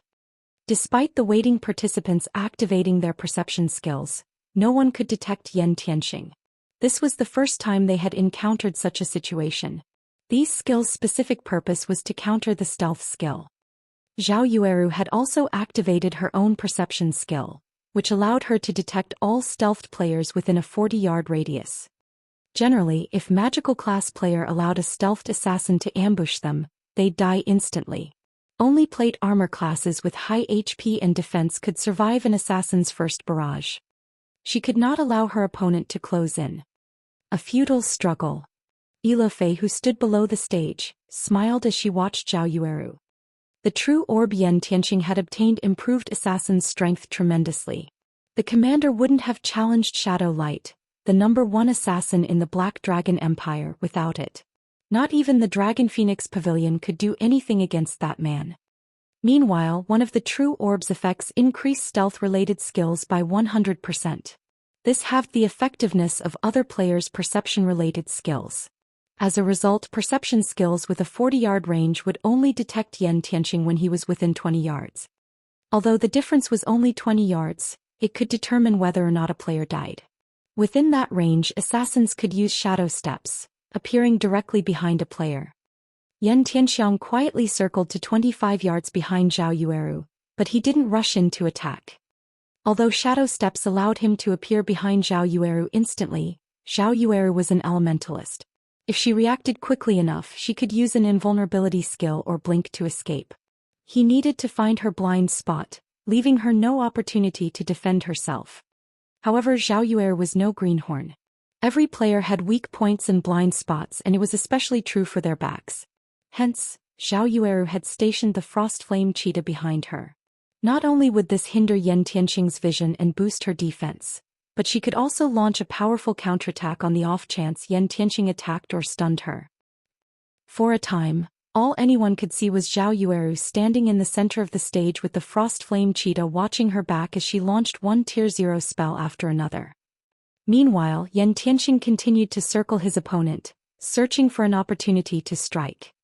After nearly 3 minutes, Yan Tianqing could not help but admire Zhao Yueru's tenacity.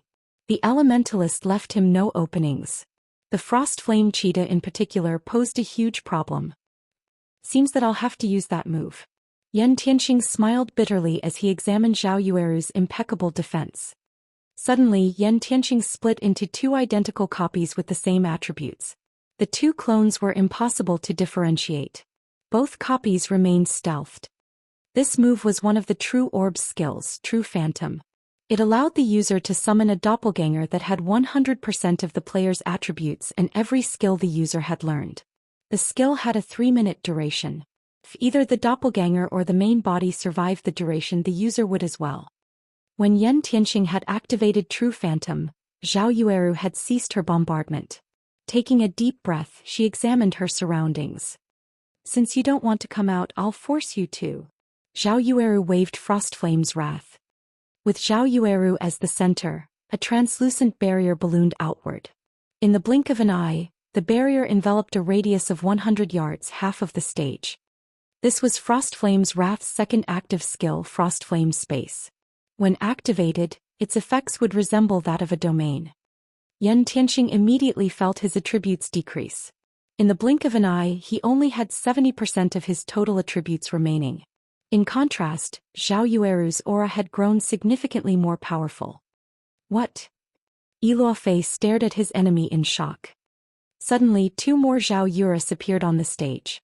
One of them wore flaming red robes, while the other was clad in icy blue. These two doppelgangers possessed 100% of the caster's attributes, and both radiated a terrifying aura of their own. Die. Yan Tianxing quickly realized how severe his situation was. If Zhao Yueru and her two doppelgangers bombarded the stage randomly, they would find him. Immediately, Yan Tianxing responded with shadow steps, appearing behind Zhao Yueru's real body. He thrust his silver daggers towards the woman's head and back. His actions were utterly silent and without a hint of killing intent. So fast. Despite her five senses pushed to their limits, the flame which only noticed that she was under attack after the assassin's daggers were moving.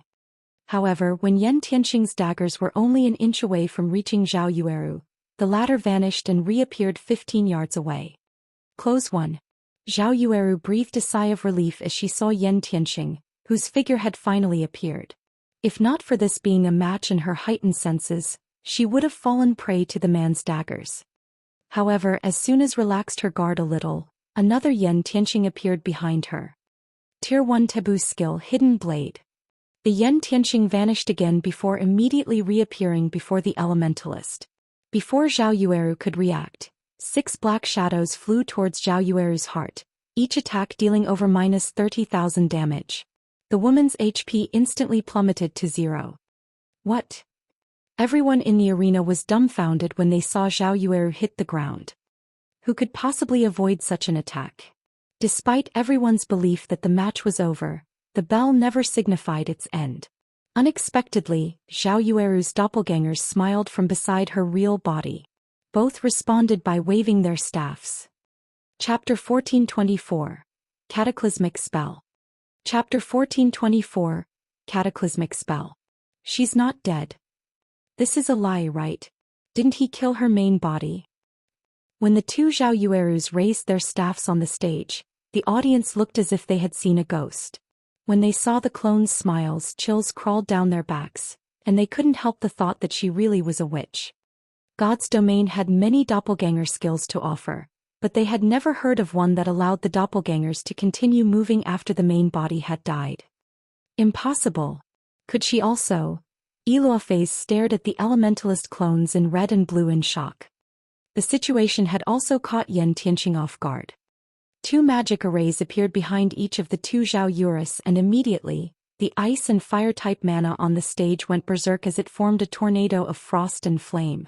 Like a whale inhaling water, the 4 magic arrays devoured the mana. 4 walls of ice trapped the assassin clone that had killed Zhao Yueru's original body. At the same time, flames emerged from the ground and swept down from the sky, completing Yan Tianxing's confinement. Without warning, the frost flame cheetah pounced on the other Yan Tianxing. Since the man had already left stealth, his combat power had decreased by half. Although the frost flame cheetah couldn't kill Yan Tianxing, it was more than enough to distract him for a moment. Realizing the danger he was in, Yan Tianxing hurriedly controlled his copy within the walls of ice and used wind steps, taking advantage of the brief invulnerability effect the skill provided to block Zhao Yueru's fire spell. He then used shadow assault on an ice wall in an attempt to break free from the frost barrier. Yet before his 2 daggers could reach the frost barrier, an ice wall appeared and blocked his weapon's advance. When his daggers struck on the ice wall, they merely cracked it. They did not shatter the barrier. If he wanted to shatter the ice wall, he would need to attack again. Although Ice Wall was only a Tier 0 spell, it was as strong as a Tier 1 spell due to Frostflame's Wrath's buff. Ordinary players couldn't even shatter a Tier 0 ice wall easily, much less a Tier 1 ice wall. Although Yan Tianqing was a peak expert, at the end of the day the assassin class didn't specialize in strength. If he were a peak berserker expert, however, he might have a chance of shattering a tier 1 ice wall with a single attack. After Wind Step's brief invulnerability ended, Yan Tianqing reluctantly activated Vanish before shattering the ice wall before him. But Zhao Yueru had no intention of letting the man escape. Without chance or runes, she cast another ice wall to block Yan Tianqing's path. Vanish only provided 1 second of invulnerability. When that second ended, the flame-type Zhao Yueru threw 2 tier 1 fire spells into the frost barrier. Without any invulnerability skills left and his shadow steps still on cooldown, Yan Tianqing had nothing left to counter the incoming fire spells. In addition, the Flame Witch's 2 spells were AoEs and impossible to block with his weapons. As a result, the 2 flame spells, enhanced by Frost Flame's Wrath to tier 2 spells, killed the Yan Tianqing in the frost barrier instantly. Now only the Yan Tianqing the Frost Flame Cheetah had pinned down remained. What a brutish way to fight. Crap. Wouldn't this be considered quadruple casting? The Flame Witch is invincible. The way Zhao Yueru fought stunned the audience. Her 2 doppelgangers could actually double cast. It wasn't much different than if she had cast 4 spells simultaneously. Moreover, all 4 spells were under her full control. To make matters worse, all 4 spells were overwhelmingly powerful. A doppelganger?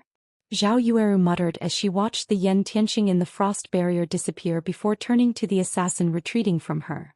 Revealing a smile, she muttered, "Do you think you're safe just because you put some distance between us?" Immediately, Zhao Yueru's ice and fire-type doppelgangers began to double-cast again. With Yuan Tianqing's speed, he'd be difficult to trap with frost barrier again. Hence, Zhao Yueru didn't use the same approach. Instead, she switched to tier 1 spells that focused on crowds. In the next moment, over 70 fire arrows, fireballs, ice spears, and ice arrows formed behind the doppelgangers. These spells then flew towards their target. Everyone fell silent as they watched the ice and fire-type spells fill the sky. Moreover, Zhao Yueru's control over these spells was exceptionally precise. Despite Yan Tianqing moving so quickly that he left behind afterimages, most of the Elementalist spells struck the assassin. As a result, Yan Tianqing was forced to block the incoming attacks with his weapons and had no choice but to use wind steps to defend himself. However, while Yan Tianqing's speed was astonishing to ordinary players, to Zhao Yueru, whose physique had improved by 50% thanks to Frost Flame space, Yan Tianqing wasn't particularly fast. At best, he was only as fast as an ordinary expert. She had no issues landing her attacks. Meanwhile, the agility-specialized assassins couldn't easily block spells with tier 2 power. Yan Tianqing's HP fell with each hit he took. It was only a matter of time before his opponent carved it all away. As they watched, the participants below the stage felt goosebumps cover their skin. How was this a one-on-one fight? It wasn't any different than facing a 20-man magical team's bombardment. Who could survive such ruthless attacks? In the past, these players had assumed that the assassin class countered magical classes, but Zhao Yueru had destroyed that idea. She had actually hidden her strength during our fight? Frustration and rage burned in Yilofei's gaze as she glared at Zhao Yueru. She wasn't particularly frustrated about her defeat. After all, she had suffered countless losses before becoming famous, but this was the first time she had met someone who could best her while hiding so much of their prowess. Moreover, she and her opponent were nearly the same age. On the stage, Yan Tianqing struggled to hold on and was forced to use Vanish, disappearing again. If Zhao Yueru discovered him before his skill's cooldowns finished, now that he had used his trump card, he'd be powerless against the woman's attacks. However, if he could stay hidden until his skills were available again, he could turn the battle around. "I've been waiting for you to use this move." Despite her opponent vanishing, Zhao Yueru didn't panic. She licked her lips playfully as she said, "Let's put an end to this match." If the main body died after she used Frost Flame space, she wouldn't be able to use any of her weapon or equipment skills.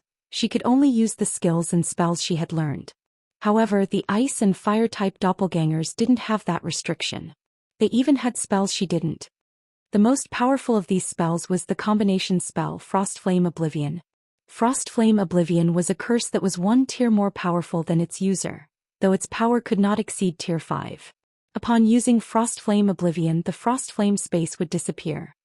As Zhao Yueru was a Tier 1 player, Frost Flame Oblivion had the power of a Tier 2 curse.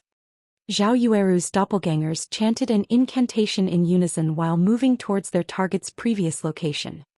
As they did, golden divine runes began to appear across Frost Flame Space's translucent barrier, illuminating the arena. The area's ambient mana decreased rapidly as it flowed into Frost Flame Space. This increased the mana density inside the barrier to a frightening level. The spectators outside of the main stage squirmed uncomfortably as the venue's mana density decreased. What kind of spell is that? What is she trying to do? Although the audience didn't understand the Elementalist's actions, goosebumps covered their bodies. It felt as if Armageddon were coming for them. Moreover, this feeling grew as time passed. Meanwhile, Yan Tianxing felt the sensation intensely from inside the Frost Flame space. She couldn't be. A possibility suddenly dawned on Yan Tianxing. Immediately, he dashed towards Zhao Yueru. Sadly, he was already too late. The ice and fire-type doppelgangers only needed 2 seconds to cast Frost Flame Oblivion. By the time Yan Tianxing had felt that something was amiss, the 2 doppelgangers had channeled the spell for over a second. The assassin could never cross 50 yards and launch an attack in that time. Let's end this. Both doppelgangers pointed their frost flames wraths towards the sky as a pillar of fire and a pillar of cold air shot upward, striking the magic barrier. Suddenly, the frost flame space cracked as the horrific power of ice and fire annihilated everything within the space. Yan Tianxing was obliterated. Cracks continued to spread across the barrier. The area within frost flame space only calmed after 5 seconds. Nothing was left. Yan Tianxing, the Frost Flame Cheetah, and Zhao Yueru's doppelgangers. They all disappeared. However, after the Frost Flame space faded, Zhao Yueru's main body reformed on the stage. At the same time, the bell signifying the end of the match rang, while the large screen above the stage displayed the victor. Zhao Yueru. Chapter 1425. Number 1 Elementalist. Chapter 1425. Number 1 Elementalist. When Zhao Yueru's name appeared on the screen above the main stage, the venue fell silent as everyone turned to the Elementalist incredulously. They wouldn't have been so shocked if Zhao Yueru had simply defeated Yan Tianxing. But the woman had displayed overwhelmingly destructive power. If she were capable of disintegrating everything within a 100-yard radius of herself, who could ever challenge her in a one-on-one PvP match? With that terrifying spell, who could possibly stand up against the Flame Witch? Crap. She beat the second-ranked assassin just like that? Is she an NPC?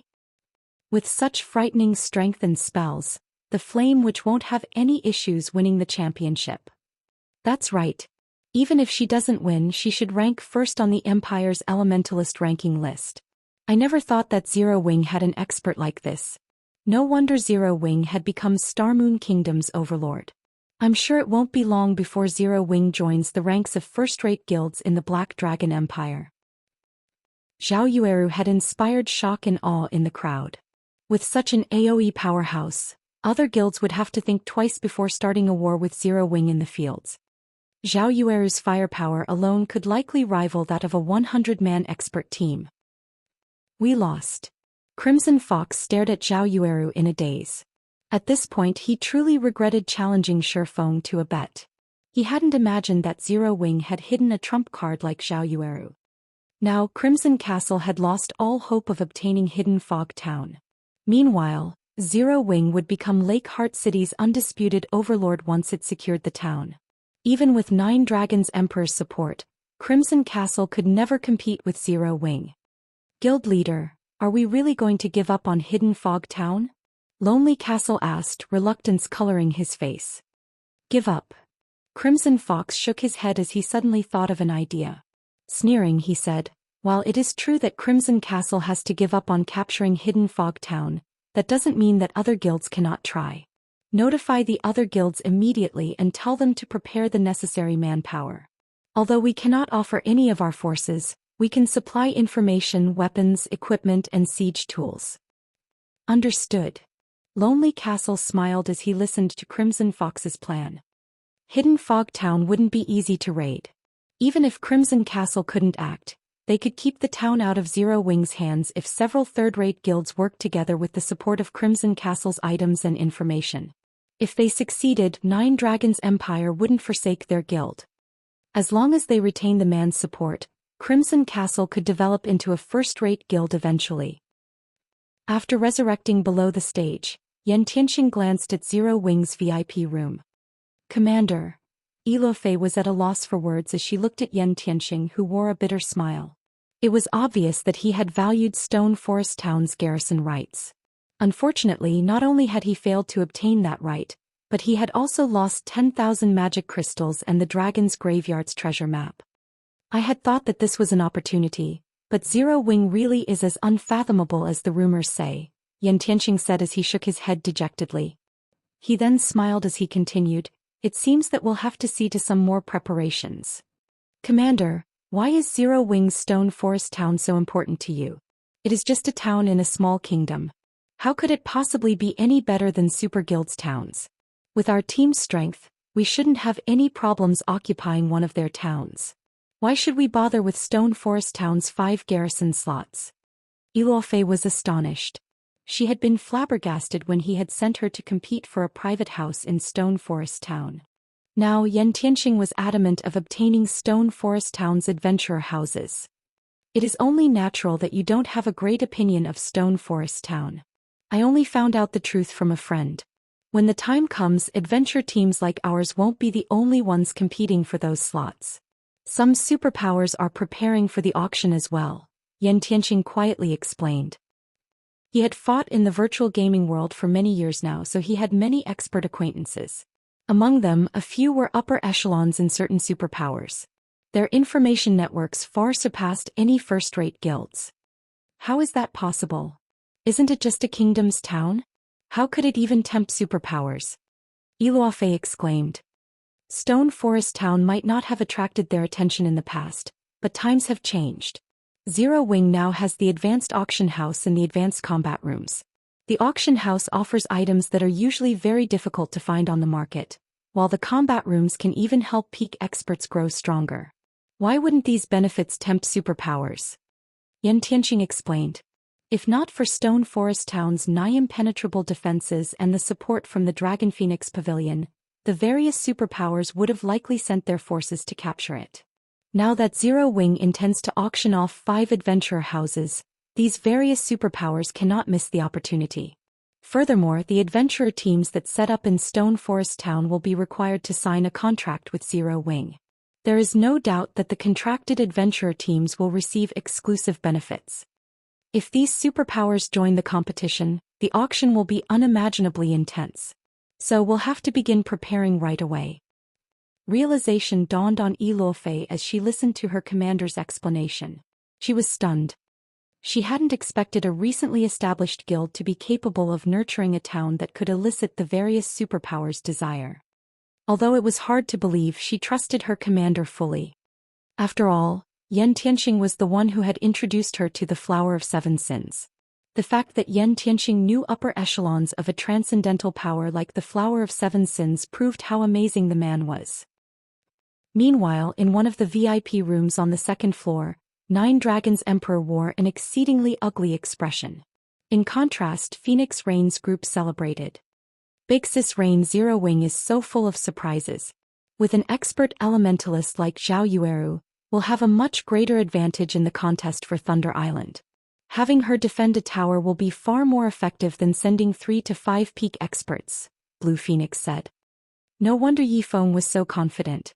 Zero Wing had this trump card hidden. Zhao Yueru's power surprised Phoenix Rain as well. Due to the limited number of slots for Thunder Island's contest, it was very important that they brought experts who were strong individually.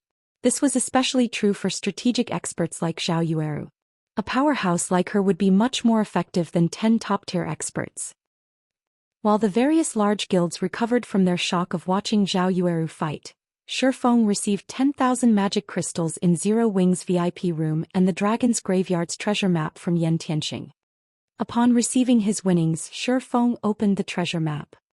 He was very eager to learn which area Tianxing's treasure map covered. He had never heard of the FFF adventurer team obtaining treasure from the dragon's graveyard in the past. Rather, the first-rate guild Fantasy Shrine and the super first-rate Dragon Phoenix Pavilion had secured the map's treasures. Hence, Feng was surprised to hear that the FFF adventurer team had obtained a treasure map for the area so soon. Treasure maps in God's domain were generally unique items. Each hidden treasure would only have a single corresponding treasure map. Without the corresponding treasure map, no one would find the hidden goods. These treasures were hidden in special spaces and the map was the key to accessing them. Chapter 1426. Instant Fame. Chapter 1426. Instant Fame. After unfurling the treasure map, Feng inspected its attribute panel. The information displayed confused Feng. Aside from the words, Dragon's Graveyard, the treasure map didn't have any information to display. There wasn't even a general map for the Dragon's Graveyard. Guild leader, is there a problem with the treasure map? Gentle Snow asked curiously when she noticed the strange expression on Feng's face. There is indeed a problem, Feng said, chuckling. This treasure map requires a master-ranked appraisal. When he tried to inspect the treasure map forcefully, the system notified him of the requirement. Master-ranked. Gentle Snow was astonished. Although one could easily find appraisal shops in NPC cities, the NPCs working in these stores were, at best, advanced appraisers. It was impossible to find a master appraiser in these shops. Although a lot of players had taken on the appraiser subclass, their progress was extremely slow. After all, players had to appraise a large number of top-tier items to gain proficiency. Even the various large guilds had only nurtured a few advanced appraisers. As for master appraisers, it was very difficult for every subclass in God's domain to reach the master rank. However, what truly surprised Feng was not the fact that the treasure map needed a master appraiser, but that it had to be appraised to begin with. Based on what he had heard in the past, the maps leading to the Dragon's Graveyard's 3 great treasures hadn't needed appraisals. One could just inspect them. Could this treasure map lead to something other than the 3 great treasures? Feng's curiosity grew. Immediately he activated Omniscient Eyes to inspect the treasure map. Fortunately, Omniscient Eyes could rival a master-ranked appraisal. After 20 seconds, the treasure map's information began to reveal itself. What? Feng was dumbfounded when he saw the displayed information. As he had guessed, the treasure map Yen Tianqing had given him didn't lead to one of the 3 great treasures. This map wasn't even a treasure map. It was a map to the Dragon's Graveyard's secret land, the Dragon's Nest. This secret land was far more valuable than the 3 great treasures. Unlike the treasures which would disappear once someone claimed them, players could periodically enter the secret land an indefinite number of times. Like the Sea Dragon secret land, one could obtain all sorts of precious items in the Dragon's Nest. Yet funny enough, Yen Tianqing had treated this item like a typical treasure map. After giving the matter some thought, Feng realized that it was to be expected. After all, secret lands were incredibly rare. On the other hand, treasure was common in large maps like the Dragon's Graveyard. If a player obtained a map with the words, Dragon's Graveyard, it wouldn't be unusual for them to assume it was just a treasure map. Guild leader, it couldn't be a fake, could it? Gentle Snow thought of a possibility when she saw Feng's surprise. There were many treasures in God's domain. However, there was also a large number of fakes. In fact, a large majority of the treasure maps players obtained weren't real. It is. Feng nodded. I knew Yen Tianqing couldn't be that generous. Gentle Snow sighed, somewhat disappointed. If Zero Wing could obtain the Dragon's Graveyard's treasures, it would significantly help the guild's development. If an adventurer team like FFF used the treasure, it might even elevate the team's overall strength to a whole new level. How could he have been willing to gamble such a precious item? This isn't a treasure map. It's a map to a secret land in the Dragon's Graveyard, Feng said, smiling when he saw Gentle Snow's dejected expression. What? It's a map to the Dragon's Graveyard's secret land. How is that possible? Gentle Snow's eyes widened in shock. For a moment she even thought Feng was playing a trick. Take a look for yourself, Feng said, chuckling. He then passed the secret land map to Gentle Snow. It's real. If Yen Tianqing finds this out, he'll lose his mind. Gentle Snow's eyes sparkled as she looked at the map. Needless to say, a secret land in a forbidden area like the Dragon's Graveyard would be high quality. Moreover, the reward for clearing a secret land for the first time would most likely rival, or even surpass, the Dragon's Graveyard's treasure. Although subsequent visits wouldn't yield as many benefits as the first, the secret land could be raided indefinitely.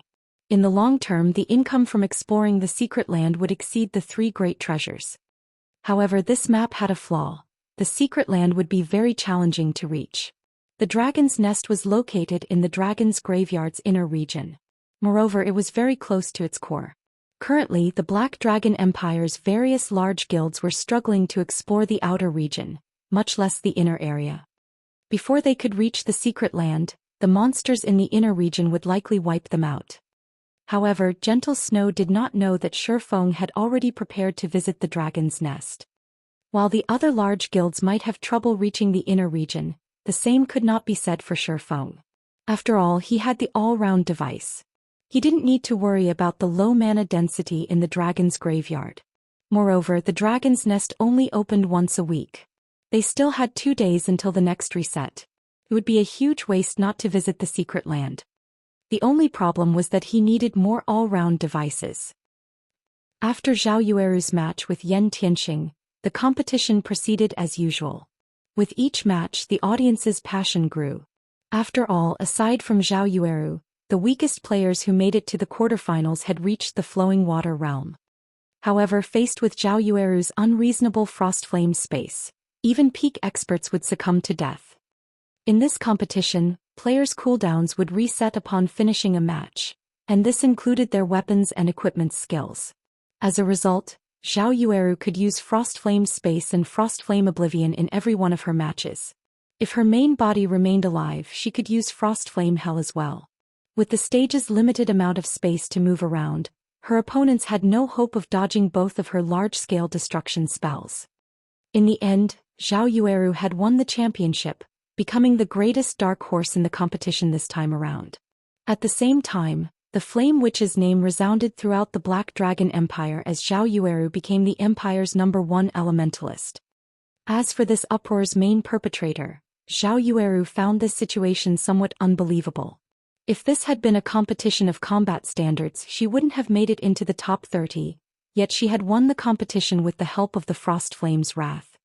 The strength of a fragmented legendary weapon had her mesmerized. Unsurprisingly, Zero Wing had become the #1 guild in this ranking competition and obtained the invitation to participate in the Secret Pavilion's upcoming internal auction.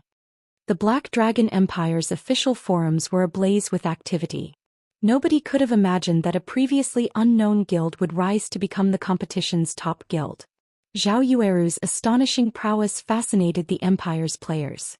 She was the perfect combination of beauty and violence. Zero Wing will definitely rise in the Black Dragon Empire now.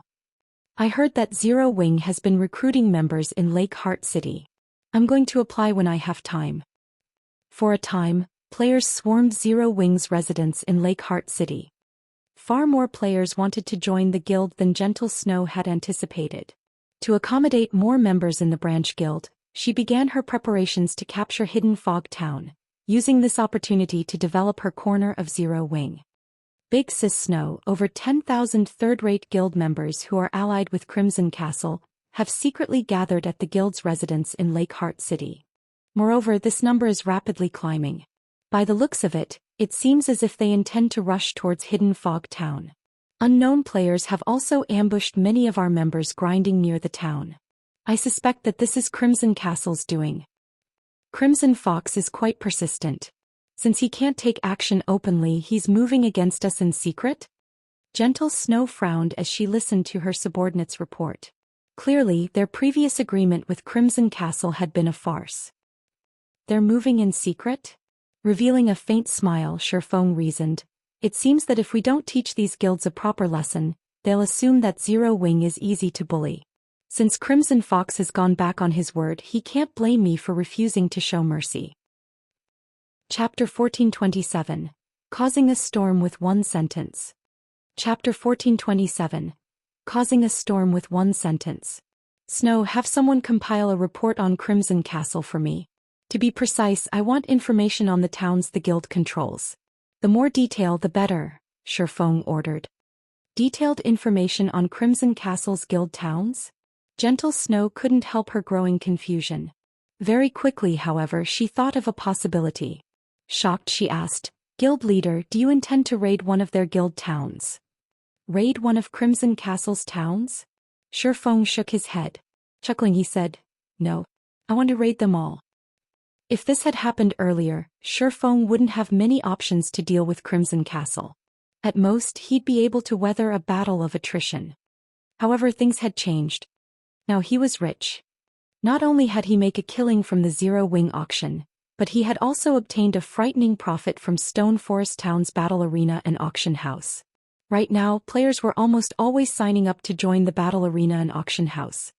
Including the 10,000 magic crystals he had won from Xianxia, he had over 190,000 on hand. During the war with Heaven's Burial and the Monster Army, he only had around 50,000 magic crystals prepared. It had been impossible to maximize his war weapon's power. If he had had enough magic crystals during those battles, he would have easily won the war. Now that he had over 190,000 magic crystals, Crimson Castle was simply trying to get itself killed by daring to provoke him. He was even confident of capturing a first-rate guild's town with the resources he had available, let alone a second-rate guild like Crimson Castle. Raid all of Crimson Castle's towns? Feng's declaration shocked everyone in the VIP room. A guild town was vital to a guild's development. Hence, guild towns were generally heavily fortified with static defenses and many players, making them very difficult to capture. One would need to prepare quite a bit to capture a guild town, yet Feng had decided to take all of the towns under Crimson Castle's control. This was insane. Snow, get the branch guild's main force members ready. And spread the news. I want every guild in the Black Dragon Empire to know. We'll take action as soon as you've gathered the information I requested. Feng instructed. We're not hiding our intentions? Gentle Snow was dazed for a long moment after listening to Feng's command. When raiding an enemy guild town, one generally kept their operations a secret. It would give a force the greatest chance of success, yet Feng wanted to declare his intentions publicly. It was no different than saying, "I'm going to raid you, so you best get ready." However, since her guild leader had given her the order, she had no choice but to follow through. Although Nine Dragons Emperor quietly backed Crimson Castle, taking over the guild's towns would be a piece of cake if Zero Wing got serious and mobilized all of its elite and expert players. After all, Zero Wing had an overwhelming advantage over Crimson Castle in terms of both quality and quantity. Only, doing so would strain Zero Wing's funds. Meanwhile, before the players in the arena left the venue, Gentle Snow had tasked her subordinates to make the announcement, stating Zero Wing's plans to raid Crimson Castle's guild towns in the Lake Heart City region. The news caused an uproar throughout the Black Dragon Empire. What's going on? Zero Wing plans to attack Crimson Castle. Didn't Crimson Castle lose its bet to Zero Wing? Does the guild have to be so ruthless? No. I've heard that a few third-rate guilds allied with Crimson Castle have mobilized their forces to cause trouble around Hidden Fog Town. It is clear that they are trying to keep the town out of Zero Wing's hands. Zero Wing's likely infuriated. Even so, isn't this unwise? Guild towns aren't that easy to raid. The majority of Zero Wing's forces are stationed in Star Moon Kingdom. With them so far away, it'll be even more difficult to capture Crimson Castle's towns. The players on the forums discussed the matter heatedly. Almost nobody was optimistic about Zero Wing's chances. Although Zero Wing had a branch guild in Lake Heart City, it lacked strength in the Black Dragon Empire. The branch guild simply wasn't on the same level as the main branch in Star Moon Kingdom. Teleporting players from Star Moon Kingdom to Lake Heart City was costly. In addition, Crimson Castle was allied with 4 other second-rate guilds. Those guilds would lend Crimson Castle aid if it were attacked. Even the Empire's first-rate guilds would struggle to raid one of Crimson Castle's towns. And even if success were possible, none of these guilds would be willing to pay the price. Haha. Zero Wing must have lost its mind. Do they think that our town's defenses are just for display? Crimson Fox, who had long since returned to his guild's residence, laughed when he heard the news. He had planned to fight it out with Zero Wing slowly, but it would seem that preparing for such had been a waste. Although the two towns Crimson Castle controlled were not particularly popular among the general populace, both were close to or and herb-rich maps, and the guild and its 4 allies used them as resource warehouses. Naturally, he had invested plenty of resources in the town's defenses. Each town had 8 defense turrets, magic barriers and other war weapons. Even a 200,000-man elite army wouldn't pose a threat to the towns. Furthermore, the 4 second-rate guilds had constructed temporary guild residences in both. Their members could reinforce the towns at a moment's notice. Even if Zero Wing mobilized all of its elite members, it could never capture their towns. Guild leader, we've just received a message from 9 Dragons Emperor's people. He said that he will send a 200-man expert team to protect both towns. Each team will also have 6 gnome cannons, Lonely Castle reported. 9 Dragons Emperor has also offered to ignore our previous failure, allowing Crimson Castle to remain the 5 guilds leader if we give Zero Wing a good beating. Go to the Dragon Phoenix Pavilion's messengers, and let 9 Dragons Emperor know that he can rest assured. Unless the sun rises from the west, Zero Wing's members should not even think about setting foot in Crimson Castle's towns, much less capture them, Crimson Fox responded confidently. Meanwhile, in the Dragon Phoenix Pavilion's residence in the Black Dragon Empire, Phoenix Rain nearly jumped in surprise when she received the news. She had never expected such insanity from Zero Wing. She immediately contacted Feng. Guild leader Black Flame, do you really plan to raid Crimson Castle's guild towns? Phoenix Raid asked seriously. That's right. Feng nodded. I beg of you to discard the idea. 9 Dragons Emperor is Crimson Castle's backer. Moreover, he instructed his subordinates to create resource warehouses in both towns. He's already stationed his personal Shadow Dragon Legion in the town's long term as well, Phoenix Rain explained. The Shadow Dragon Legion was one of the 3 trump card legions under 9 Dragons Emperor's command. Among the 3 legions, Martial Dragon's War Dragon Legion was the strongest. Although the Shadow Dragon Legion's overall strength was weaker than the War Dragon Legion, it was fond of large-scale battles. Hence, 9 Dragons Emperor had sent his men to protect Crimson Castle's 2 towns. Zero Wing had just made a name for itself in the Black Dragon Empire. Before accumulating sufficient strength, it was unwise to raid these 2 towns. The Shadow Dragon Legion? Feng had heard of the Legion before. In response, however, he simply chuckled and thanked the woman. Thank you for your warning, Phoenix Pavilion Master. I will be careful. I still have much to tend to, so if there's nothing else, I'll be disconnecting the call now. Saying so, Feng ended their conversation. What is this man thinking? When Phoenix Rain had seen Feng's calm expression, she wondered if Feng actually understood how powerful the Dragon Phoenix Pavilion's trump card legions were.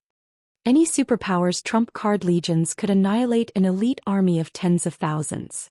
Furthermore, the Shadow Dragon Legion specialized in large-scale combat. Meanwhile, Gentle Snow finished gathering information on Crimson Castle's guild towns and handed the report to her guild leader. Chapter 1428, Aqua Rose's Class Change. Chapter 1428, Aqua Rose's Class Change.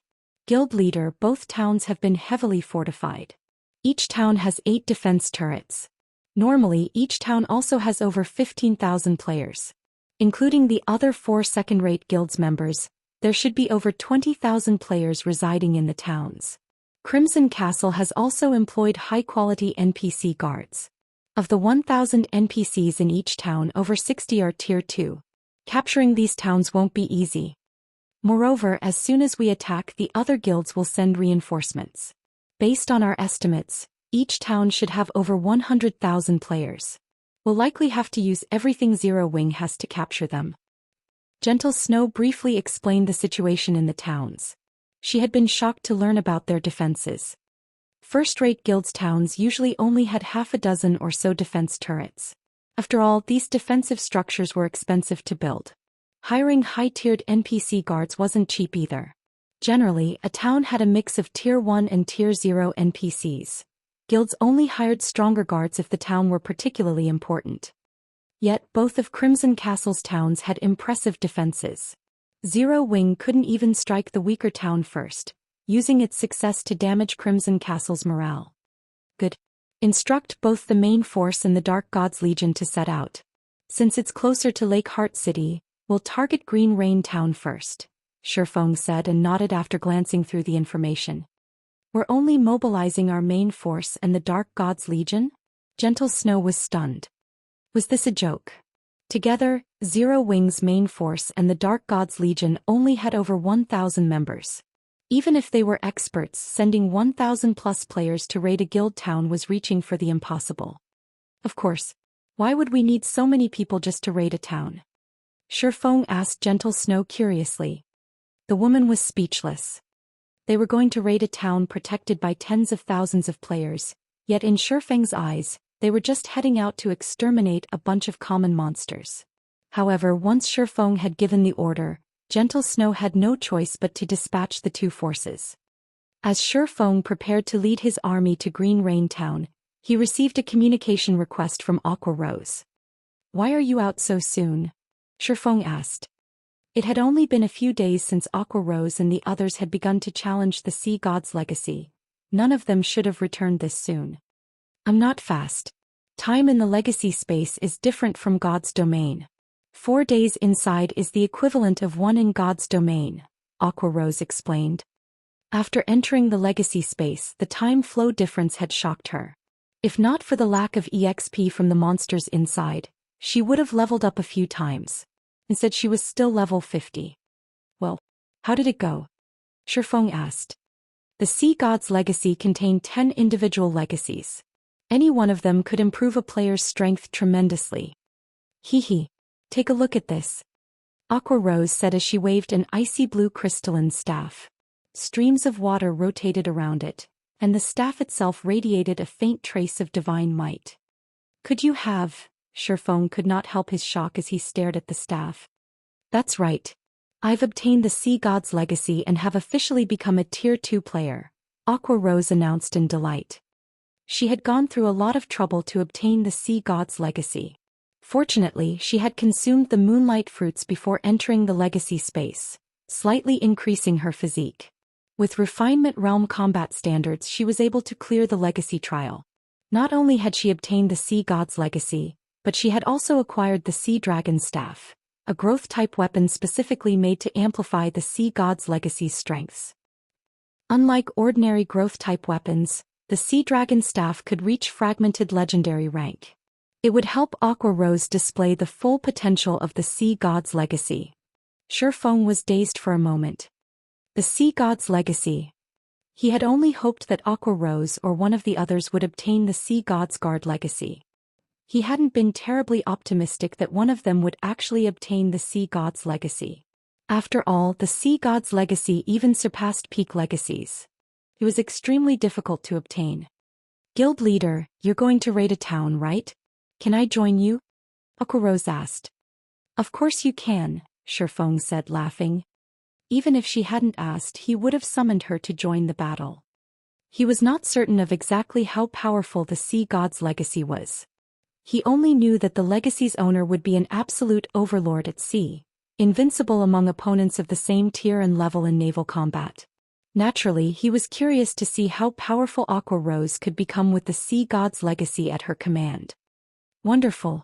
I'll head over right away, Aqua Rose said smiling. Lake Heart City Region, Green Rain Town. Since Zero Wing had announced its intention of raiding Crimson Castle's guild towns, the normally lackluster Green Rain Town brimmed with players. Crimson Castle and its allies weren't the only players in the town. A large number of independent players and members of the various major powers in the Black Dragon Empire had made the trip to watch the upcoming guild war. The reason these spectators had gathered here instead of in Blackhorn Town, Crimson Castle's other town, was Zero Wing's announcement that it would raid Green Rain Town before moving on. Zero Wing is really bold. When others try to raid a town, they try to keep their movements secret, yet Zero Wing publicly declared its plan to raid Crimson Castle's towns and which town it'd hit first. It's likely that Zero Wing wants to show off its strength and frighten the other guilds by ensuring that players are here to watch. However, doing so will make raiding Crimson Castle's towns much more difficult. Zero Wing is trying too hard to appear powerful. Even if Zero Wing is Star Moon Kingdom's overlord, it has only recently started to develop its branch guild in the Black Dragon Empire. The branch guild still lacks various aspects. Waging a war against Crimson Castle right now is foolish. I've heard that the other 4 second-rate guilds allied with Crimson Castle have dispatched 150,000 elite members to Green Rain Town. Including Crimson Castle's 30,000 elite members, there are 180,000 elite players fortifying the town. Taking into account their terrain advantage, Zero Wing isn't likely to succeed even if it sends every one of its members in the Empire. In the end, Zero Wing will embarrass itself by attacking Crimson Castle. The players resting in Green Rain Town's bars merrily discussed the upcoming war.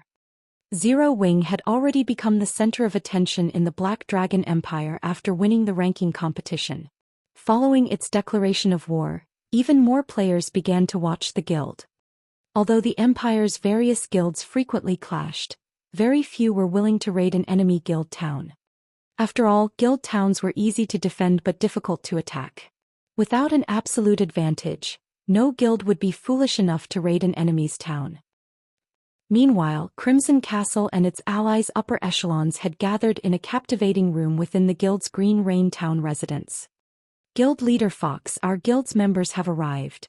They will be at your command, a dignified level 45 shield warrior reported to Crimson Fox, who lounged in the guild leader's throne. If that is not enough, our 4 guilds can still mobilize an additional 60,000 elite members. We'll put Zero Wing through the ringer. Good. As long as we injure the guild and make 9 Dragons Emperor happy, we'll all receive even more resources in the future, Crimson Fox said, smiling. With over 180,000 elite players fortifying Green Rain Town, not even a superpower had any hope of a successful raid, much less Zero Wing. As long as they devastated Zero Wing's army, the guild's development in Lake Heart City would suffer. Guild leader, our scouts have reported that Zero Wing's members are on the way, Lonely Castle, who stood behind Crimson Fox, whispered in the man's ear. They're finally here? Crimson Fox smiled. He then asked, how many are there? There seems to be only a little over 1,000 players, Lonely Castle replied, uncertain. Chapter 1429. Give it a thorough beating. Chapter 1429. Give it a thorough beating. When Lonely Castle finished speaking, the meeting room fell silent. Everyone stared at Lonely Castle with astonished expressions. They all thought that the shield warrior had to be joking. What did you say? Thinking he had heard wrong, Crimson Fox asked for confirmation. They only sent 1,000 plus members. The several hundred assassins we've sent out to scout have confirmed this. Zero Wing hasn't dispatched anyone beyond those 1,000 plus members. However, all of those members are rapidly approaching Green Rain Town on mounts. They'll likely arrive in a little over 10 minutes. Lonely Castle understood that he could not convince Crimson Fox with words alone, so he played the video his subordinates had sent him on the virtual screen above the table. The recording displayed over 1,000 players atop their mounts. However, unlike other guilds, the majority of Zero Wing's members rode Thunder Wolves. Their charge was impeccable. Moreover, every player's level on the team was very high. The lowest leveled among them was level 45. Furthermore, their weapons and equipment weren't the least bit inferior to the upper echelons in the meeting room. A single one-horned, black tiger led this team of players. Black flames and arcs of blue electricity danced around the tiger's paws. Despite only watching a video of the creature, every one of these powerful players felt an indescribable pressure weigh them down. As for the man atop this black tiger, he was none other than Zero Wing's famous guild leader, Black Flame. Crimson Fox stared at the screen, dazed for a long moment. While he had seen arrogant guilds before, he had never seen a guild as arrogant as Zero Wing. They treated the 180,000 elite players fortifying Green Rain Town as nothing more than a paper tiger. How is this possible? Zero Wing only sent 1,000 plus members? Has Zero Wing lost its mind? This is the siege battle that Zero Wing promised us? They dare come at us with such a small force? Are they tired of living? These players couldn't help but laugh as they watched the video. The contingent Zero Wing had dispatched might consist of nothing but expert players, but siege battles were different from field battles. The power an expert could exert was considerably limited. Not to mention, every guild town had a large number of NPC guards. NPC guards weren't monsters. If an ordinary expert player tried to take on a Tier 1 NPC, they'd suffer a one-sided beating. Furthermore, Green Rain Town's NPCs were all level 70 and above. The town even had level 70 Tier 2 NPCs. Even without the 180,000 elite players and the town's defensive structures, the 1,000 NPC guards could easily annihilate Zero Wing's small force. Zero Wing is pretty bold. They dare to attack Green Rain Town with just so few players. Don't they know what death means? At this moment, a burly man wearing silver armor stood up and said, "Guild leader Fox, leave this to Immortal Dynasty. There's no need for Crimson Castle to bother with this small group from Zero Wing. It's about time we teach Zero Wing that the Black Dragon Empire and Starmoon Kingdom are not the same. Brother Brighthouse doesn't need to dirty his hands. Let the Shadowlight tribe deal with this. We'll finish Zero Wing's members off before they even get close to Green Rain Town," the handsome man beside Brighthouse said, laughing. Before Crimson Fox could comment, the 4 second-rate guild's upper echelons voiced their enthusiasm to take the lead against Zero Wing's force. As Crimson Fox attempted to reply, a black-clad man beside him spoke up, "None of you need to get involved. Leave these people to the Shadow Dragon Legion." The moment this black-clad man spoke, the upper echelons fell silent. On the surface, Crimson Castle was in charge of this war. In reality, however, this black-clad man was in command. The man was none other than Shadowtooth, the commander of the Dragon Phoenix Pavilion's Shadow Dragon Legion. He was also known as the War Dragon. Not only had Shadowtooth risen to fame much earlier than Martial Dragon, but he had also left plenty of intense battle records in multiple large-scale virtual reality games. This man had participated in hundreds of guild wars, and every time he took the field he secured overwhelming victories. Hence, he had earned the nickname War Dragon. Individually, he wasn't any weaker than Martial Dragon, although the latter was more well-known due to his status as an up-and-coming monster in the virtual gaming world. Since Shadowtooth had declared his intentions, the upper echelons surrendered the fight for the prestige of defeating Zero Wing. "I'll have to trouble Brother Shadowtooth then." Crimson Fox repeatedly expressed gratitude after listening to the commander's declaration. The Shadow Dragon Legion was very famous in the virtual gaming world. The Legion's experts had fought in countless battles alongside Shadowtooth. Although these players were only top-tier experts individually, they could exert tremendous power on the battlefield. With only a handful working together, they could easily take down peak experts. This was also the reason that the virtual gaming world's various superpowers disliked dealing with the 1,000-man Legion. Meanwhile, news of Feng's 1,000-plus contingent quickly spread throughout Green Rain Town, causing an uproar.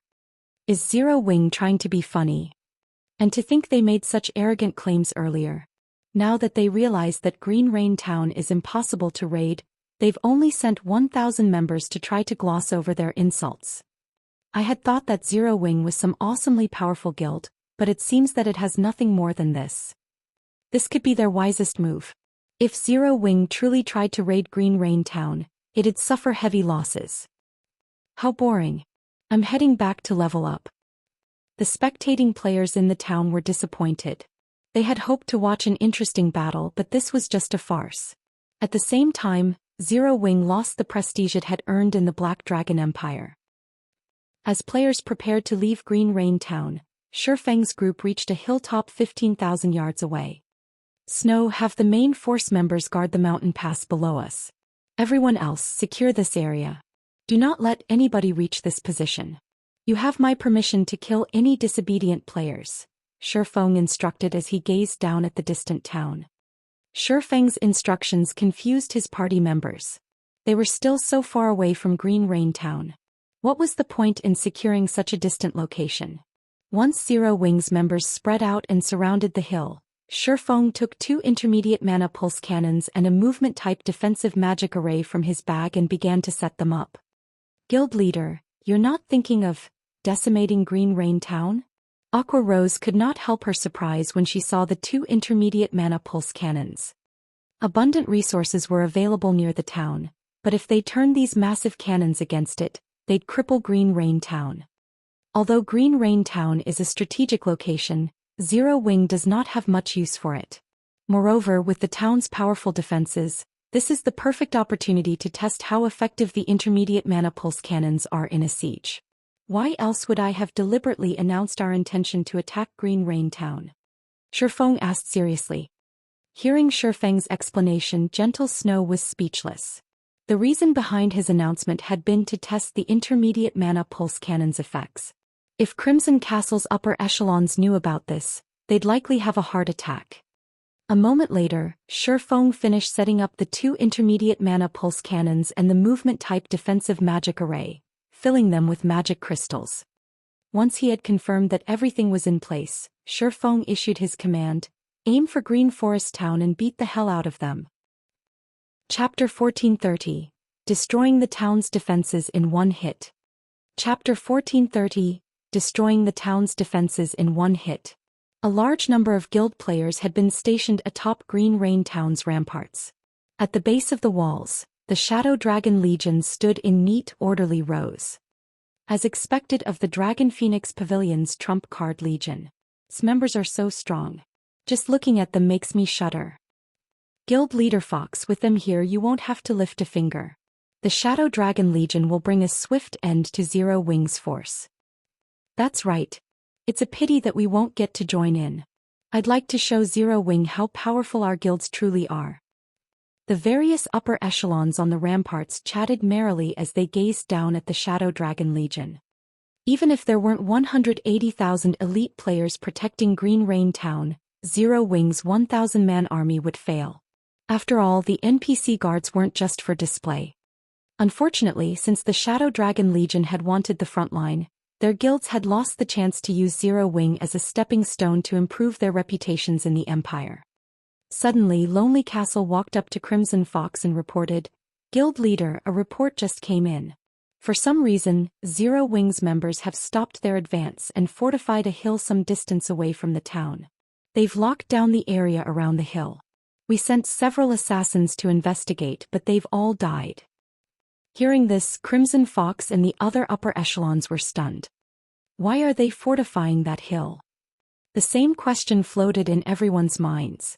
This was the first time they had encountered such a shameless guild. Zero Wing had boldly announced its plan to raid Green Rain Town, yet after such claims, it had only dispatched a little over 1,000 members. Now, for some unknown reason, Zero Wing's members had decided to halt their advance halfway. They're not approaching? Crimson Fox's lips curled. It seems Zero Wing's upper echelons still have some brainpower. They realized that charging into the town would be suicidal, so they've decided to wait for us to come to them? Guild leader, should we send some of our people? Lonely Castle asked. No need. We'll let the Shadow Dragon Legion deal with it. We can save ourselves from the trouble of being called out for bullying, Crimson Fox said, laughing. Although he did not know what Zero Wing was trying to do in front of absolute strength, all trickery was useless. At the end of the day, Crimson Castle would win this war, and Zero Wing's reputation in the Black Dragon Empire would be ruined. However, as the Shadow Dragon Legion prepared to set off for the hill, 2 spiraling black and white beams appeared in the distance.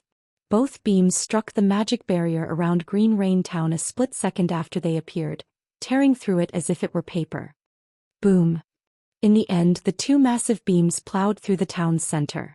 2 towering pillars of light rose from the craters, expanding until each covered a 500-yard radius. One could see these pillars even from tens of thousands of yards away. Both pillars gradually dissipated, leaving 2 40-meter-deep craters.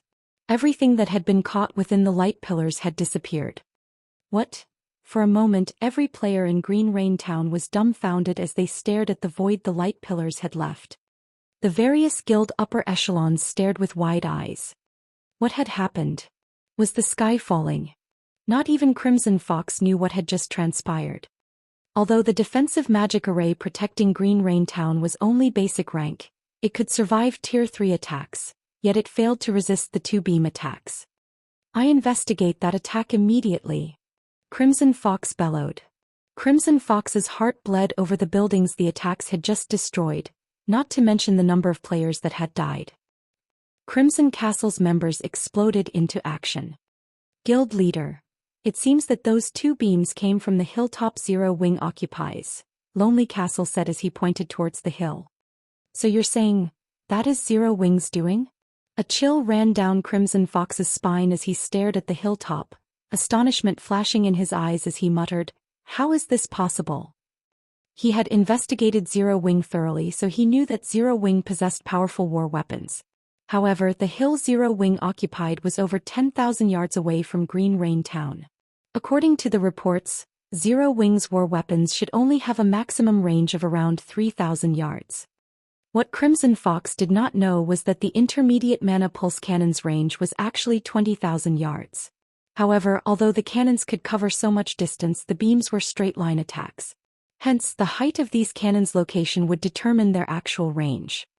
From the top of Stone Forest Town's magic tower, they could cover around 3,000 yards. Meanwhile, the hill Feng had chosen was far taller than his magic tower, increasing the cannon's range significantly. Guild leader, what should we do? Lonely Castle could not help but shudder when he learned that Zero Wing was responsible for the attack. With that kind of range and destructive power, the intermediate mana pulse cannons were a guild town's nightmare. If they allowed Zero Wing to fire those weapons a few more times, Green Rain Town would fall. Kill them. Send everyone to slaughter Zero Wing's members. Do not let Zero Wing fire those cannons again. Crimson Fox shouted, paling with anger. Regret tore at his heart. Had he known that Zero Wing possessed such frightening tools of destruction, he would never have let things go this far. With such weapons, destroying a town would be a piece of cake for Zero Wing. Understood. Lonely Castle immediately organized Crimson Castle's forces to set out towards Zero Wing's position. When the other upper echelons saw the two craters that defiled Green Rain Town and thought about Zero Wing directing those weapons towards their own towns, they shuddered with fear. This guild leader Fox, something urgent has come up in our guild that requires our immediate attention. I'm afraid we must go. Guild leader Fox, our guild leader has found a rare boss and is in need of manpower. Since you have things under control here, we'll be taking our leave. Immediately, the 4 second-rate guild's upper echelons took out return scrolls and fled. A moment later, all of the allied guild's members vanished from Green Rain Town, leaving only Crimson Castle's members and a bunch of confused independent players. Crimson Fox nearly had a stroke as he watched the crowd disappear. Hadn't they declared that he wouldn't have to take action himself? Chapter 1431. Aqua Rose takes action. Chapter 1431. Aqua Rose takes action. When the intermediate mana pulse cannons had struck Green Rain Town, the resulting devastation hadn't only shocked the various second-rate guilds members. The spectating players retrieved their own return scrolls to flee the town as well. Everyone was afraid that the intermediate mana pulse cannons would strike again. They might not be so lucky in the next assault. None of them were willing to throw their lives away just to watch a battle. Active the guild war order. Seal off that hill. I don't want to see any of Zero Wing's members leave this place alive. Crimson Fox lost his composure as he glared at the distant hilltop. In the next moment, Crimson Castle locked down Green Rain Town's map. Return scrolls were rendered ineffective, and players were forced to rely on other means to escape. Once Crimson Fox had issued his orders, he led an army of 10,000 players in a charge towards their enemy. This was his only option left. If he continued to do nothing, he would be slaughtered. With the intermediate mana pulse cannon's power, Green Rain Town would only last a few more hits, yet the town's defense turrets couldn't reach Zero Wing. He had no choice but to lead his own forces to stop Zero Wing. However, the Shadow Dragon Legion had reacted long before Crimson Fox. Shortly after the intermediate mana pulse cannons had attacked, Shadowtooth had led the Shadow Dragon Legion in its own charge. Guild leader, a team of 1,000 players are approaching. They're less than 1,000 yards away. They are very well equipped, and although they aren't wearing a guild emblem, they don't look like independent players, a ranger, Negative Life, reported as he used eagle eyes to scout. A strong 1,000-man team without a guild emblem? Could it be the Shadow Dragon Legion? Feng suddenly recalled Phoenix Rain's warning. The Shadow Dragon Legion might not be as strong as Nine Dragons Emperor's War Dragon Legion, but it was far more famous. The Dragon Phoenix Pavilion had once dispatched the Shadow Dragon Legion to capture an intermediate city under a top-tier first-rate guild's control. Naturally, said guild had the support of powerful corporations and plenty of powerful experts. Although it hadn't been a super first-rate guild, it had been beyond ordinary first-rate guilds' reach. Yet, the Shadow Dragon Legion had single-handedly captured the intermediate town. Cities and towns were different. Both basic and advanced towns lacked defenses, but as soon as they became cities, their defenses would undergo a qualitative transformation. With a core magic array, not only could guilds suppress their enemies, but they could also enhance their own forces. The core magic array's buff was even more powerful than the magic towers. Moreover, the various large guilds generally put everything into their city's development. The defensive structures one could build in an intermediate city were far beyond that of a town. A guild could construct hundreds of defense turrets in its city, as well as all sorts of advanced defensive structures. Furthermore, well-funded first-rate guilds generally protected their intermediate cities with powerful magic arrays. It would take several shots from an advanced mana pulse cannon to break such a barrier. If the magic array had adequate energy, it might even be beyond an advanced mana pulse cannon's power. Yet the Shadow Dragon Legion had captured the intermediate city. News of the successful siege had shocked the various large guilds. During that time, only a few of God's Domain's first-rate guilds had intermediate cities, while most guild cities were basic rank. As a result, the various first-rate guilds had been terrified of the Shadow Dragon Legion. The Shadow Dragon Legion? Isn't that one of the Dragon Phoenix Pavilion's trump card legions? Gentle Snow asked curiously when she heard Feng's comment. Nine Dragons Emperor has been secretly using Green Rain Town as a resource warehouse, so he has probably stationed the force there to protect the town, Feng explained. Guild leader, I don't think it'll be easy to take on the Shadow Dragon Legion and Crimson Castle's forces at the same time. Shadowtooth, the Shadow Dragon Legion's commander, is the Dragon Phoenix Pavilion's #1 assassin.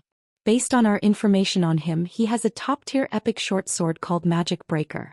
It can cut through magic barriers like a hot knife through butter. Our magic array isn't likely to hold the Legion back, Gentle Snow said worriedly. They had considered the possibility of Crimson Castle's forces charging to meet them, but as long as they had enough magic crystals, their movement-type defensive magic array shouldn't have any issues holding back Tier 4 attacks. Unfortunately, it was a different story if Shadowtooth's Magic Breaker got involved. Without the defensive magic array's protection, they wouldn't survive an army of tens of thousands of elite players. Guild leader, leave Shadowtooth to me, Aqua Rose suddenly suggested. As long as I take him down, we can proceed with activating the defensive magic array. But, although Gentle Snow tried to argue, Feng beat her to it, saying, "All right, I'll leave him to you. Send everyone else to stop the Shadow Dragon Legion's advance. Don't let anyone near the cannons." The intermediate mana pulse cannons might be powerful, but they had obvious weaknesses. First, they could be moved freely. Second, like all war weapons, their defense was paper-thin. Even a Tier 0 player could easily destroy them. Hence, the various large guilds usually avoided using war weapons offensively. Guild leader, this Feng's decision astonished Gentle Snow. Shadowtooth was an old monster with many years of fame. Even Nine Dragons Emperor treated the man with respect. His title as the Dragon Phoenix Pavilion's #1 assassin wasn't just for show either. Even a peak expert like Yen Tianqing would struggle to survive a handful of moves against Shadowtooth. Yet Feng had just sent Aqua Rose to deal with the assassin alone. She'd be lucky to survive, much less kill the man. They'd only have a small possibility of defeating Shadowtooth if she, Aqua Rose, and Zhao Yueru worked together. Relax. If Shadowtooth reveals himself, leave him to Aqua. You all should focus on the Shadow Dragon Legion's other experts. At the end of the day, that is still one of the Dragon Phoenix Pavilion's trump card legions. The force has plenty of refinement realm experts. Even with our berserk skills, we don't have much of an advantage, Feng said, chuckling. Not only was Aqua Rose a Tier 2 player now, but she also had the Sea God's legacy. Since she had offered to take on Shadowtooth, she was confident in defeating him. If her victory weren't possible, it wouldn't be too late to send Gentle Snow and Zhao Yueru as reinforcements. Suddenly, Negative Life announced, Guild leader, Crimson Castle has sent an army of over 10,000 players. The Shadow Dragon Legion's members are also spreading out. By the looks of it, they plan to split into 4 groups. They sure reacted quickly. Alright, let's fire a round at Crimson Castle's members first, Feng ordered when he noticed the intermediate mana pulse cannon's cooldown coming to an end. Aqua, Snow, Yueru, Negative, lead teams of 200 players and intercept the Shadow Dragon Legion. It's about time we teach this legion that Zero Wings shouldn't be provoked. Understood. Zero Wings members couldn't help their growing excitement. Fighting a trump card legion from a super first-rate guild would be far more fun than fighting a bunch of elite players. The Shadow Dragon Legion soon reached the foot of the hill after splitting into 4 groups. In the next moment, a black-clad man dashed ahead of the groups towards the magic barrier protecting the hill. Upon reaching his target, the man swung the dull gray short sword at the barrier. Ping! Instantly he shattered the movement-type defensive magic array, the stored energy within dissipating. In addition, the magic array was forced into a 5-minute cooldown. The commander's magic breaker really is impressive. Zero Wings members must be stunned. Not only will they die here but will also claim their 2 war weapons. As the Shadow Dragon Legion members discussed the vanishing barrier, a mesmerizing beauty appeared on the opposite side.